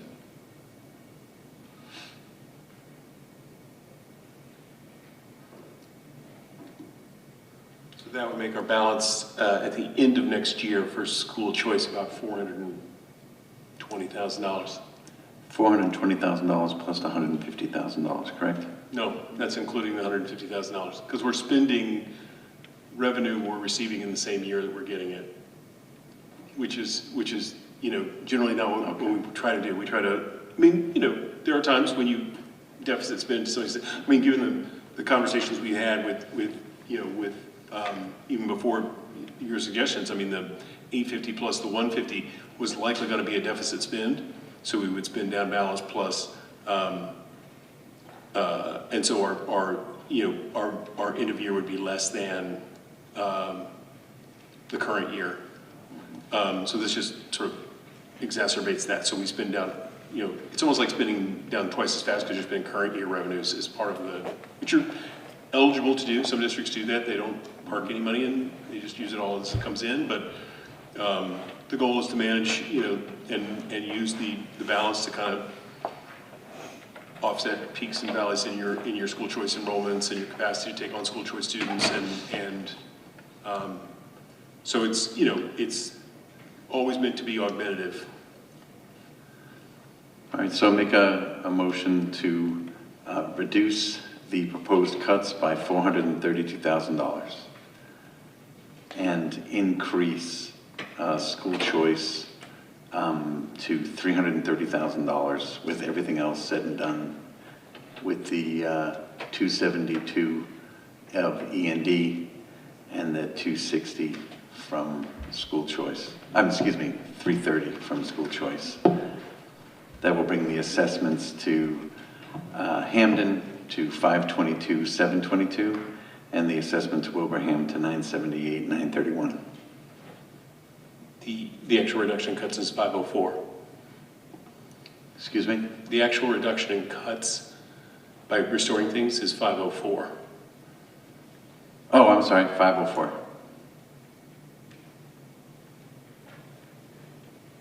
I thought it was 288 plus 144. Oh, plus the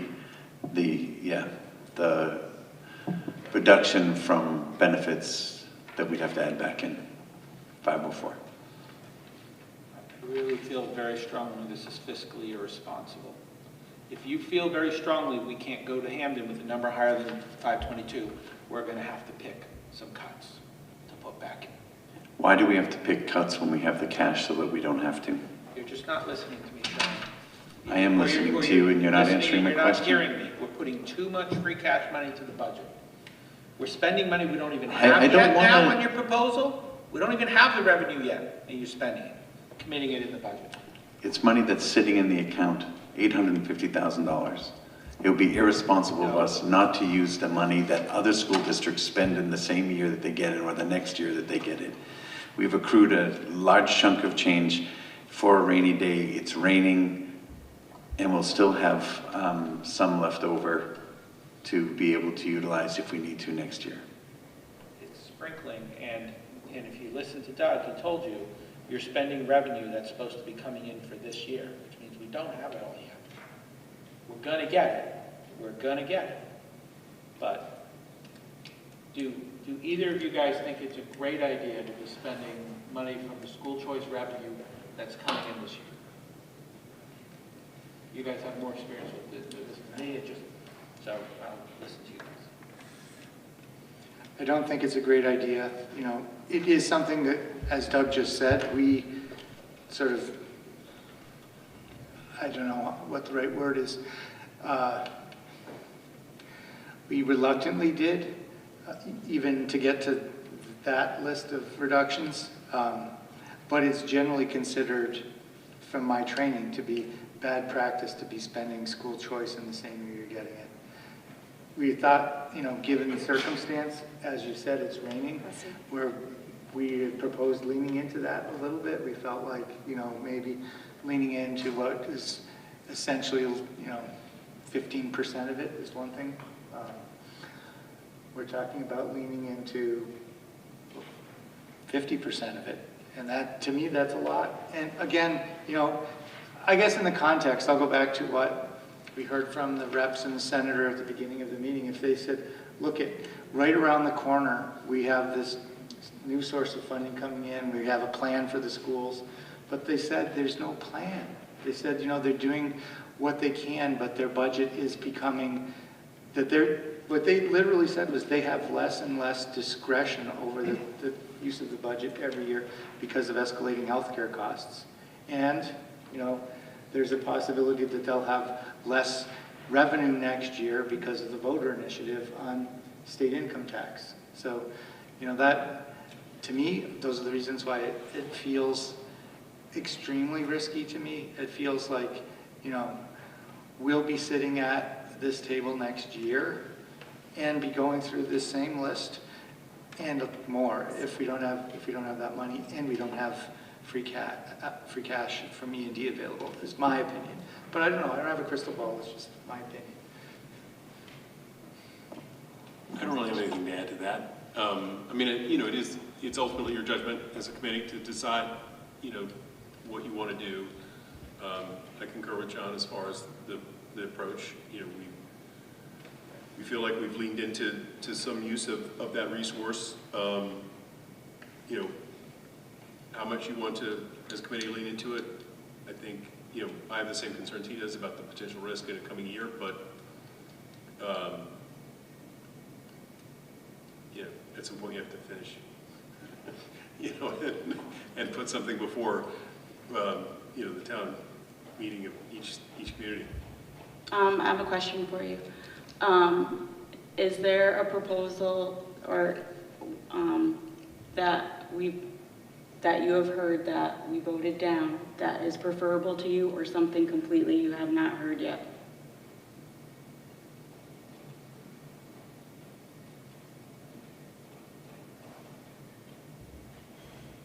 Out of all the terribleness, which one was the least terrible, or do you have another idea?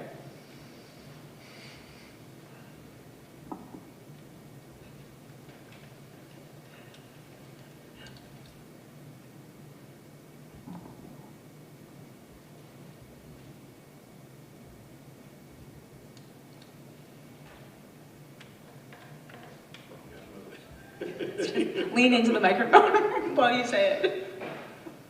I'd say I don't know that I have any, and again, I come at it from a purely finance standpoint, so I think we sort of express the purely financial sort of components of this, the sort of impacts of these reductions in the sort of classroom and educationally are, I get it, but not in the same way that, superintendent, principals, the staff get that.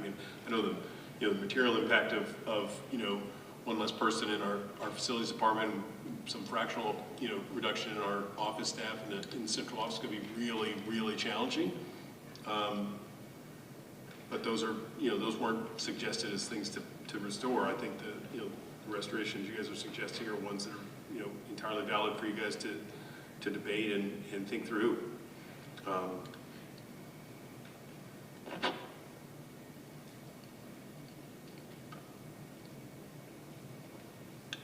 So which terrible one that we voted down was least terrible to you?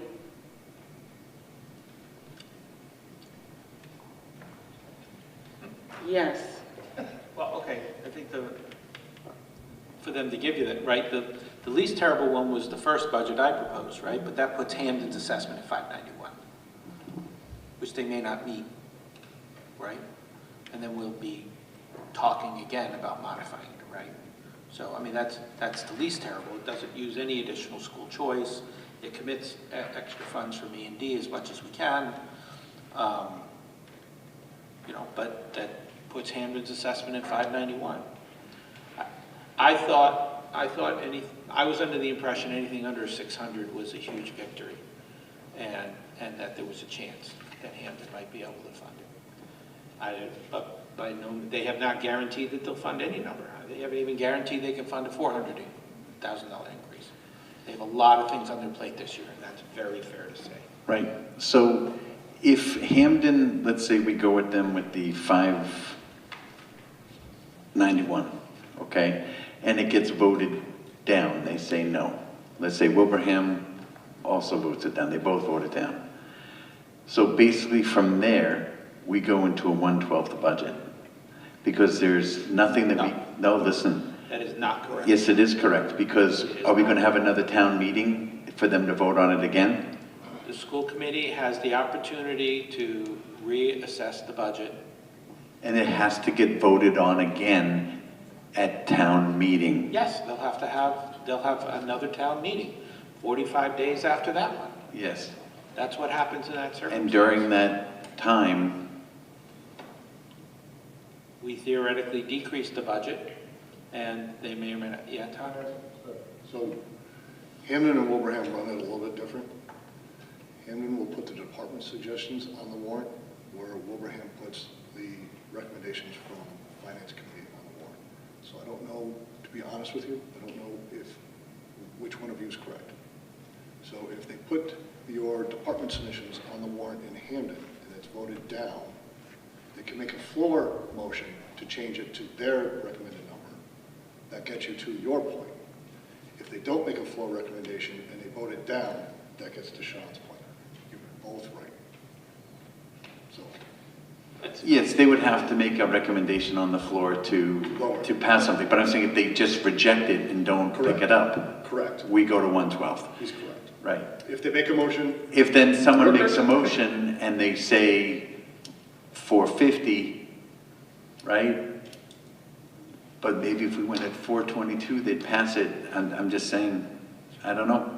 Once again, the direction they gave us was to do the best we could. And I think the budget that brings them in at 591 already has a lot of cuts in it. It already has a lot of sacrifice, and it's a reasonable first budget to send to them officially.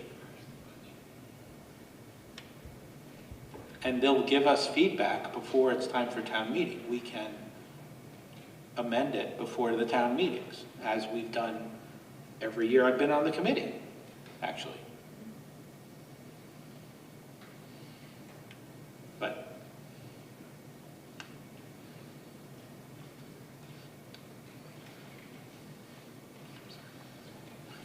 if we feel, if we're going to, it's all revolving around Hammond. So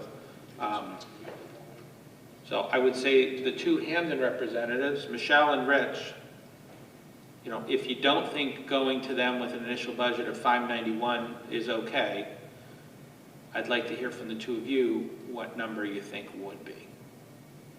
Mostly from Michelle. Rich may not have been in the meetings. Should we be at 550? Do we need to be at 522, what Sean's saying? I think that we need to go lower, but I think we also need to present a budget, so I think I suggest us voting on a budget. If we have to have meetings beforehand to amend our budget, unfortunately, like we have in years past, before town meeting, then we'll do so. So you're saying that 422 is still too much, or in your opinion? They would love 422. Excuse me, 522. If I'm being honest. Yeah. From the meetings that we had and what they've shared, Mhm. it seems like it could be, but I think if we can do the best that we can, but I mean, eventually we'll have to come to some sort of consensus. But I think that we, as a committee, need to come to consensus tonight and sooner than later. Rich, I will vote yes if we can get it to the 522, 722 for Hamden, and 978, 931 to Wilbraham. Okay, well, we're going to have to cut positions then, because we can't commit school. I think it's, well, at least I won't vote for that, because I think it's irresponsible to commit school choice from the year of the revenue. We heard from the people with more experience with this that that's not necessarily a great idea. So just really quickly, if we move through this. Rich, did you have anything to add before we continue this conversation? Okay, we'll check that. So when we were talking about with the proposal that you initially made, so some of the cuts that you had uncut, you recommended, so I'm going to work backwards since I'm on the last page. So one of them was reducing a Green Meadows teacher. So that is, my recollection is that this is for a bubble class. So it'll be the incoming fifth graders. There's going to be 3 sections of the 5th grade. If the reduction of that teacher is made, then the class size, with the current numbers, this does not include anything that may happen over the summer, whether it's additions or subtractions, that would be a class size of 27 students. Is that right? That's correct. I actually have an email from Sharon on that, but I believe that is correct. Okay. Just double check that. So that's what that reduction would amount to. And then as far as the mild treat position, so there's a retirement.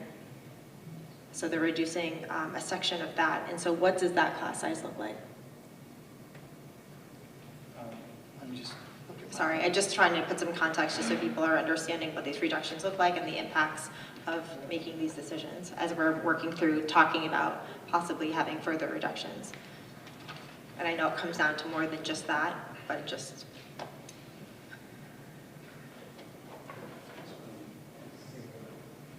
Oh, sorry, John, I have it up. I don't know if you know off the top of your head. So I'm looking at the March 1st enrollment right now.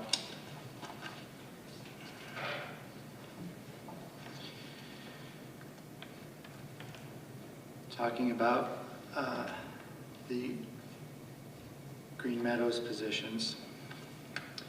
So that would be 5th grade next year, 55 students distributed over 2 classes, 28 students. The other position is mild treat, grade 1. There is a retirement there. So that would be 336 students distributed over 6 classrooms, 23.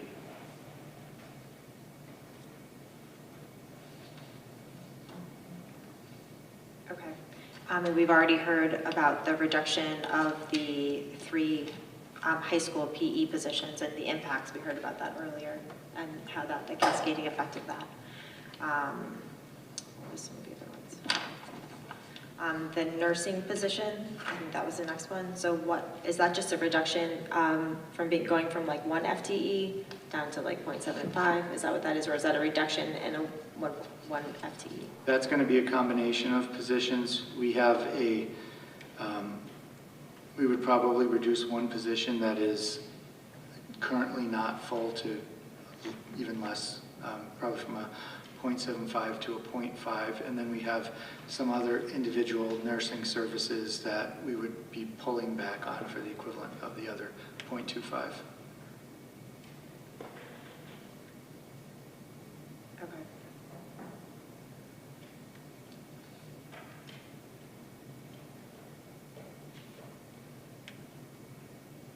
And I think the other one was strings. I think that was it. Oh, was the middle school on there? I did, yeah, I did. Was that included? Okay. And that's someone that we want to hire, right? So, there's not someone in that position, right?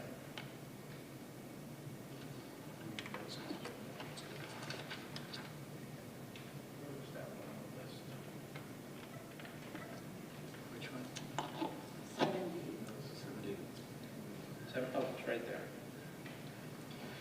All right, so if we recut the middle school teacher we don't have, that's 72. We recut the nurse, 36. Recut one of the gym teachers, that's another 72. I really don't have an appetite for cutting elementary school teachers. No, I mean, I don't have an appetite for cutting gym teachers because I don't want the kids in high school to have less class options either, but. Can I jump in here for a quick second? I have a question for Todd. Todd, with this monsoon that everyone's talking about heading our way for 2028, right?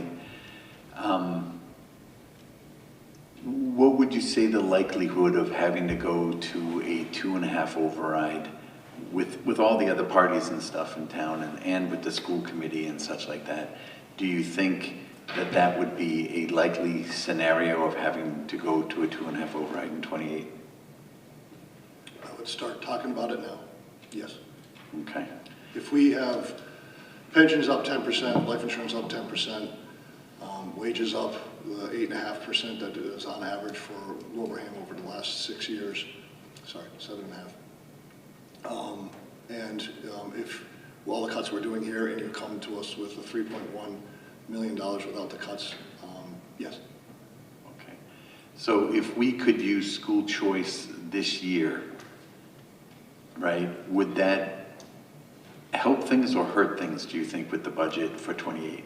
The only thing I would say is that a override without substantial changes is an override going forward. So if you do an override next year and you don't build in capacity on like a 2 or 3 year outlook for the school systems, you are going to an override for 28, 29, 30 until something systemically changes, like what the senator was talking about is the changing of the way that they come up with funds.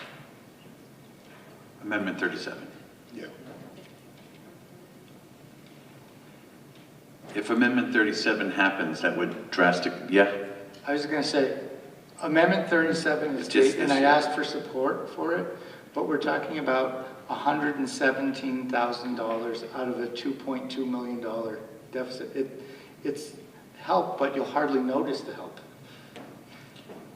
If I may, Madam Chair. I think what Todd's referring to is a formulary change. It's what Tim's been arguing for. Yes, that's what I meant. That's the first step, it seems to me, in the formulatic changes. The amendment is a Band-Aid to get through some hurt this year. Right. But it is, I thought was built into it, that's what I was referring to, I thought was built into 37, was that it would call for a reorganization of the funding formula commission. I thought that was part of it. Is that true? Well, there's other legislation out there that has already resulted in a study. I've shared with you a couple of times my public comments to that study.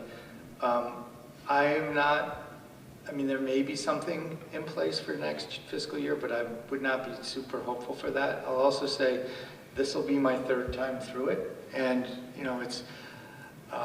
I hope that something changes to help the districts that have been left behind on other iterations, but I've seen it happen twice already, so I don't count on anything until I see the cherry sheets start rolling in. So Doug, what do our numbers look like with the 3 additional cuts returned? So we're talking about the middle school teacher, 1 gym teacher, and the nurse. So that's another $180,000 of cuts returned. And still with the 272 from E&D. Additional E&D.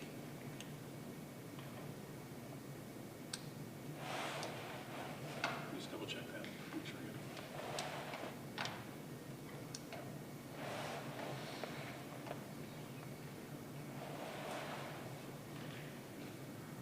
So that would make the increase to Hamden 554,113, and the increase to Wilbraham 1,097,540.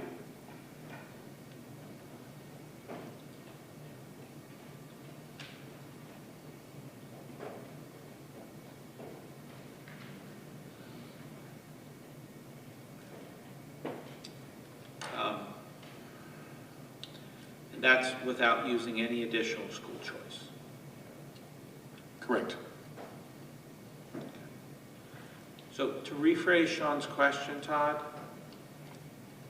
so if we committed $1.2, $1.3 million of free cash-like funds to the assessment budget for this year, and both towns made it, okay, passed, and that the budget gets through, and then we only have $300,000 of free cash funds to put towards the budget the next year. Did we create a bigger problem? It's still the same. It's still the same problem. Yeah, I know what you mean. Costs of the. It's still the same problem. So when you're going for an override, you're going for an override for 200,000 or you're going for an override for 400,000. It's still the same problem. It's the same argument. Like you can either have the argument this year and next year, or you can have the argument next year. The thought process. And I don't want to even come close to trying to tell you guys what to do. So what do people think about the 554 Hamden assessment with the loss of those additional positions? And then if Hamden can't make it, then we either do additional cuts or we start committing from school choice. And I mean their assessment before town meeting, not waiting for it to go to town meeting. Michelle, what do you think? Sean's shaking his head, so he's not gonna. I could just like shaking my head, but no, you're correct.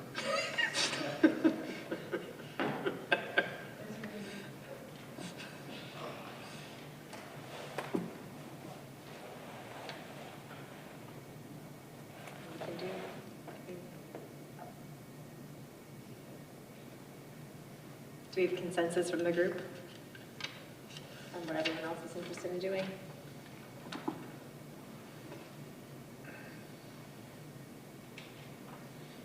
Looking at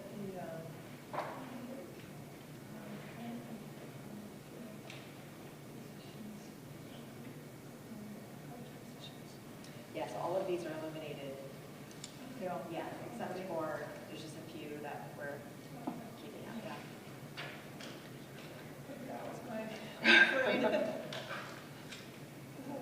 There is no current middle school teacher that you're reducing? Like no one is losing their position there? That's correct. And the other one was reducing the nursing staff? Partial nurse reduction, and then 1 gym teacher at the high school. Okay, so with that, so you are on board with reducing the reduction of the nursing staff and the middle school vacant position?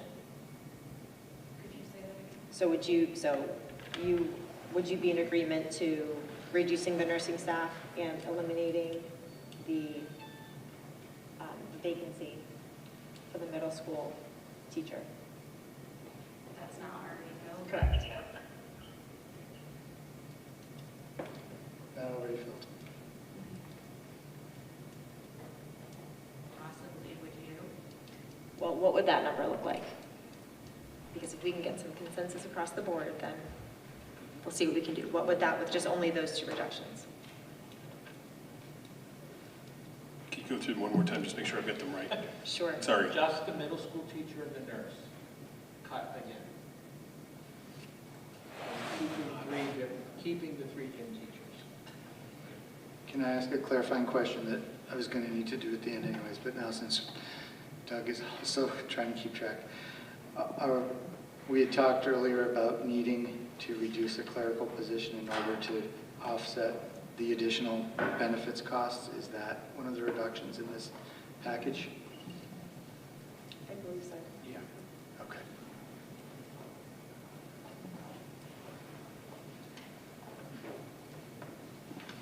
Yeah, I haven't actually factored that, that adjustment in, but if just taking the positional changes that we're talking about, that shifts the Hamden increase to $569,181 and the Wilbraham increase to $1,154,472.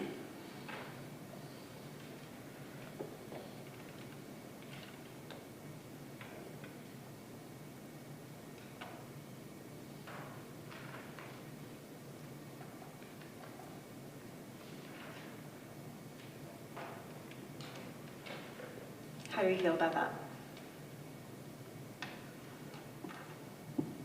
No. This is like not a vote, but just your no, right? What's it? Just, there was only the elimination of the 2 positions. Yeah. One was a vacancy, so there's no person Middle attached. school vacancy. Correct, and then reducing of the nursing staff, going from something in the realm of 0.75 to 0.5. Is that accurate? Correct. I have a procedural question here. This is, you need my vote. One way or another, you need my vote. And I'm already on the record that I'm not going to vote for a budget that has cuts in it. I will if we can separate the 2. If we can vote on the cuts, come up with a figure, and then have a vote on the figure. That'll give me the ability to get you where you want to be, and also stay honest to the community out there that I'm voting against the budget. If that's going to get us off the dime, I'm willing to do that.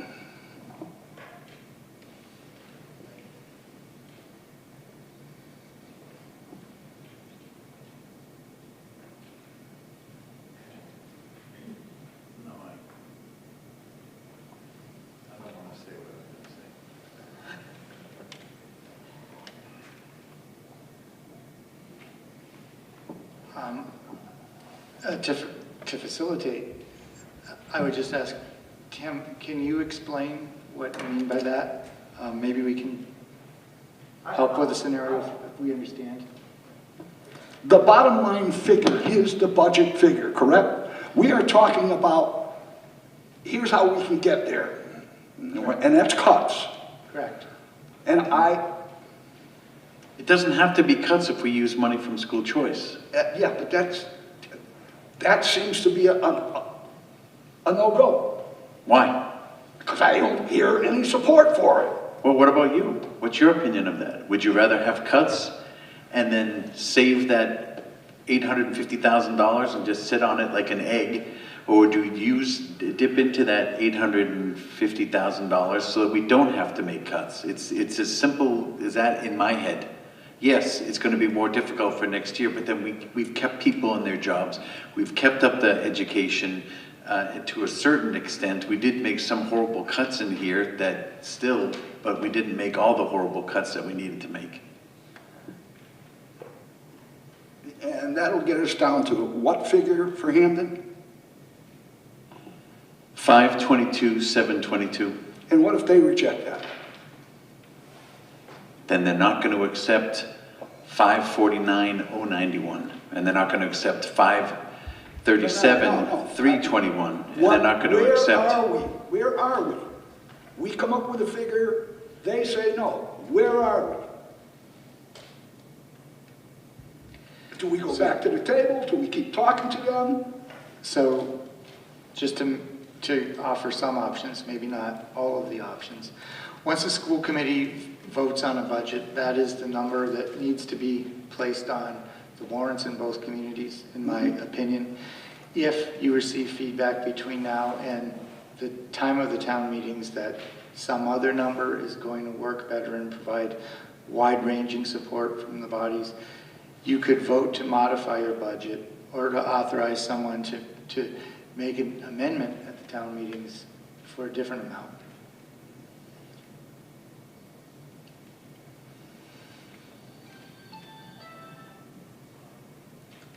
You know, one of the things that concerns me seriously is a big important thing to me, and that's straightening out the middle school situation. And we need to get into the core program for that. And I'm worried about this conversation where we're going to need Hamden in order to do that. I mean, we've been shortchanging every kid in this district with that middle school situation. So I don't know how we do it. We got to get a budget out of them. And I'm going to be true to my word. I'm not going to vote for a budget that's cutting the education of the children here. But I want to be careful how we go about it because we're going to need an override eventually. And I don't want to do an override this year, first of all, because I don't think we have enough time to get it passed. And secondly, that would put in jeopardy the core program for the middle school. And that's a major important thing for us to do. And I really don't like the fact that you're talking about cutting a middle school position. And, I spent 25 years teaching in middle school, and having larger classes makes a difference in your ability to reach kids who are right in a volatile time of their physical and emotional development.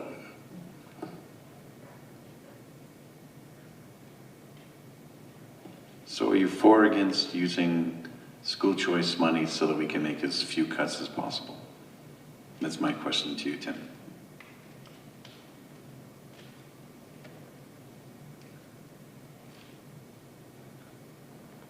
While you're thinking, can I quickly ask, what do we typically use the school choice funds for? We use it to reduce the cost of insurances, essentially. I think health insurance mostly. And we are already committing all the school choice money that we have in the current budget proposal, right? The additional money Sean's asking us to commit is from revenues that are due to come in this year. Correct. No, And we have Yes. $850,000 sitting in the account right now. After taking $100,000 to use in this budget, we have cash, $850,000 sitting in the budget. True or false? John and Doug? Yeah, at the Yes. end of the current year, so the balance at the start of the year was 950. 950. We're taking in 850. We're spending 850. We'll remain with at the end of the year at 950. We've committed 950 in the budget. So then, what will be in Of the school account? school choice, we've created. It says 100,000 in school choice. That's in addition to the 850 that we already had in the budget. Okay. So what would happen would be if we spend above the 950 is we're spending the new revenue that we generate during the year next year, which will be, likely a slightly smaller number than the current year. So our ending balance for next year will be,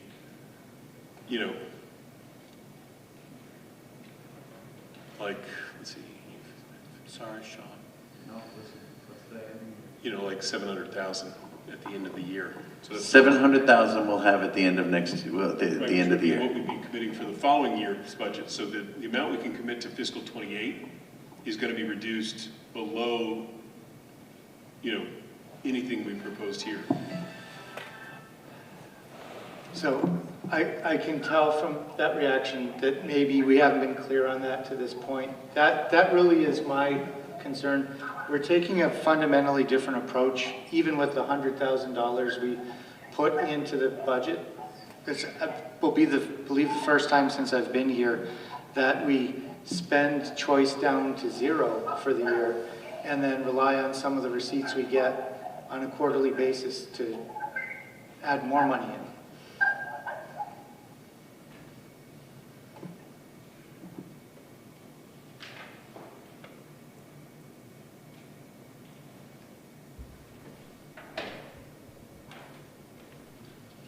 Doug, why don't you give me the wording for a motion for the numbers that we just talked about, where we reduce the partial nurse and we don't hire the additional middle school teacher that we were thinking it would be nice to have, but that's not a position that's filled this year, correct? Correct. Okay. What do those numbers look like? And with the additional 272 E&D committed. Right, so just make sure, so What we would the are, motion be? we are restoring the Green Meadows teacher, the Mile Tree teacher, And all three gym teachers. all 3 gym teachers, okay. Make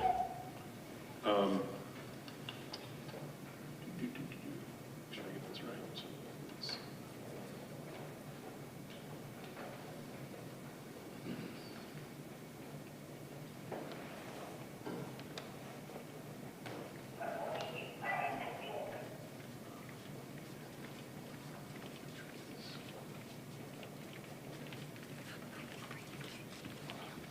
To be clear, the motion, I'm just putting a motion for an amount of money for the budget, not specifying in the motion any specifics. Well,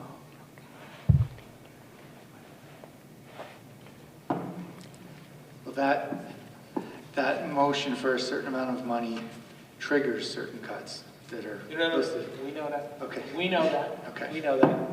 And that's by your judgment with guidance you have from the school committee, but the school committee doesn't vote on certain cuts. All we've been doing is suggesting what we could be doing with numbers here. Make sure I get the right combination of. That's why I'm not spitting it out myself. Right. Take your time, Doug.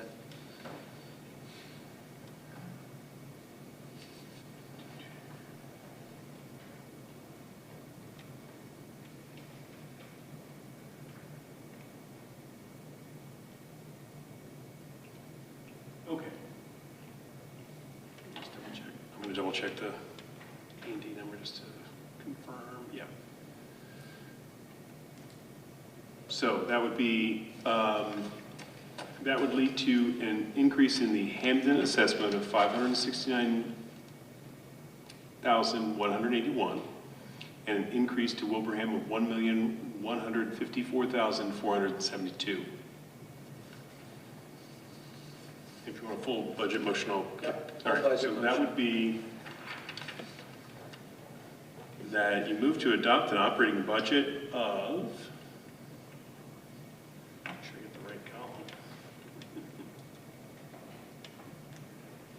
$59,848,182, inclusive of the debt service payment for the Minnechaug Regional High School of $1,910,150 for fiscal year 2027 for the Hampden-Wilbraham Regional School District, and to assess member towns as follows. Hampden assessment, $9,901,966. Wilbraham, $33,094,675. What was the total assessment for Hamden again? The total assessment is $9,901,966.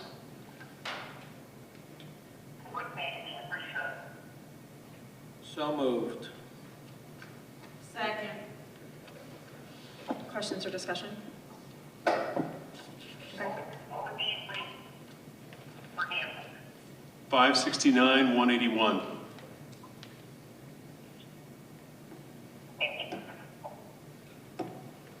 Okay, roll call. Cheryl? Tim? No. Sean? No. Lisa? Yes. Rich? Yes. Mike? Yes. Are we at 2/3? 2 people have voted no, so if you vote no, it doesn't pass. Still happening? Yes. Cheryl was yes. And Sean is no. Sean is no, Tim is no. What was Michelle? Yes. That brings us to 2/3, correct?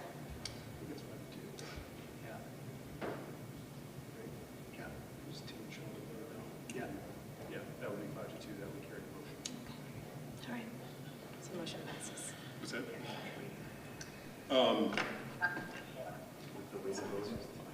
It doesn't matter, I guess. Weighted doesn't matter in this situation? Yes, I think still. Okay. Okay. All right. So we have another budget to approve. Oh, the capital, right? Which is, you know, somewhat bound by the previous because of the choice regarding a reduction in a capital expense. So I will read the motion language out for you, if that's all right, and someone can then move it. Move to adopt a capital budget of $170,000 for fiscal year 2027 for the Hampden-Wilbraham Regional School District and to assess member towns as follows. Hampden, $34,653. Wilbraham, $135,347. So moved. Questions or discussion? The electrical renovations that need to be done to Green Meadows to the tune of, was it $160,000? 150. 150? Yeah. Okay, is that going to be assessed in something else, or is that something that has been pushed off? That's a separate capital request, so it's not a regional capital request. Okay. It's just a request to the town as part of their capital planning. Okay. So, I mean, it's part of your capital process because of the All right, so that still exists is what I'm asking. It still exists, yeah. Okay. Yeah. Can I just request a little direction on that piece once this passes? I'm sorry, let that happen first. So we have the motions. I have a quick question. Do we have, is that an accurate number? Have we had any more update on just the figure for the switch? We don't have any General better switch. information for the switch. No, not at this time. All right. Anything else? Okay, roll call. Cheryl? Tim? Yes. Sean? Aye. Lisa? Yes. Rich? Yes. Mike? Yes. Myself, yes. Motion passes. So on that, as we're preparing the assessment letters for the towns, just wanted to bring up the issue that had come forward regarding the capital assessment. As you know from what Mr. Flynn shared, there's a disagreement about whether that is part of the assessment. In my opinion, which is not my own personal opinion, but what I've been told by the Office of Regional Government at DESE, I believe it has to be part of the assessment. I've had many, actually every regional business manager I've worked with say that it needs to be part of the assessment, but I know that is an ongoing disagreement, so I would ask just for some, what do you want us to do with that?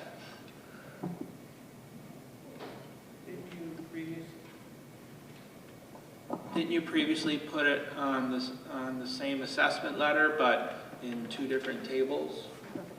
We did, yes. So it's broken out. I think that's as good an approach to go with as any. Yeah, it's technically part of the assessment. How we, you know, and we can articulate, actually in the regulation, they talk about capital debt and operating as distinct values, but they're all part of the total assessment. So we just called it out that way on the letter to the communities, and how they choose to vote for it within their town meeting is up to them, and how they vote their budget generally. So that if they want to segment those 3 as distinct votes, that's fine. You know, we as a regional school district need them all to be approved to match what you guys voted. Otherwise, then we have to. Right. But I think. Or create a 112 budget if you really want to have, you know, a barrel of laughs, but.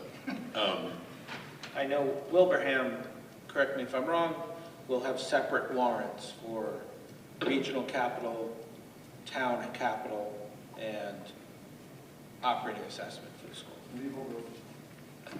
I believe that's historically how it's been done. I think at any given year, it's up to the decision of the select board how they want to assess the warrant. Obviously subject to legal matters relative to the discussion you guys are having now. And I've never been to a Hampton Town meeting, so. Well, welcome. What, does that mean I'm going this year? Oh, yes, you'll be there. Everyone's invited, I'll save you a seat. I'll go. I'll go. They can throw X at me. It's okay. Okay. Well, so we got through that item. We did the studies. So I also see the feasibility study on here. So maybe we can, just the discussion of the core program feasibility study. The That was timeline. probably only there for if we still have all the town people. Okay, so we'll move on. So we did the need for executive session pursuant to Mass General Law, C Chapter 30A, Section 21A, 3, to discuss strategy with respect to collective bargaining or litigation if an open meeting may have a detrimental effect on the bargaining or litigating position of the public body, and the chair so declares, HWRSD, and LPVEC settlement of claims.